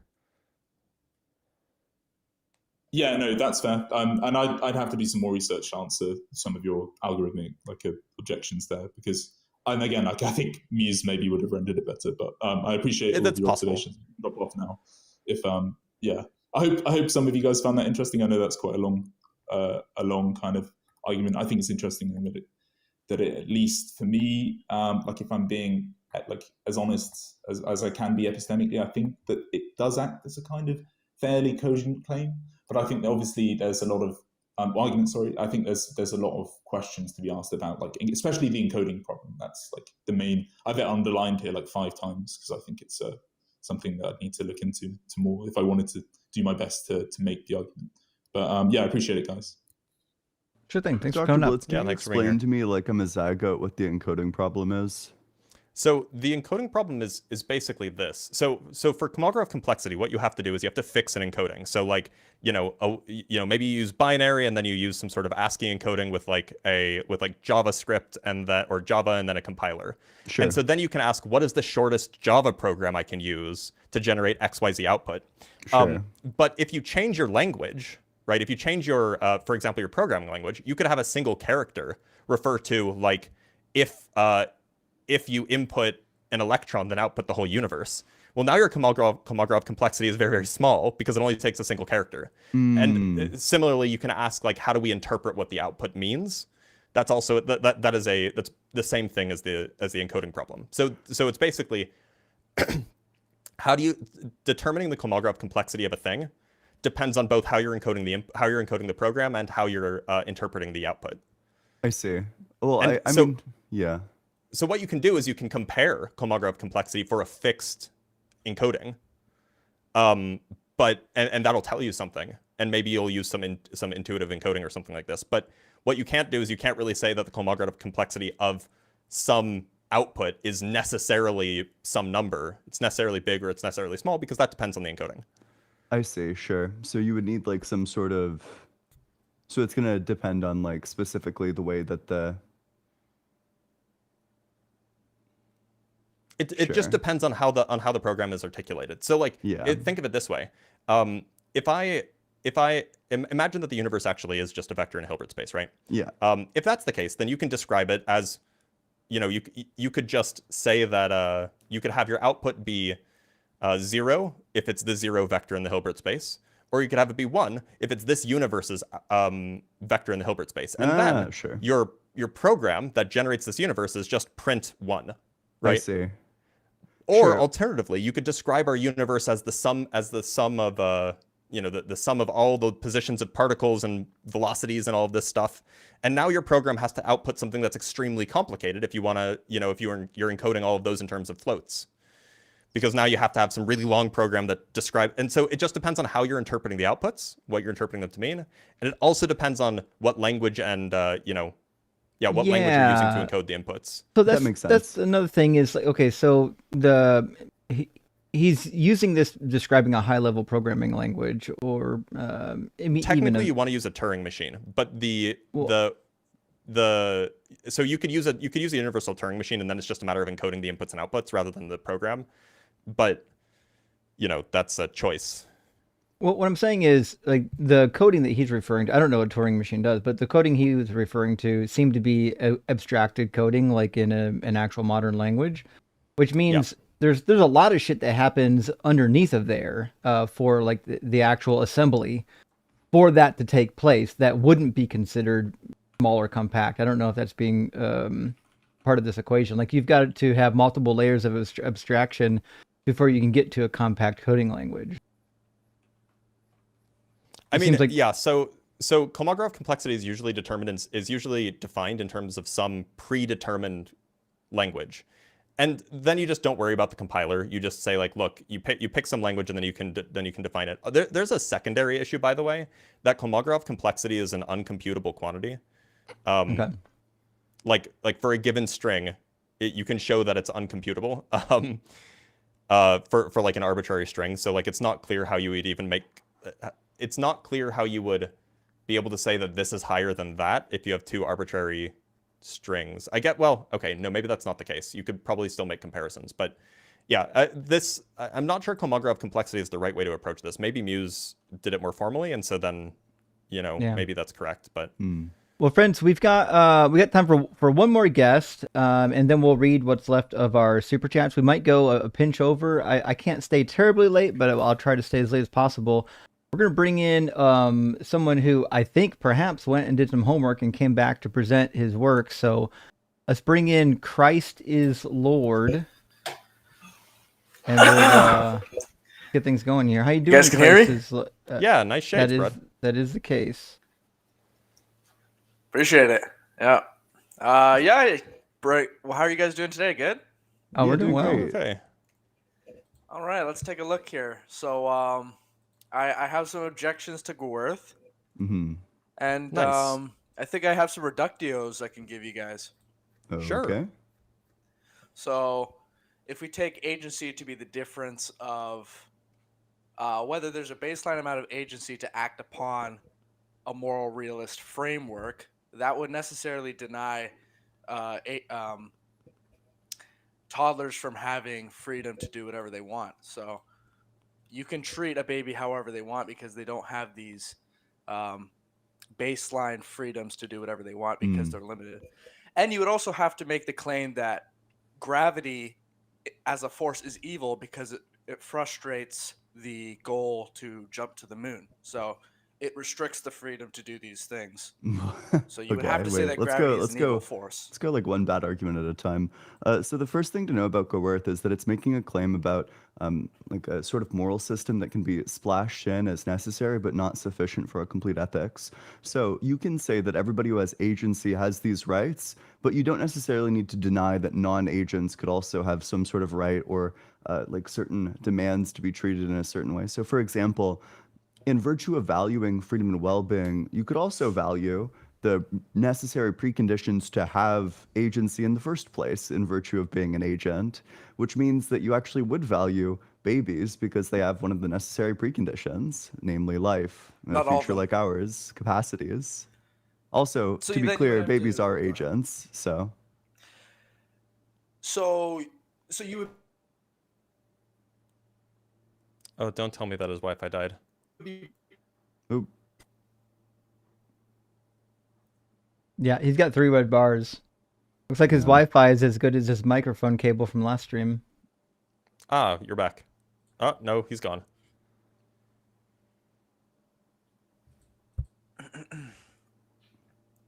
Hello? Oh, it glitched out. I'm back. Mm-hmm. So you would have to be committed to the pro-life position by that metric. No, that doesn't follow. For example, I could value things like a future like ours, but then I could also value things like, for example, a right to bodily autonomy. And the way that I weigh out these rights, for example, you know, I don't think that the state, let's say that there's somebody, you need a bone marrow transplant, and there's exactly one person who's capable of matching that bone marrow transplant. You know, presumably the state can't force that person to give you the bone marrow transplant, even if it might be like ultimately a good thing to do. But you can still take. So I guess you wouldn't have an issue with then there was a case recently where there was a woman who was dead and their body was used as an incubator to allow for the fetus to come through. So since there's no agency, you can allow the mother to be a fridge basically for this baby to come forth. That's basically what you're committed to. No, I don't think that follows. So the reason why I think that that case would be wrong is insofar as we value people's goals.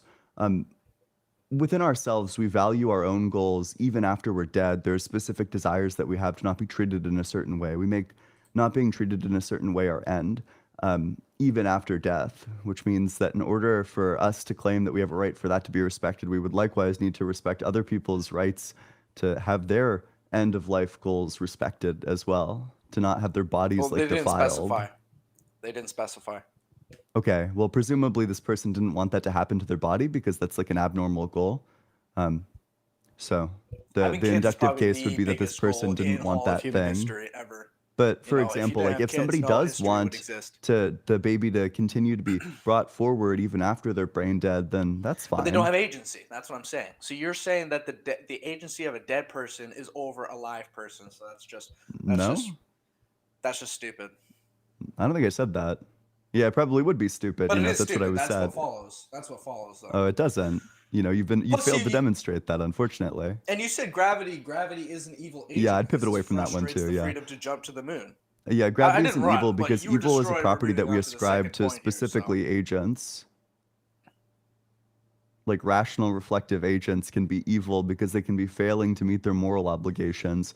Gravity might be an inhibitor on your goals, but unless it's an agent that's an inhibitor on your goals and doing like, you know, inhibiting your goals in ways that are not just or, you know, not. But you would have to say that gravity is evil because it frustrates the freedom to jump to the moon.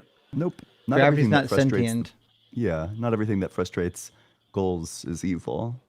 So only if you're sentient can you do an evil action, is what you're saying. Only if you're sentient and are violating people's rights can you do an evil action.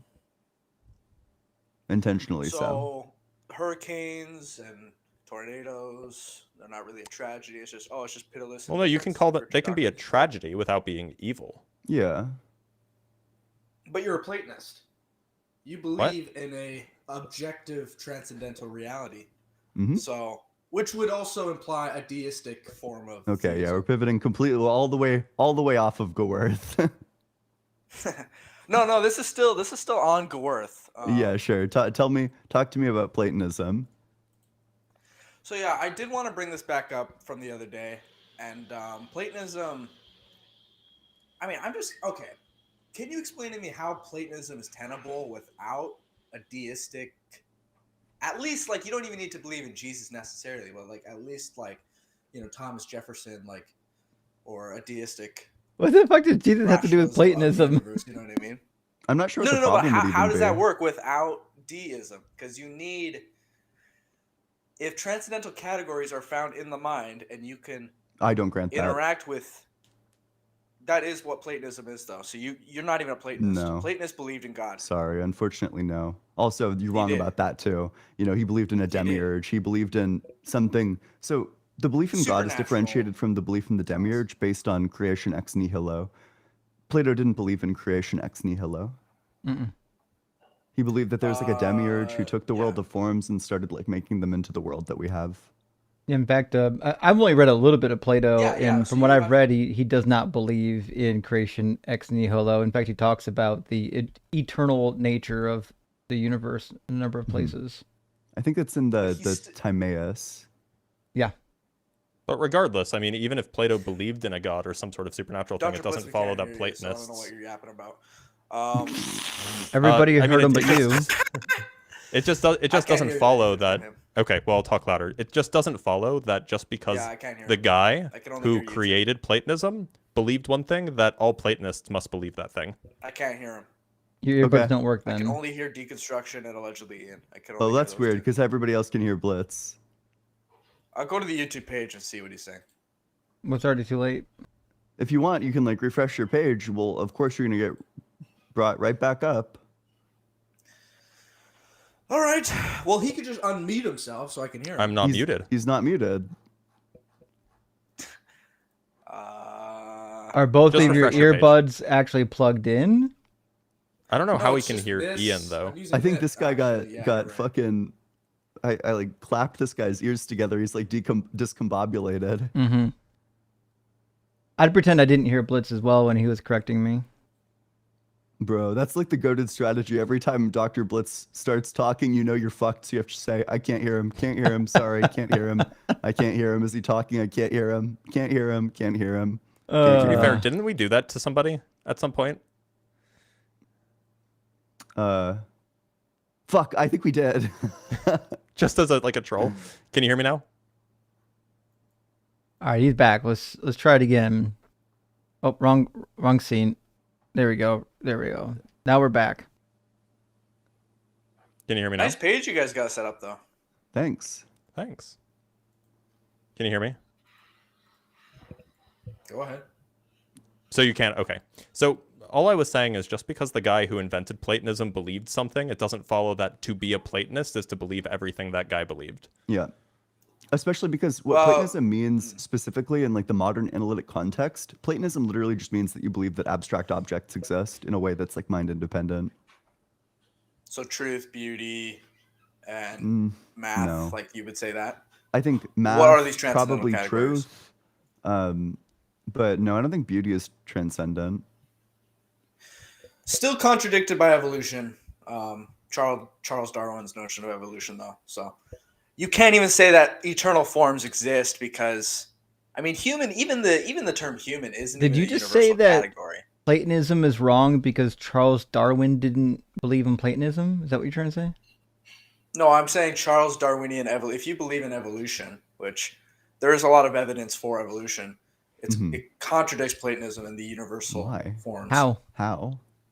I don't even need to explain it. You could just think. You actually do. Probably doesn't Evolution work. is just a progress of how cells replicate to produce complex life forms that we have today.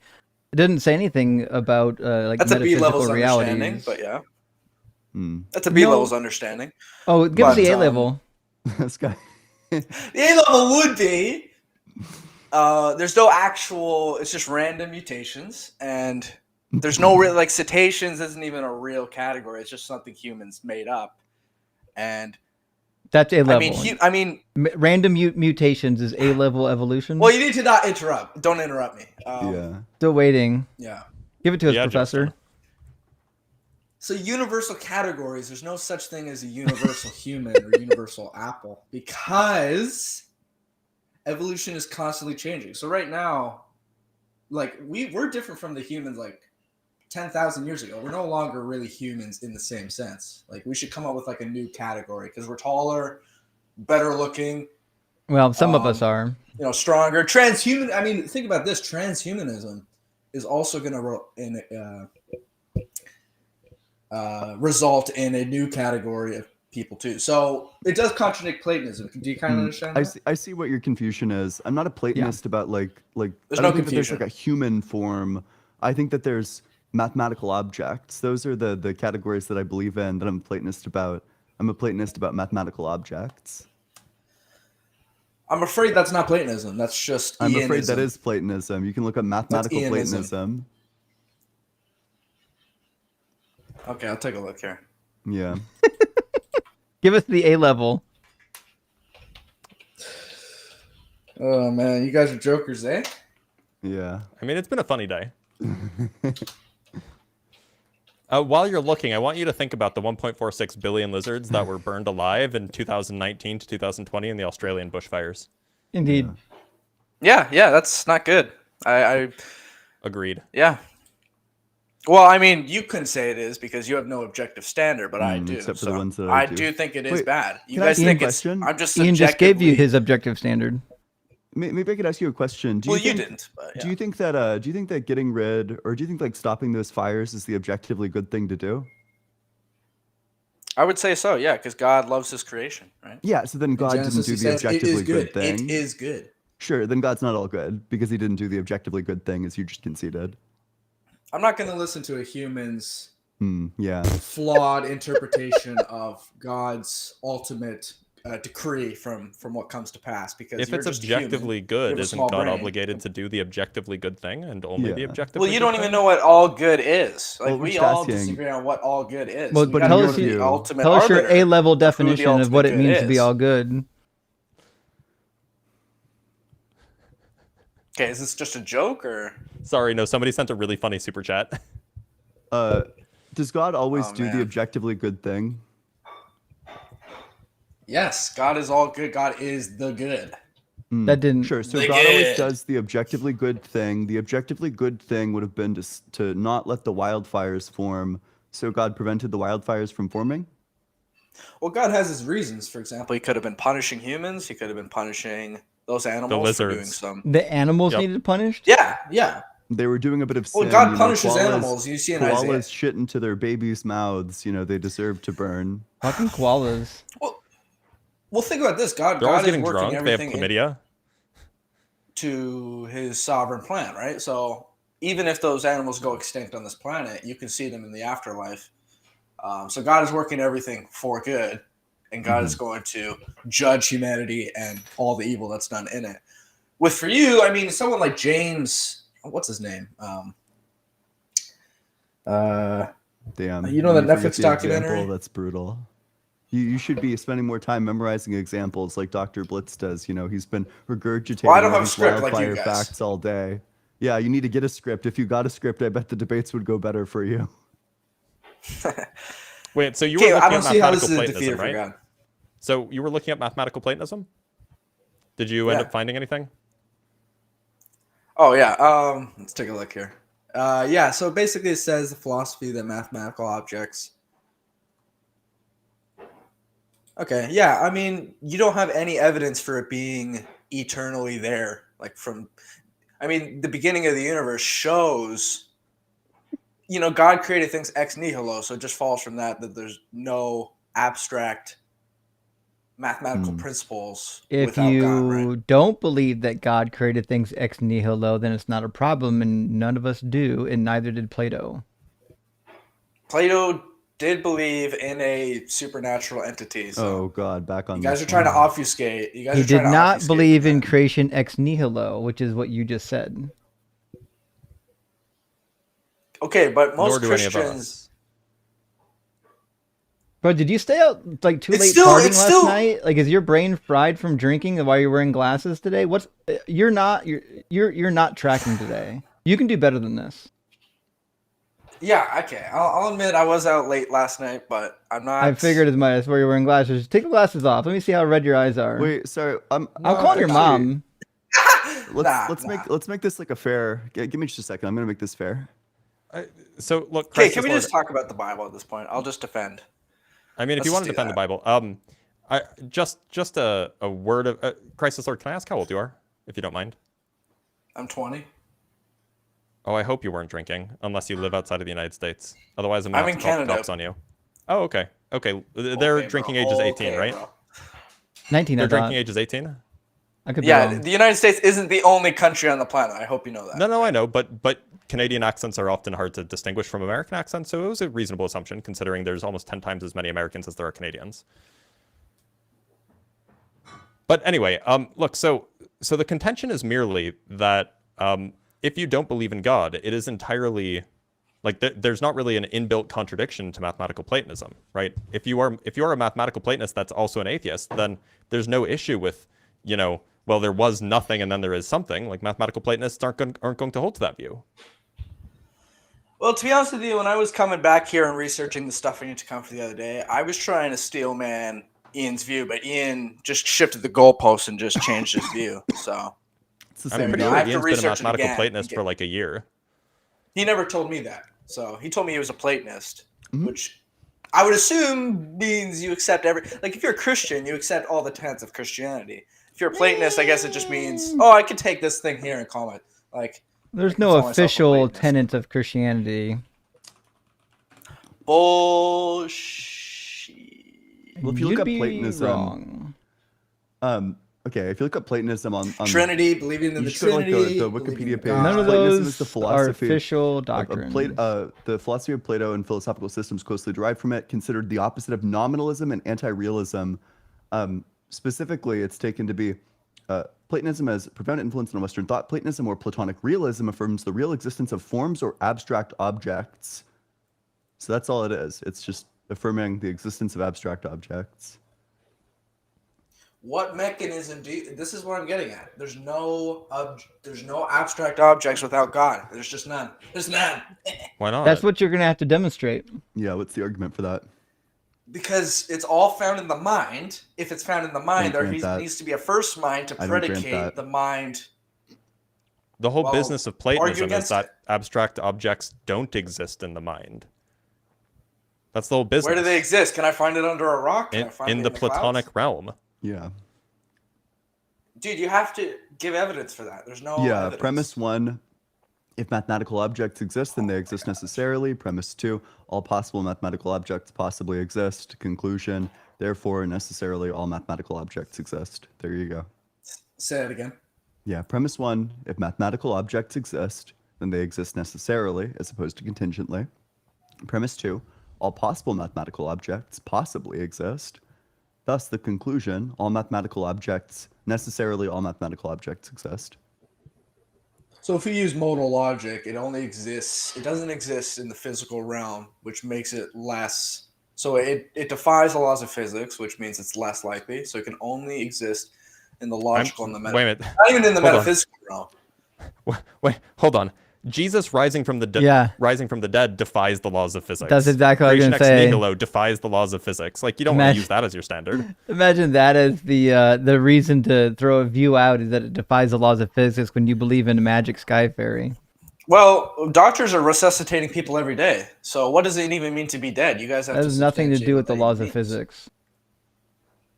Yeah, it does. You can resuscitate people while obeying the laws of Resuscitating physics. people doesn't violate the laws of physics. Yes. Do you think therefore God can resuscitate? You know? Wait. So do you believe that Jesus was resuscitated by natural means? No. What the fuck was that? Okay, Supernatural so then that's, forces. So supernatural forces are by definition contradictions to the laws of physics, right? Is that the No, sound so that you make that's after that you get, is like, a your- after you get sea torn in level half, you go, understanding. That's a sea level's understanding. So What's the what we definition mean of by supernatural? What we mean by supernatural is Ian, check Discord. just to say that God can. It means beyond bring natural or power above from- natural. Yeah. No. The definition that from is- Oxford says That's- manifestation or event attributed to some force beyond scientific understanding or the laws of nature.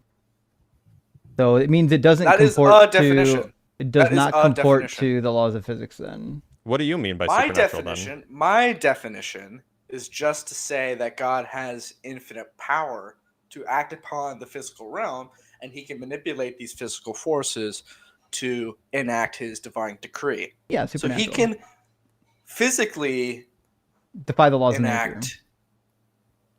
No, it wouldn't defy. It would act in accordance with the laws of nature. It wouldn't. He'd be changing the laws of nature. No, you would be manipulating the laws of nature to one's own benefit, right? So it's like a rich billionaire being able to manipulating fly. the laws of nature? Yeah, that I mean, seems like quantum it's breaking the mechanics laws does of that, nature. No, quantum mechanics doesn't Yeah. manipulate the laws of nature.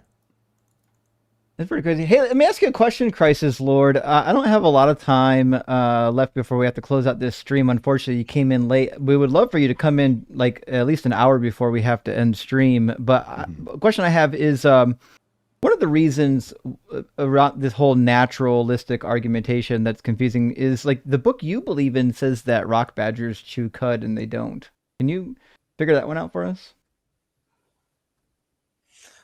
Yeah, so Ian did give me this argument before, and I Yeah. absolutely refuted it. So what it means for the Mhm. Hebrew Israelites to choose cud, or the cows in that time period, it's just to say that they chew their food again. That's all it means. So rabbits chewing cud. I said rock badgers. Necessarily fall. Yeah, rock badgers. But Tragic. wait a minute. I don't so think that says tragic. that. It doesn't say that. It It does. doesn't say It that. does. Sure does. It says Leviticus hyrax or coney. 11:4. Hyraxes and conies are the same thing as rock badgers. So whatever translation you have, it'll say hyrax or coney or rock badger. These are the same thing. I think in the KJV it says coney, but a coney is just another name for a rock badger. Just to head off the argument that, oh, well, they eat their own poop, so it counts. So do pigs. But it says that pigs No, they don't chew their That's not- cud. that's- They do. Pigs, no, pigs don't.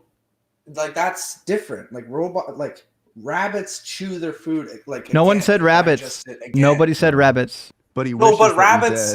did. Ian No used one- this argument before. No and one's he was talking. debunked by No me one's by talking about rabbits. He wasn't. Can you ready. let me speak? Holy. No, we're not talking about rabbits. We're talking about rock badgers. I realize it'd be more don't even convenient know- for you to bring up rabbits, but we're not talking about rabbits. We're talking about rock badgers. Okay, you know what? I'll have to look into this. Can you give me something else? This is just sophistry and Sophistry. The book just says something that's patently false. Yeah. Yeah, insofar, I mean, God has to accommodate the peon's knowledge of the universe, so maybe God will say something. So God was lying. Let me ask you a question. How much of the prophecy of Ezekiel came true? Like all the prophecies that he gave, how many came true? Yeah, the third temple will come true. I mean, I'm not. Okay, so just to I be don't clear, want to say I'm a not all of them have come dispensationalist, true but- yet. Well, the third temple. I mean, Israel is wanting to build the third temple, which will I'm probably sure. be based on Okay. the dimensions in Ezekiel. Well, I mean, only I'm pointed not. I that don't out really like what because Israel's doing. according to God in Ezekiel, it should have already happened. In chapter 12, it says, "The word of the Lord came to me, mortal. What is this proverb of yours about the land of Israel that says, the days are prolonged and every vision comes to nothing? Tell them, therefore, thus saith the Lord God, I will put an end to this proverb, and they shall use it no more as a proverb in Israel. But say to them, the days are near, and the fulfillment of every vision. For there shall no longer be any false vision or flattering divination within the house of Israel. But I, the Lord, will speak a word that I speak, and it will be fulfilled. It will no longer be delayed. But in your days, O rebellious house, I will speak the word and fulfill it, says the Lord God." And then a second time he says, "Mortal, the house of Israel is saying the vision that he sees is for many years ahead. He prophesies for distant times. Therefore say to them, thus saith the Lord God, none of my words shall be delayed any longer, but the word that I speak will be fulfilled, says the Lord God." But these things certainly didn't get fulfilled. It seems like these are just false predictions. Nowhere in there did it say give actually a time constraint. Nowhere there. It says many days. So, yeah, He said, in your generation. many days. He said not many days. In the generation of the temple being built. Nope, he says your generations, O rebellious house of Israel. You're just assuming an atheistic interpretation of the text. Nope, If I'm you just take an internal assuming. critique, we understand I'm just it assuming to that be words mean words. No, you understand it incorrectly because you don't No, believe we that have dual words have meanings. meanings.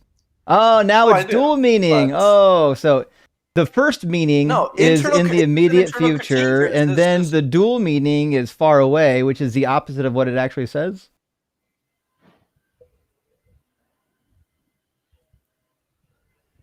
Yeah, this is just a trash objection. I'm not gonna lie. Yeah, quickly call him a Christians sophist. believe Say it's that sophistry. if We could talk about I would we if could you talk wouldn't about interrupt me every time. we could talk about hymens if you want to talk about hymens. Yeah, we'll finish on Deuteronomy 22. This is one of my favorite passages in the Bible, and then unfortunately, Wait, quick before you bring it up. So, Lord, ahead. I'm going to call you Lord. Do you think? Don't. Lord is only given to the Most Okay, High. then should I call you Tyler? Like call him Christ. No, What should I call don't you? call me that either. Just call me What's that? Yikers. Yikers. Okay, yikers. Do you think that 100% of the time, when a woman first has intercourse, that she bleeds? No. Okay, No. great. I'm glad that we're in Yeah, agreement. I've heard of That's this like objection. scientific. I've heard of this objection Yeah. before. So Yeah, so my go ahead. what's your explanation? Go ahead. Yeah, so the text doesn't say here every time you first have marital intercourse, it rely. Like I know. Actually, I'm not gonna. I mean, this is pretty graphic. I mean, shouldn't we talk about something that's based on the text, would a woman get stoned if her husband wanted her to get stoned for not bleeding? Okay. I actually did have. I talked to my pastor about this, and he Bet you said did. that. Yeah. Let's just go here. So Deuteronomy 22 verses what? 13:21. 13 to 21. Okay. All right. You want me to read it out loud? And accuses her of misconduct and brings a bad name upon her. Then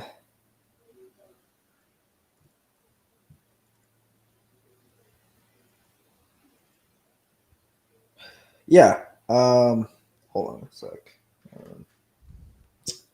Well, I'm trying to check my study Bible here, and it says this may be a garment stained with menstrual blood. Yep. So that too, it could be menstrual blood. Yep. Well, that's a big which problem did- because you know not all women are on their periods the first time they have sex. Well, that's assuming they're of age, so I would say that. Yeah, God thinks you should be boinking girls that are not of age. Sure.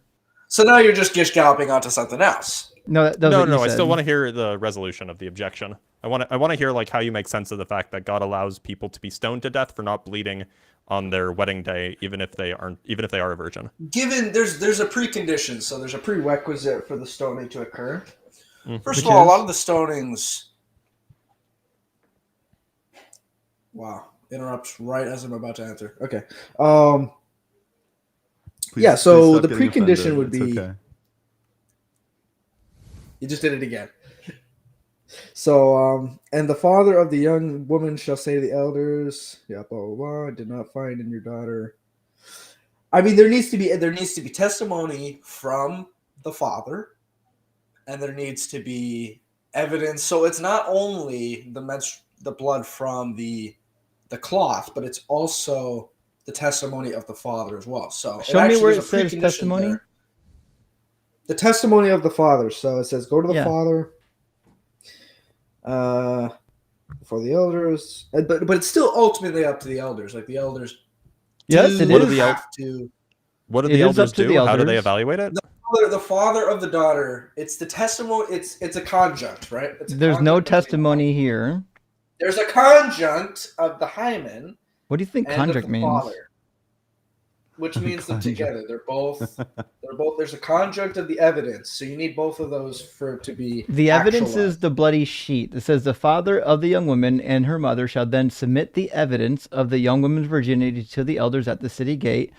And then here's the accusation at the city gate. The father of the young woman shall say to the elders, I gave my daughter in marriage to this man, but he dislikes her, and now he's made up charges against her, saying, I did not find evidence of your daughter's virginity. But here is the evidence of my daughter's virginity. Then they shall spread out the cloth before the elders of the town. So the evidence to be evaluated is the cloth, whether or not that cloth has blood on it.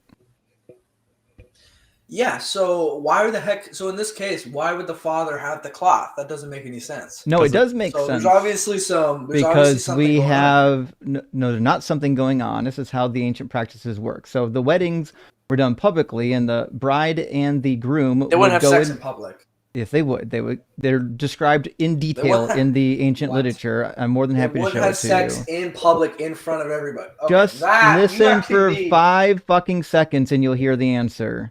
In the ancient world, there was a tent. The tent was public, but it was enclosed.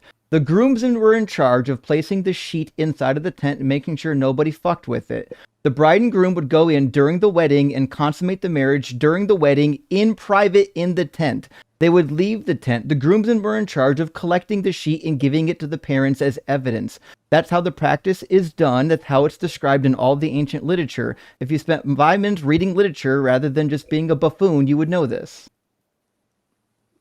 So that's why the parents have I feel like I've been pretty cordial. You know. That's why the parents have the sheet. And so then the question is why is it that the sheet is being used as evidence that this woman or young woman is a virgin or not? It could be a stain of hymenal blood, showing that the girl's first intercourse took place on her wedding night. The gate was where legal matters were heard and resolved. Yeah, I mean, I don't know, man. I'm gonna have to take a look at this. This is interesting for sure. But I thought you said you had addressed this, and I thought you. I mean, have you guys ever heard of the principle of charity? Have you guys ever heard of that? Absolutely, but you said that you had addressed this Yeah. before. So let's be charitable. Let's not hasten the Bible with wicked acts. Yeah, of And course. Like let's- this guy's charitable. Yeah, reading the Bible's wicked. Yeah. Look, no. Look, I'm trying to be super charitable here. You said that you've addressed this before, have you not? Did you not? I have. I honestly Apparently not. forgot the apologetic, but I'd have to look into it again. But I have looked into it. Like I think there is a dual verse revealed in Exodus as well. So Exodus also has a verse. Not and on it this. actually further clarifies. Okay, well, I'll look into it, but Okay. Fair enough. well, listen, I wouldn't say it's. I wouldn't Christ say is it's Lord. saying there's a. It's been a lot of fun. Unless you have anything for Deuteronomy 22, I think we've got to move on and hasten towards the end of the live stream. We're 20 minutes past our normal end time. Yeah. But we brought you up because Alright, we know that we asked you to do some homework, so we wanted to hear your Yeah, I think I homework, did so. a pretty good job. I brought up. So you're welcome to come up bunch of next rebuttals. time. Just please come up before like 3 p.m. Eastern time because that is when we end. All right. Is there atheist experience tonight or no? Because last week I tried doing that. Not but I from couldn't find us, my webcam. no. No, I think we're there's not one gonna every do week, that. but not with us. There's one every week, but we're not going to be on it this week. Yeah, we should be on it this week and every other week. No, I'm Well, kidding. I would just pray that you guys would think hard about the objections I brought up. There's some refutations there. Think Yeah. deeply, and that's what I would say for you guys. So I hope you guys have a gooder. Sure. Yeah, you you pray too. and Have a we'll good one, think. too. Gooder. I liked Gooder. Gooder is fun.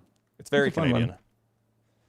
Well, friends, thanks for sticking out with us. This is a long one. Let me get through some of these super chats, and then we'll bid you adieu. Just Matt Doss says evolution, geometry, and atheist algebra homework. That's what I need to know about. I need to know about the practical guide to evolution geometry. Maybe I should write that book.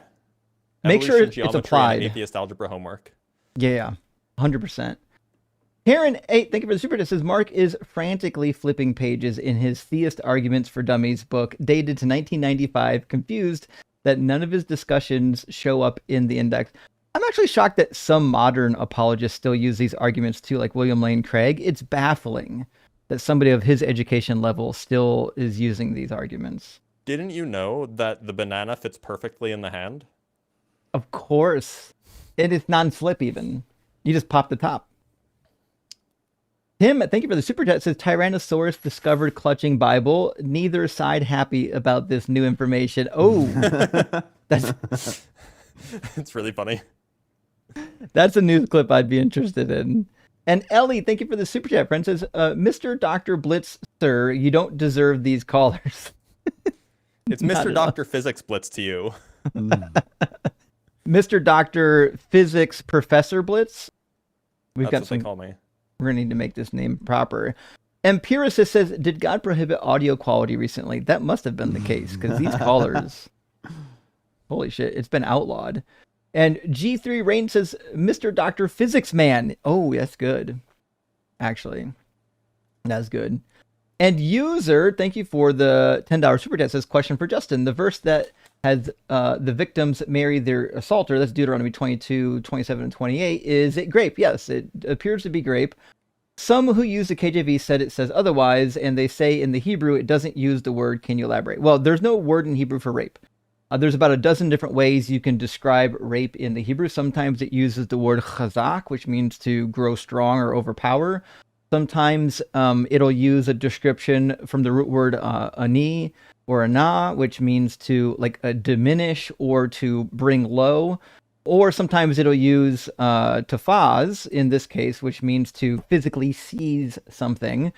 The same way it does in Deuteronomy chapter 20, when it talks about going to capture other towns in war, it uses the same verb tafaz, meaning to seize or to capture. It's not a pleasant seizing, it's a violent seizing. That's why in Deuteronomy 22, 27, 28, it refers to her as being seized. And then later in the verse 28, I believe, it uses ana, meaning that she's been defiled or brought low. The exact same word that is used of Tamar when she has been raped by Amnon in the story of Amnon and Tamar. So we know that both of these two words do show up elsewhere to refer to women that are sexually assaulted. And also, the man is punished, by the way.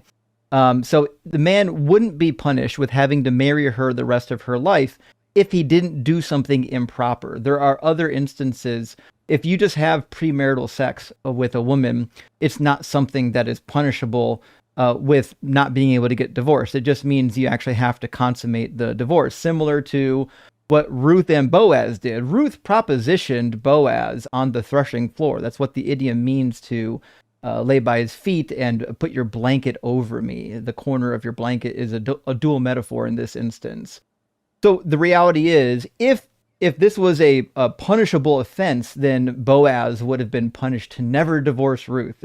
But this is just not true in the literature. There's no punishment for having sex with a young woman.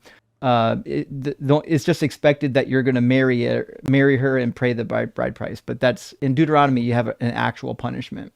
Reverend Nate says, if time has always existed, that means Mark hasn't shut the fuck up for an eternity. And that is obviously true. No refutation. Indeed. And hey, Gentleman Viking, good to see you, friend. Says, if you're lost, you can look and you will find meh. Indeed. And Garbage Gaming 8, thanks for the additional super chat, says, name one uncreated pocket watch. Checkmate. You know what? You got me. I'm a theist. I'm a theist now. Dan O'Connell says, the only thing worse than Mark's arguments is his audio. He sounds like he's calling from underneath a roller coaster. Yes. That's oddly specific. It was a very bad audio connection for sure. It did not help his case. From my view, it sounded like he was pacing in circles, and so sometimes we'd hear him clearly because he was close to his phone, and then sometimes he would sound like he was really far away because he was on the other side of the circle. Right. Yeah. Eternal Adam says, I'm going to send this super chat yesterday at 2 p.m. Checks out. Which eternally existed, by the way. Checks out. Indeed. And Crown, thank you for the $5 super chat, says, Ian looking Chad with the arm behind the head stretch. Daddy-o. Look at them guns. Okay. Ian's getting the audience worked up for sure. Good. And Luna's bored now. Think of a super chat. Says, guys, I need a yesterday at 2 o'clock t-shirt, possibly with an infinity sign below it. I feel like we could probably make that a reality. We don't have a gift shop though right now, as far as I know, unless you guys started one. No. Could you imagine? Yeah, I've been making money off of Unapologetic merch, and you have no idea. Listen, I mean, maybe we'll get a gift shop, maybe we won't. But merch, yeah, I mean, getting merch going is like that's a later us problem, right?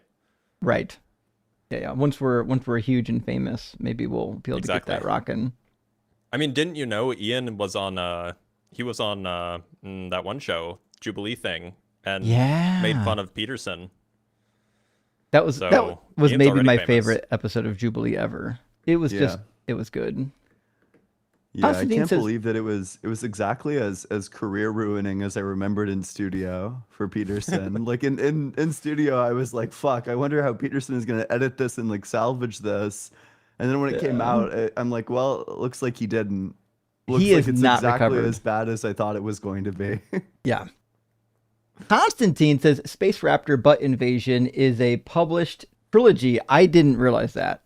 I kind of want to see it now. Is it a movie or a book? I need to know. Or books. A Barn Abyss. Interesting name rhyme there. I appreciate that. And Beautiful Kitty says, would love one of these code therefore coder people to explain how we could investigate Microsoft Excel to learn any property about its creators. Oh, that's a fair point. Yeah, like, even if there was a creator, we couldn't possibly know anything about it just by looking at the creation, other than maybe what it's if the evil. What if the creator put into Excel Clippy, and Clippy was saying that the creator was all good, and that Clippy was also his dad. What and if his Clippy son? is Lord? I'm pretty sure that's what they're trying to say. Yeah. That might be the case. Actually, Microsoft Bob is God and Clippy is Lord. If you're old enough to know Microsoft Makes Bob, sense. you're really fucking reaching back. Mr. KB Motorcycle. Hey, thanks for the super chat. It says Space Raptor Butt Invasion is a true classic for hard buds. But if you're unfamiliar with the breaking the fourth butt analogy, you're missing out. I don't understand any of this. Sounds like I've got some homework. I like to think that I know some references, but this is way out of my my realm of knowledge. Jesus, TDF, and Christ says the actual sign of the beast is indoor sunglasses. I could definitely agree with that, actually. But it was interesting. He was at least honest with why he was wearing them. I think we all kind of suspected. Maybe that's why. Look cool. You know what? No. Could be both. Nobody ever wears glasses or sunglasses inside to look cool. Except for ZZ Top. But that's a whole different story. When you're ZZ Top, you can do what you want. That's true. Karen Dave, thank you so much for the $5 super chat. Says, I can explain this poor performance. Christ as Lord has outgrown his sunglasses and they're squeezing the blood out of his brain. He does have kind of a large head. Maybe it's his hair. I don't know. That happens. By the way, shortly after this comment was made, another super chat, which I imagine is the next one that you're going to read. I giggled very hard at this super chat, and unfortunately, Kieran thought that I was giggling at their super chat. So I just have to, unfortunately, let you know that, Kieran, it wasn't your super chat, it was this one. Sorry, Karen. We still love your super chat. Reverend Nate had a banger, though. It says, I vote that Lacrosse Team Minar has to pay to come back. Both calls have been utterly pointless, except for letting us know to cover our drinks. I think Lacrosse Team Minar is fantastic content. It's so funny. Oh, yeah. I thought we were talking about the name. Also, Lacrosse Team Minar, the person, is fantastic content, but the name, the nickname is hilarious. There's no way he's not listening to Brass Monkey every time he goes out on a date. That's all I'm saying. Eric, thank you for the $5 super chat. Says, what does heaven look like for a hippo butt leech? Is it hippo hell? I have a lot of questions about hippo butt leeches. I may not fully understand what. Now I gotta Google hippo butt leech. Okay. Nope, no, you don't. What you can do is you can go to the next super chat. Yep, that's probably safer. I'm gonna get my whole computer taken down by the government. Nathaniel, you wanted to get canceled. That's one way to do it. The acai bowls are literally life changing. Thank you, Ian. They're pretty good. Yeah. Ian out here making a difference by preaching acai bowls rather than bringing people away from Christianity. It's been known.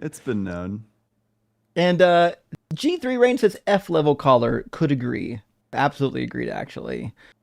And Gretchen, hey, thank you for the additional super chat. Friend says CIL, clearly all clearly accepts all the tenets of dipshittery and lives it. He's an amalgamation of all the asshat characters from every John Hughes movie. He peaked in 7th grade and will forever think he's superior. Am I the only one who feels bad about all of these? You're the Like, I don't know. feel He's bad just at a all. kid. I know. You know what? He's an annoying kid, but he is just a kid. I was a dumb kid once, but even I had enough humility to think, like, maybe these aren't good arguments and you should listen to somebody on the other side. I don't know. Like, okay, a little here's- lighthearted roasting is, like, fine.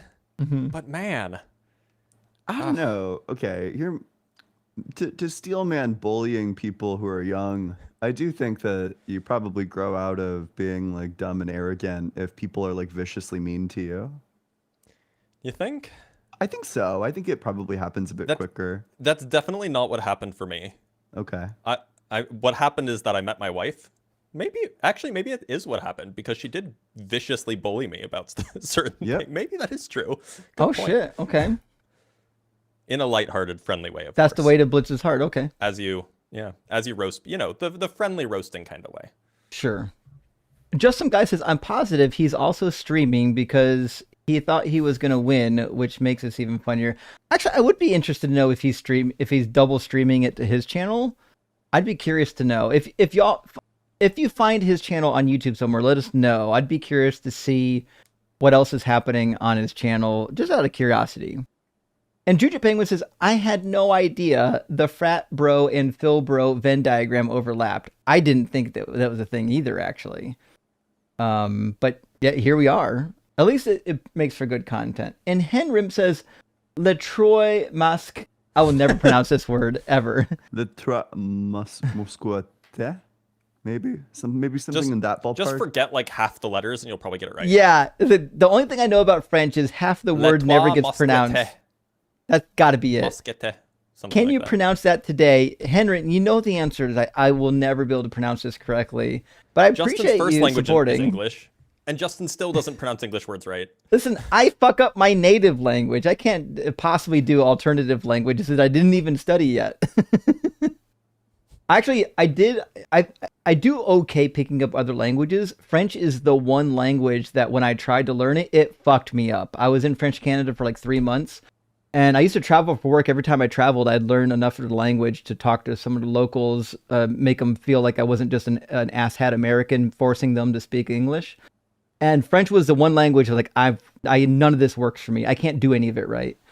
Alex Hoffman says, I don't know if you guys caught the Kant critique of pure reason behind the Bible next to the guitar, but that was God level Phil Browery. Well, he hasn't read it, you know. If he had read it, then the question, like, well, how do you, like the argument I'm presenting, like Gorth's argument makes way more sense if you like read Kant's project. So right. The argument would have like instantly made sense if he understood Kant's ethics. So he definitely hasn't read it. Agreed. And let's see, we got 3 more super chats. Lancelot's with us today. Good to see you, Lancelot, cock blocker of Galahad. Pretty sure Space Raptor Butt Invasion is the new Butthole Surfers album. Rock hard for Justin. Ian and Blitz. Oh, fuck. Rock hard for Justin, Ian, and Blitz. Thank you. And I'll have to check into it. Actually, back in the day, I used to listen to Butthole Surfers. So I just assumed they fell off the map like all of the other late 90s bands, but I'll check them out. Literally Lou, thank you for that, says stickers. Give us stickers on Unapologetic. Well, actually, we do have stickers on Unapologetic for our members. We need to add some more. We don't have that many, but we'll definitely add some more. But apparently we need a 2 o'clock infinity time sticker to add to the collection. I don't know how you're gonna fit that into a sticker. Hey, it'll have to be creative.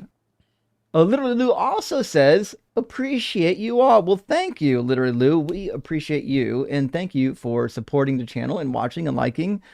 And friends, that is the end of our stream. We went a little bit over, but we'll be back again next week to do it all over again. Are either you two going live today? Nope. I think Ian had enough with that one guy from I get it. yesterday. Oh yeah, true. Is that going on YouTube? Yeah, I'm probably gonna post that on YouTube. Justin, you gotta watch it when it's posted. It's so 100%. funny. Bro, it's like a slog. I don't know. Well, listen, friends, we really appreciate you being here. We really appreciate everybody liking, sharing, supporting, and super chatting the stream. We'll see you again in a week, and have a good one.